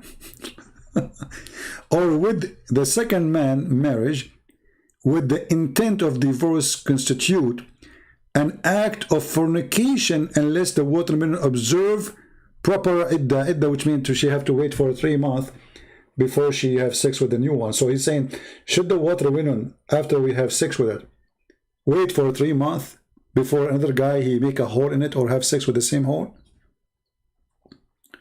And they say to you, why Christian Prince, he use a filthy language? This is your religion. If I have a channel to teach about Jesus, I will not be using this language. But this is the garbage. I open the container, there's nothing but garbage.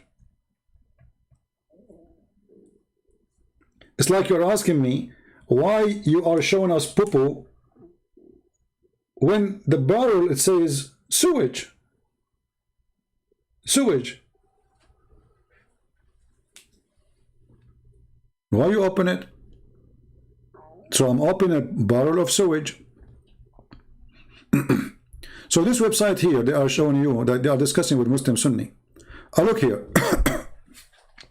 Shaykh al-Islam ibn Taymiyyah, close to explain the details, said that the breast suckling by adult was necessarily, and he suckled then for patient of the marriage is established. Look at this religion. You go to a woman and you start sucking her boobs, and now she is the... I never heard of a man, he don't get excited no more if a woman, she give him her boobs. I mean, since when? Have you ever heard that a woman, to stop a man... Okay, look at this garbage religion.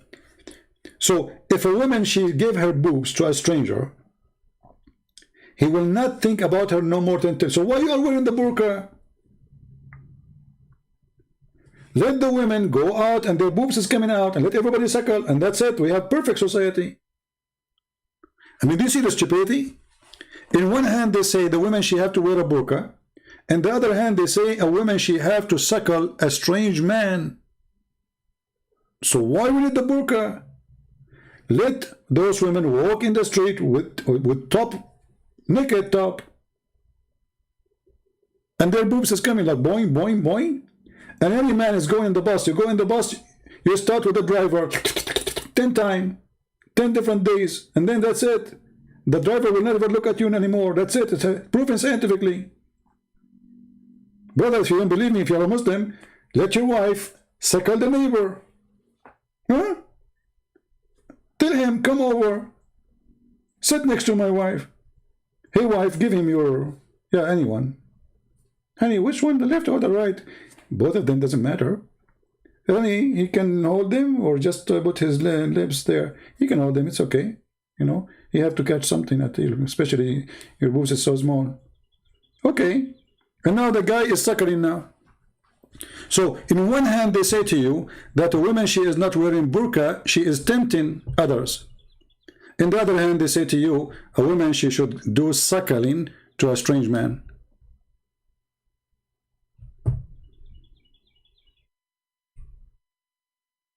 A person asking me,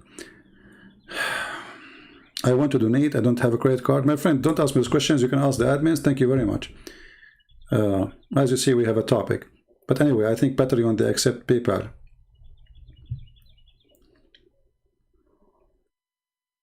Focus with me, guys. Don't ask me questions that have nothing to do with my topic. And if you have a question about donation, you can ask the admins. Do you see the awkward religion?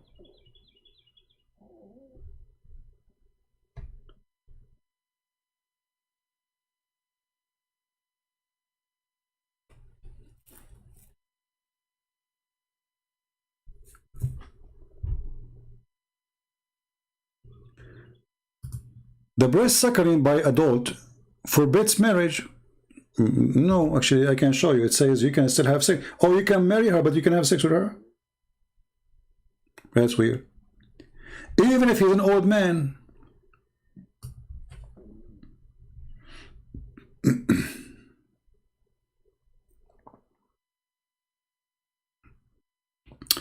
AJ is saying, why women on earth covered in burqa, but in heaven they are transparent? Yeah, no, in heaven of Islam, still women,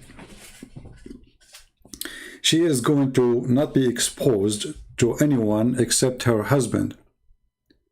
You know, women in heaven, in Islamic heaven, they will be jailed in their houses.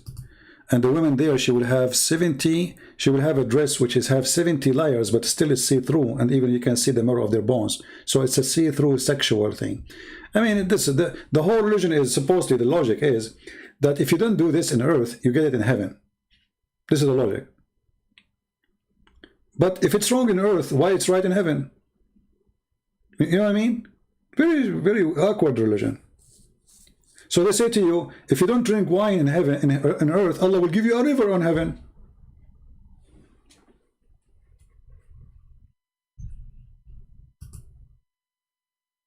A river of wine in heaven? Because I don't drink wine on earth? Where is the logic in that? So is wine is good or bad? If it's bad, it should be bad here and bad there. Why need wine in heaven anyway? What is the purpose of this wine there?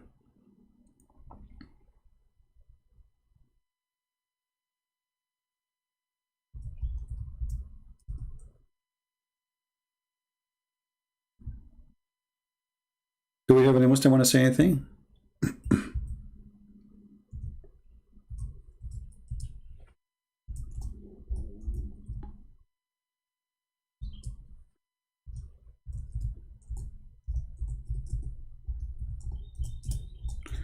Let us find this hadith here. I'm trying to find it.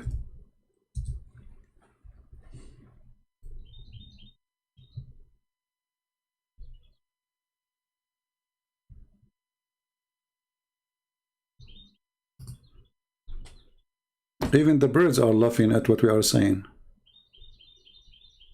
You know, if those birds, they knew what we are talking about, honestly, they will never come to my backyard.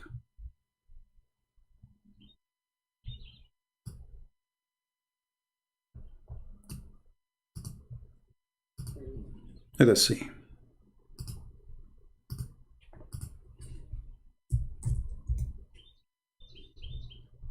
Read with me and laugh.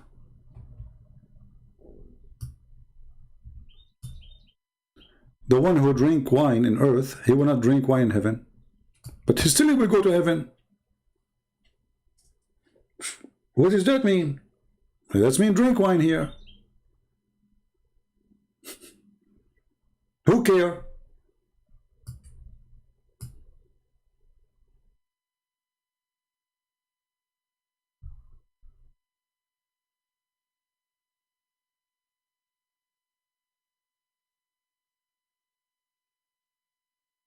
You see it? So still you will go to heaven.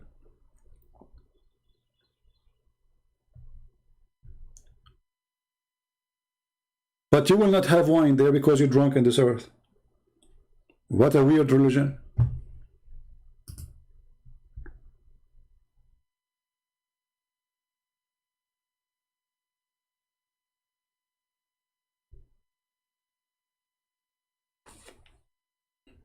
Come on, do we have any Muslim want to say anything?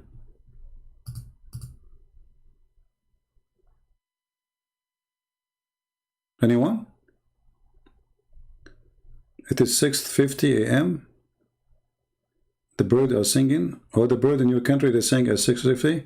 I have birds in my country here, they sing at 11 o'clock, 12 o'clock at midnight. I don't know what's wrong with them. I think they are listening too much to Quran. They are going drunk, going crazy. Any Abdul?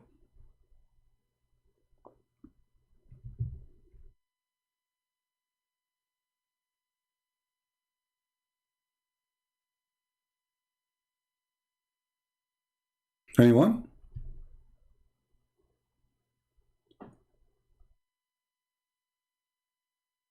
You see, all the promises of Muhammad about heaven present a Bedouin person who is desperately looking for rich life. This is why Muhammad, he promised them. Let me find you another hadith. Guys, I said an hour ago, I have to go. Unbelievable. I hate you all. My voice is hurting, you know that? And I have a lot of work to do, actually.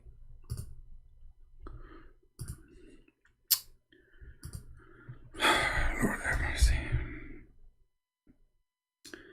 Which hadith I want to show you?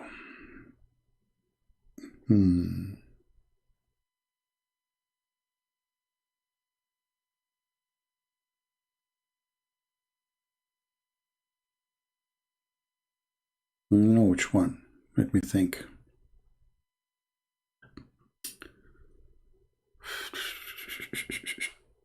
Okay.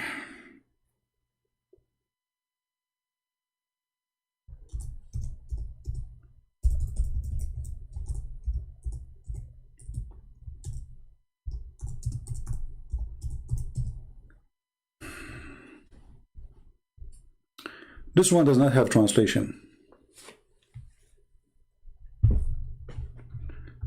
Why? Let me see why. There's no translation, look. Jami' al-Tirmidhi, chapter of description of paradise, and translation is gone.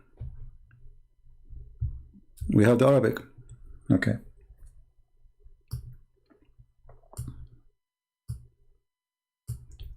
Whoever of my people he die, young or old, they will go to heaven and they will be in the age of 30 years old. And they will never grow up more than this age. Same as people of fire. And in the top of them, they will have a crown.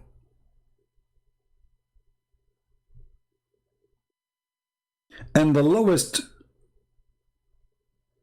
pearl of it, or ruby of it, will be enlightening the east and the west. So now you are in heaven and you are 30 years old. Different hadith, Muhammad says 33 because he's an idiot. He keeps saying different story. And now you have a ruby in the top of your head. And each one of the rubies is enough to lighten the earth from all direction.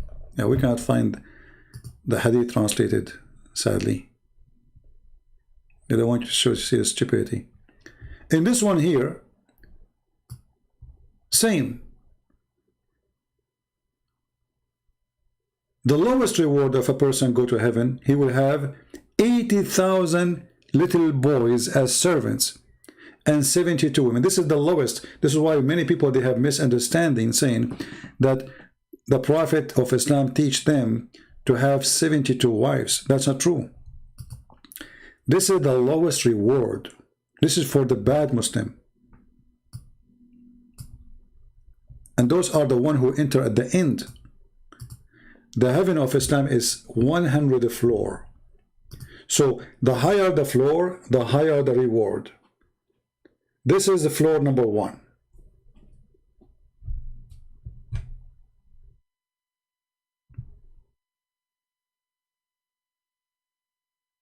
And then Muhammad, he promised them a bracelet. You will wear a bracelet in heaven?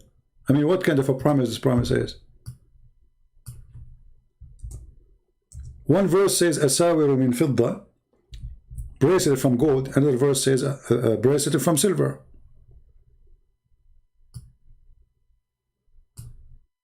Look at this. Chapter 18. So now you are in heaven, and you have a garden, rivers flow underneath of you, which is milk and wine and honey. And you will be wearing a bracelet made of gold. I mean, what kind of God he promised me bracelet of gold? What does that mean exactly? What is the value of gold in heaven? And you will wear a stubrak. You see the translation that says a green silk. The fact this is not what it says. Stubrak is a name of a brand, was exist famous brand made by the Persian, the kuffar. So imagine Allah promising the Muslim Gucci at that time. It's like Gucci now. You say like, I bought Gucci, so supposedly very expensive. Only rich people, they want to have it. So Muhammad is promising you that you will wear the most expensive Persian silk, coming from Persia, which is made of green. This is a promise for the poor Bedouin who never have such a thing. Bracelet, gold, couch, chair, pillows, all those things is not for the normal person in Arabia. Those are Bedouin. They sleep in the floor. They have no luxury life. So Muhammad is trying to tempt them that you will be reclining, brother. Look. You will recline on top of the couch. It doesn't say thrones. This is a lie. Translation is false. You will be reclining on a couch. What kind of God does God promise me recline on the sofa? What is this? This is God promise now. This is heaven.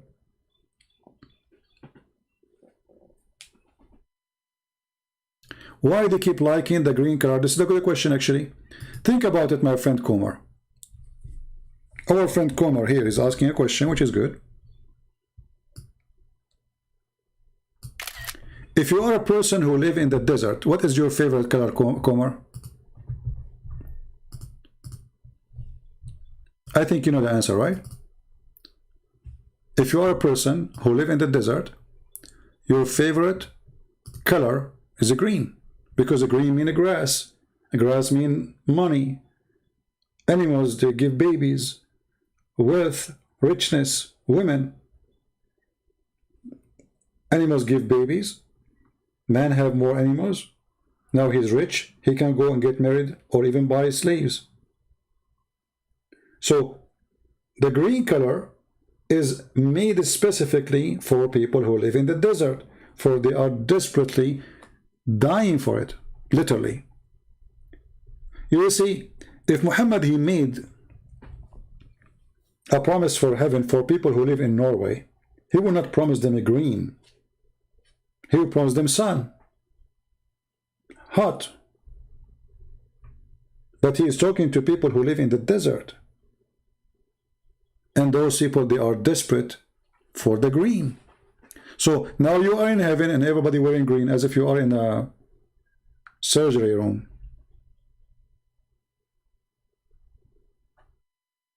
Right?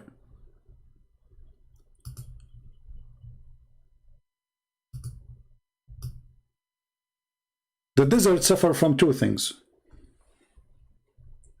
Cold at night, very cold at night, and very hot in the daytime. So if you go to chapter 76, verse number 13, you will see he's promising them, you will be in the garden, reclining over your couch, and there will be neither the sun, heat, neither the extreme cold of the desert. You see it? This is again a promise of people who they are living in heaven or in the desert. Those are desert people who they are suffering from the cold of the desert. I don't know if you've been ever in the desert. Many people think that desert is warm. The desert at night is extremely, the cold there go through your bones. Very extreme, powerful cold, because it's a dry, there's no humidity, and nothing to prevent it. No trees, nothing. And no cloud. You see, always the most harsh nights in the winter, is when the sky without cloud. Why? Because the cloud preserve heat between the sky or the cloud and the earth. But when there's no cloud in the sky, that night will be extremely cold. So Muhammad, he is speaking to the Bedouin Arab, who they are desperately hating the sun for being so aggressive in the daytime and hating the cold for its aggressive at nighttime.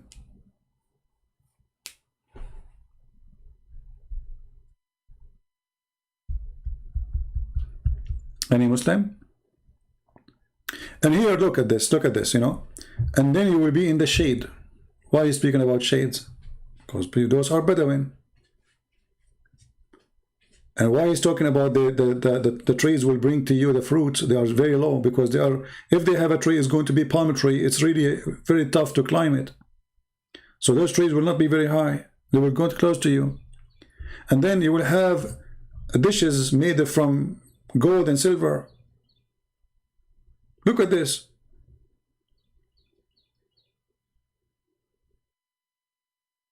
And then what the Arab like to drink? The Arab, they drink all the drink they have, even with wine, they mix it with ginger.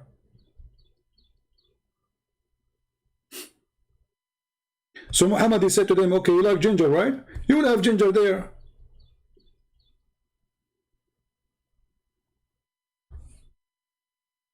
Wine mixed with ginger. Do you see it? This is the drink of Allah. But you will notice why Muhammad, he used that. You see, Muhammad, he don't choose the words really. It is the words who choose Muhammad. To explain to you. If you read in Arabic, if you know Arabic, you will see that Muhammad, he is doing like a rap. It's very broken rap. So he have to end the word in a certain way to make it fit. So here he says, kafura, sa'ira, kafura. He repeat again the same word. Tafjira, mustatira, asira. Okay, so he have to continue. Shakura. So he is not choosing really a word makes sense. He is choosing the word fit in the rap. That's why it looks stupid and funny.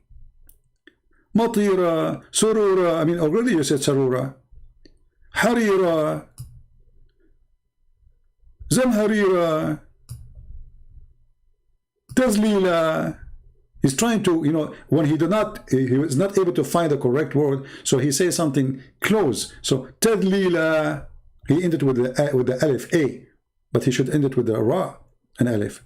Qawarira, taqdira, zanjabila, la, ra.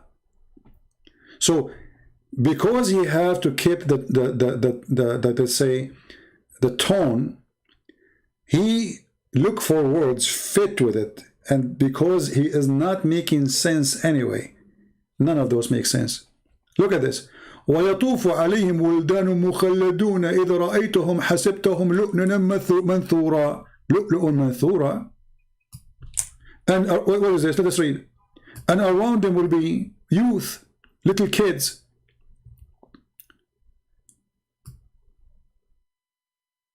If you look at them, you will think that they are suckered pearls. What does that mean? Boys are like pearls? And those are boys who will serve us?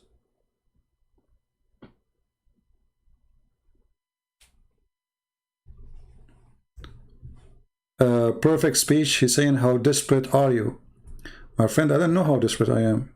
Do you like to call me and tell me how I am desperate? Because, you know, I need your help. These days I'm drinking camel urine for this purpose. Listen, huh? I mean, how desperate you is coming here, you, and telling to me how desperate you, and yet you don't dare to call me you.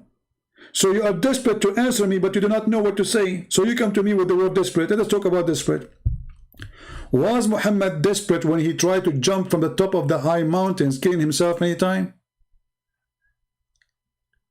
He was desperate, or he was happy? Let me, I want to jump, let me. Hey, Muhammad, don't do that. And Muhammad, you know, at that time he don't have panties. I don't know how the angel he hold him. You want to talk about desperate? Call me.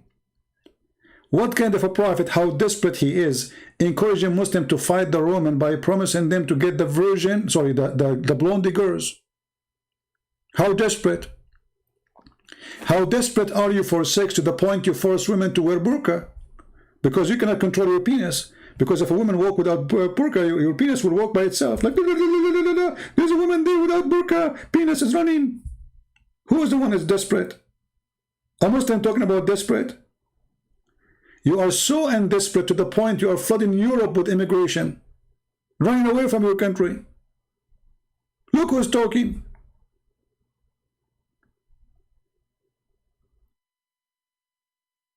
Is that why when you walk with your wife, you walk in the front and your wife, she is in the back?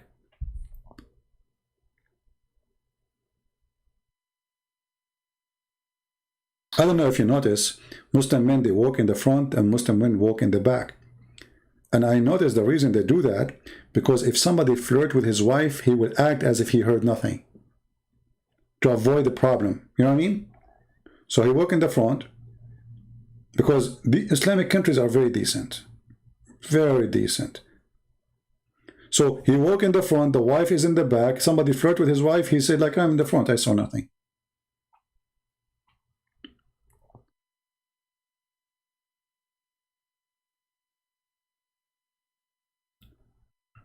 Do we have any Muslim who is not desperate? Because look like I'm desperate, what I can do.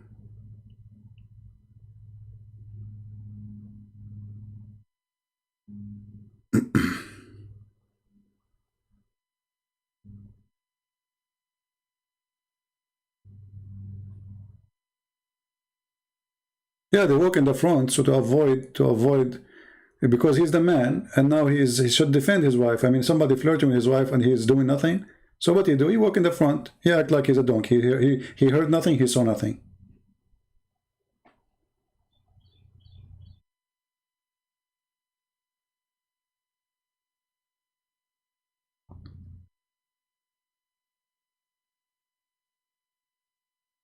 No, women pray behind. That's for their safety too.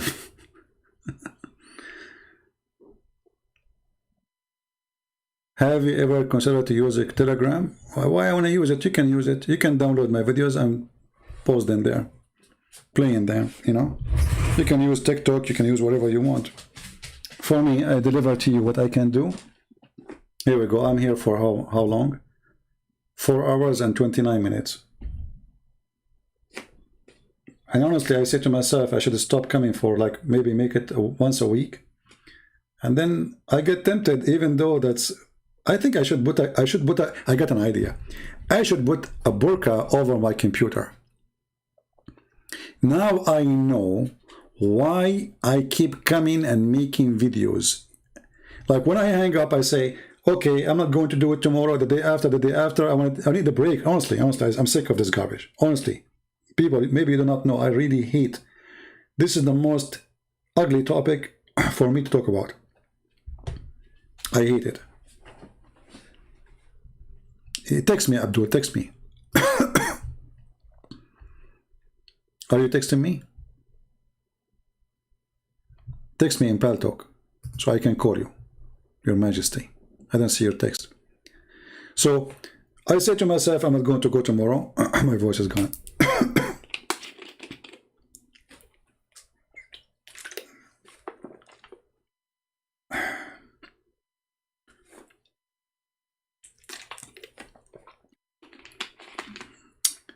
And what I will eat for lunch now, I don't know what to do. So I go, and then second day I look at the computer. I say, no, don't go. I don't know. And then I see the comment of the Muslims. Oh, no, I don't want to go. Look what this Abdul saying. No, I'm not going to go. And then you end like, okay, so I need to get a burqa for my computer. So I'm going to go to Amazon, and I will search computer burqa. This way, I'm not going to be tempted by the computer. Period. And then I will buy another burqa for YouTube. Look, I got rid of Facebook. I don't have page on Facebook no more. Twitter, I delete them because they already make me sick. Nothing but stupidity. I have an account in, I had an account in, what is called? What is called? I forgot.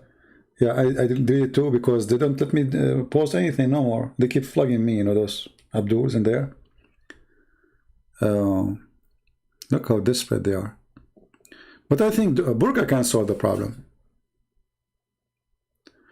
Are we going to see a debate? Well, we can see a debate if a Muslim calls us, what we can do. I cannot bring you Muslims from the moon. Because until now, they are taking pictures, selfies with the split of the moon. Remember, the moon is split. Yeah, there's a picture by NASA, brother. The moon is split, brother. It's true. When, what's his name? Apostate Prophet, he asked in his video, why nobody witnessed the split of the moon? A smart Muslim, he said, because it was happened for a few seconds.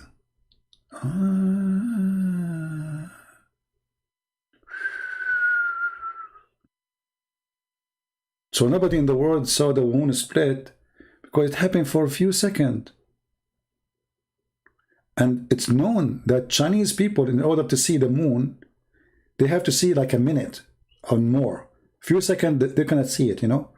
So it have to be a long thing, you know, like if you go to China, by the way, I don't know if you've been in China. By the way, in China, there's a lot of Chinese, unbelievable. I went to China, like, the airport is Chinese, the police is Chinese, the passport, I mean, everybody is Chinese. Okay. Going back to the topic, okay. Yeah, a lot of Chinese in China. I was like surprised. Like, what? Everybody's Chinese in China? You go to Germany, you don't find one German in Germany. I mean, honestly, go to Germany. You will not find one German in Germany. They call it Germany. Where are you from? I'm from Poland. You, Ukraine. You, Pakistan. You, India. You, Iraq. You, look, where is the German? There's no German. Anyway, going back to the topic. So, the moon is split, and the Muslim Abdul want to explain why nobody saw it in the world. Nobody mentioned that. Because it happened for a few seconds. That's very deep. I love you, CP. Good night. I know it. I love you, CP. Good night. Okay. I think you are saying to me, I love you, and please, can you go? You people like love me a lot. Asking me to go, right? Okay. Do we have any Muslim? And by the way, even the verse, the Muslim, they said, Zakir Naik, he says, the moon is split, brother. Now, hold on. There's a video. Guys, my voice is gone, honestly. I need to go. But hold on.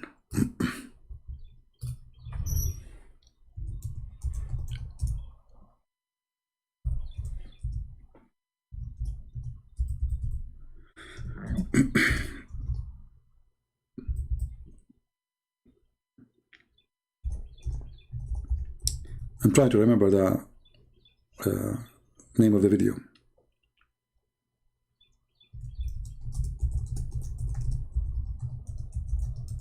So a Muslim, he asked Zakir Naik, why the Prophet of Allah does not have miracles?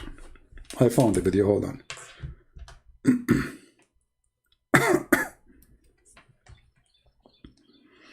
And my throat is hurting me seriously. Okay. Let us see. On him did not do miracles like the previous prophets. To say that Prophet Muhammad, peace be upon him, did not do miracles is totally wrong. Absolutely. There are various miracles that the Prophet did. For example, the Prophet, he split the moon.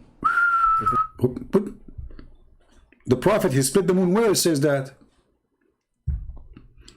Muslims, I'm willing to shave my 28 long beard, 28 foot. If you can show me where it says that the Prophet, he split the moon.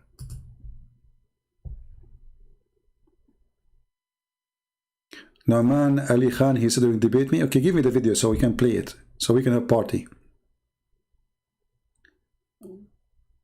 Allah will punish me? Aisha Ahmad? Okay, I don't know, Aisha. I don't know what you are saying that. Isn't it Allah, he says to the Muslims, if you have a doubt about Islam, go and ask Christian Prince?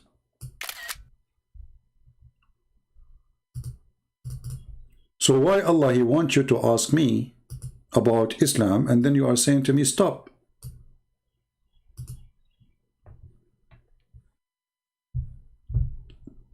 I'm just doing what Allah told me to do, sister. Look, if we go in the Quran, it says here, Allah, he said to Muhammad, if you have a doubt about what is given to you, go and ask Christian Prince. Let me show you the verses in the front of you. Chapter 10, verse number 94. If you were in doubt, that what we have sent or revealed to you, go and ask those who read the scriptures before you. Who are they? Those are the Christians and the Jews. So your Quran order Muhammad himself. If you don't believe, go and ask Christian Prince. We are the people who read the book before you. Which book? You tell me. The Bible and the Torah. And not only that, talking about punishing me, we will go back to Zechariah. Don't worry. Be happy. Look what your prophet he did. Your prophet, he warned the Christians, if we don't believe in him, Allah will erase our eyebrows, our eyes, and he will make our eyes in the back, and my mouth will be in the back of my head.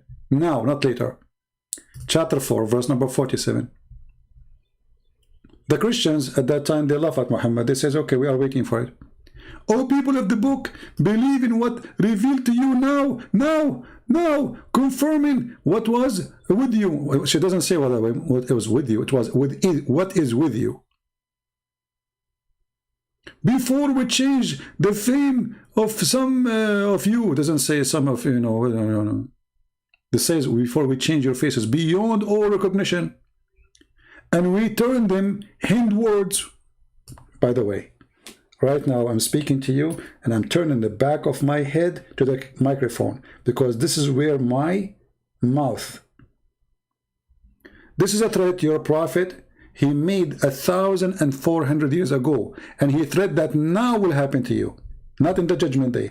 He said the same as we did to the Jews who we made them pigs and monkeys. And Allah, he made them supposedly pigs and monkeys at that time right away, not in the judgment day. So Muhammad was a threat in the Christians. If you don't believe in me now, you will wake up tomorrow, or maybe 2 hours from now, and you will not be recognized by anyone. The Christian, they laugh at him, ha ha ha ha, and we're still laughing. So when you say to me, before Allah punish you, you made me fart. In some countries, they consider the farting of the Prophet as a perfume. Because the hadith says when the Prophet do poo-poo or fart, he smell like musk. Prophet. How beautiful your fart, Prophet, is. Oh, I have more. Hold on. All what I need to do is to eat more beans. This is the only religion worshipping the fart of a prophet. Even they say that the ground is split to swallow his poo-poo, and his poo-poo smells so good.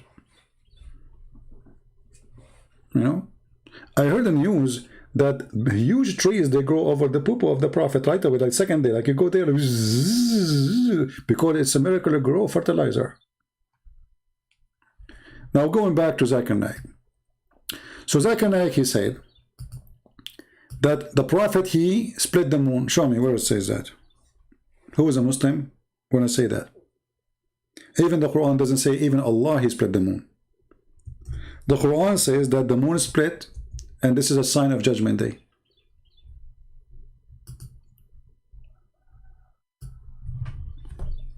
In fact, this is a proof that Muhammad is a false prophet, because he prophesied. This is the chapter of the moon, verse number 1. Muhammad, he says that the moon is split asunder, and the judgment day is sight, not only near. اقتربت الساعة. So Muhammad made a false prophecies 1400 years ago that Judgment Day is almost there. And here we go, started, the moon split. So the stupid Muhammad, he saw an eclipse.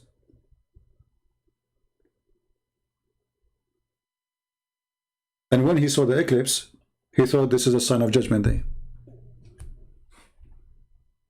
See, when Muhammad, he said, the moon split, he did not say, my God split the moon. He did not say, I split the moon. The Quran saying, supposedly, Allah speaking, saying, the moon split. Why Allah did not say, I split the moon?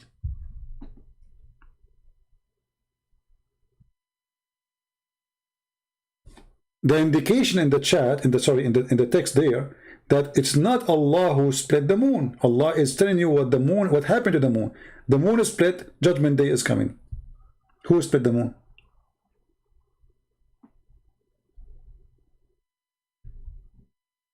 And Muhammad claimed that this is a sign from Allah.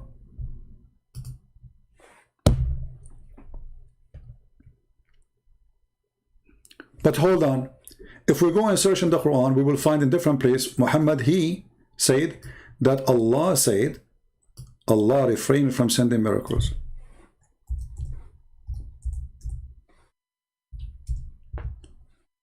Chapter 17, verse number 59. And guess what? Chapter 17, verse number 59, revealed after the chapter of the moon. So how Allah says we refrain from sending signs if he already did one?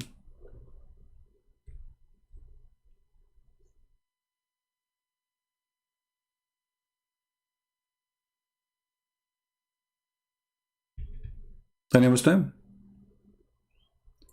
Remember, this chapter 17, verse number 59, don't look at the order you see in the screen. I mean, the number 17 doesn't mean the order. You go to Google, search for the order of revelation, and then you will learn about how those verses are revealed, supposedly. And you will find that the chapter 17 revealed after the chapter of the moon. So, if the chapter of the moon is speaking about the miracle of Allah, and then chapter 17, which came after, says Allah refrained from sending miracles, which means he never sent one. That means there's a lie there. Anyone?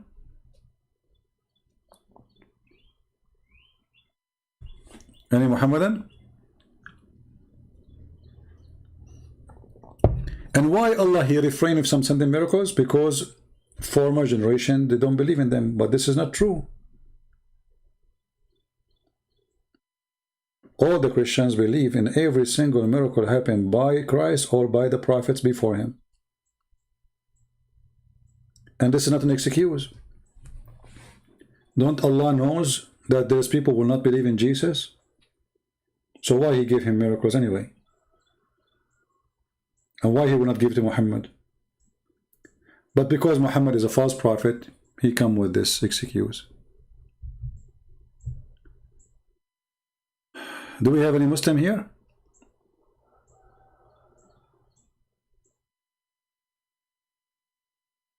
All right.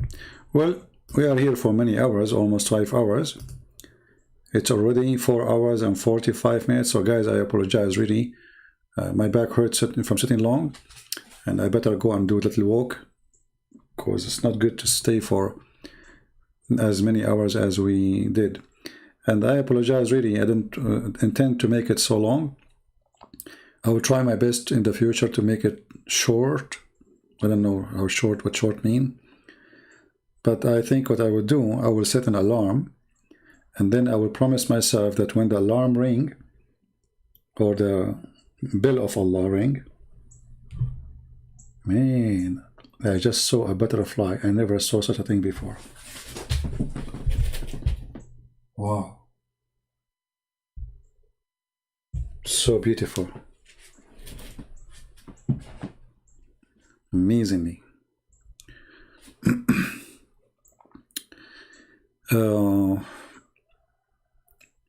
God is good, isn't it? You see, if you don't believe in God, by the way, I mean, there's some people who believe in superpower, right? But you need to know that superpower will not make such a beauty. I mean, nature is a power, yeah, powerful. Wind is powerful. Sun is powerful. But the design is amazing. If you look at Little Rose, you know, Little Rose, how it is decorated, it's so amazing. A butterfly, there's no way I can decorate myself. And I'm talking about my skin and my face or my wings. It's impossible to believe in such a silly thing. Otherwise, I like to have wings. Then let me design wings for myself. A human being always wanted to fly. So why after 1,000 of years don't have wings? I want wings. So God always, he proved himself. And this is why the Quran cannot be from God. Because it's silly, it's stupid, and God has no way to be there for a second. God is amazing. The God of Islam is an idiot. He's silly, he's stupid.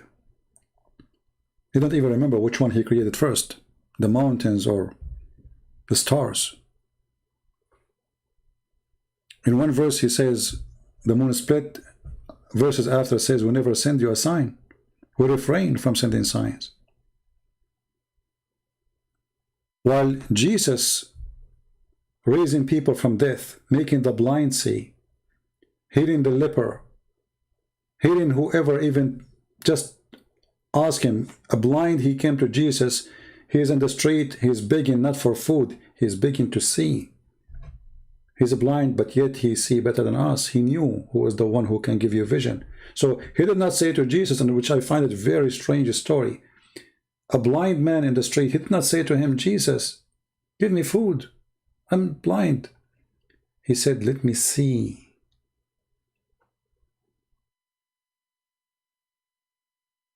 Isn't it amazing? This blind man have a very strong vision. He knew exactly who to ask. He knew exactly he's talking to who, but he's blind. How many of us are blind?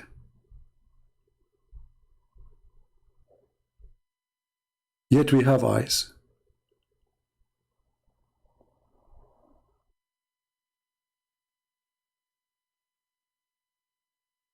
The blind who asked Jesus to make him see.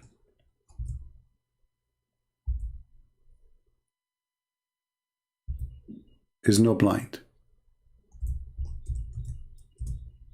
Those who have eyes are the blind.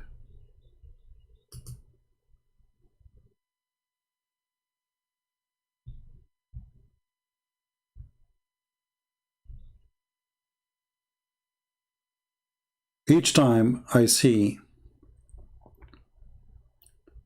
or I read a story in the Bible, it's amazing. And when it's come to Jesus, it is beyond amazing.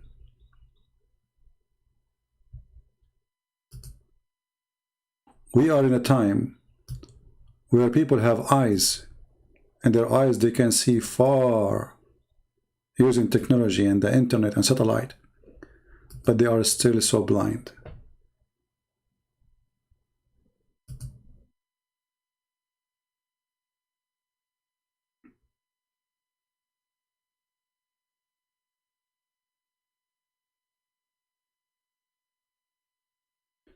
If you cannot see what the blind man he saw when he spoke to Jesus before he gave him eyes, you will not know how beautiful Christ is.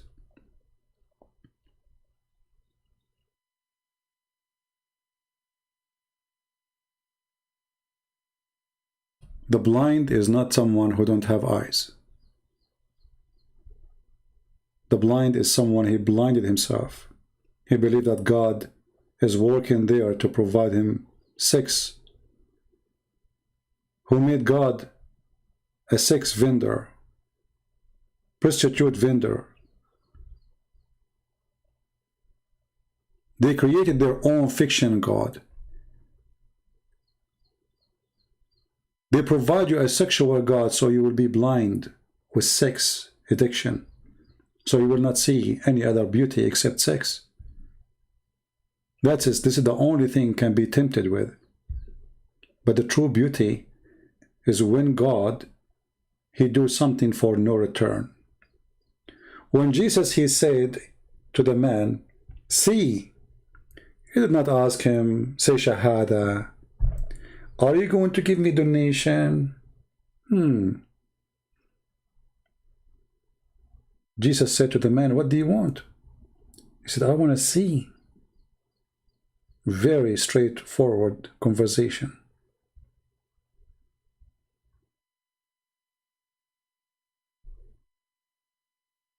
So if you learn, and if you are a Muslim, if you want to learn how to pray to God, it's not by bending over. Because you bend over or you don't, still you are so short for God. You are not even the size of a mosquito. If you stand up, if you sit down, still you are not tall for Him. If you are in your side, if you are flipping, if you are upside down, still that will not change who you are. If you want to know how to pray to God, say to Him, I want to see.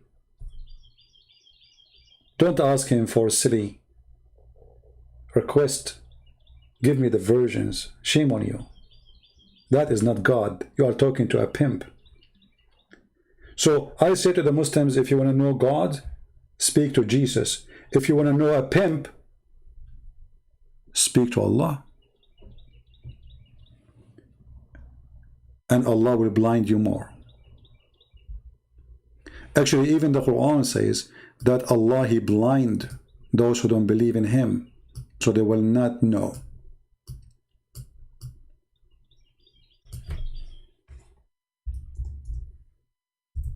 So they will not see.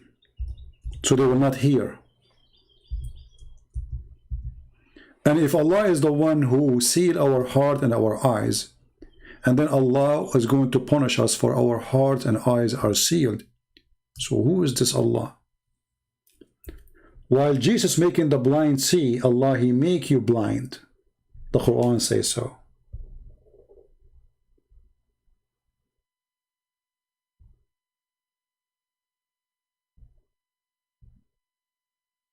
So we have nothing to compare between the Messiah and Allah, because that is, if you are comparing between the devil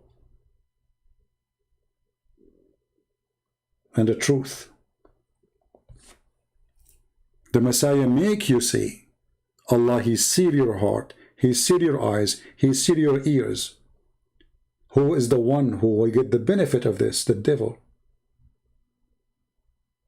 Very clear message. Who don't want us to see?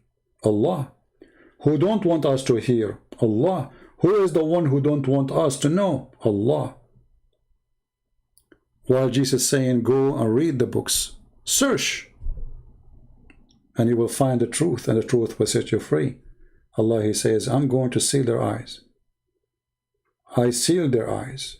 I sealed their heart. I sealed their ears, so they will hear not, and they will see not, and they will understand not. Totally the opposite direction of Jesus' message. Jesus says, I came for the sick, not for the healthy. Allah says, I will make you sick if you were healthy. Totally the opposite. So I want to say thank you all for being here. Today is Wednesday. I will do my best not to come tomorrow and the day after, but you never know. Don't take what I say for granted, because I don't have a burqa yet for my computer to forbid myself being tempted by the computer and come back. So I want to say thank you all for being here. May the Lord bless you all, and until we see you soon again, Christ is Lord, Islam is false, and don't forget to download the videos, because I'm going to delete them very soon, including this one. This one may be by tomorrow, the others I will delete them immediately. Thank you. God bless you. and take care.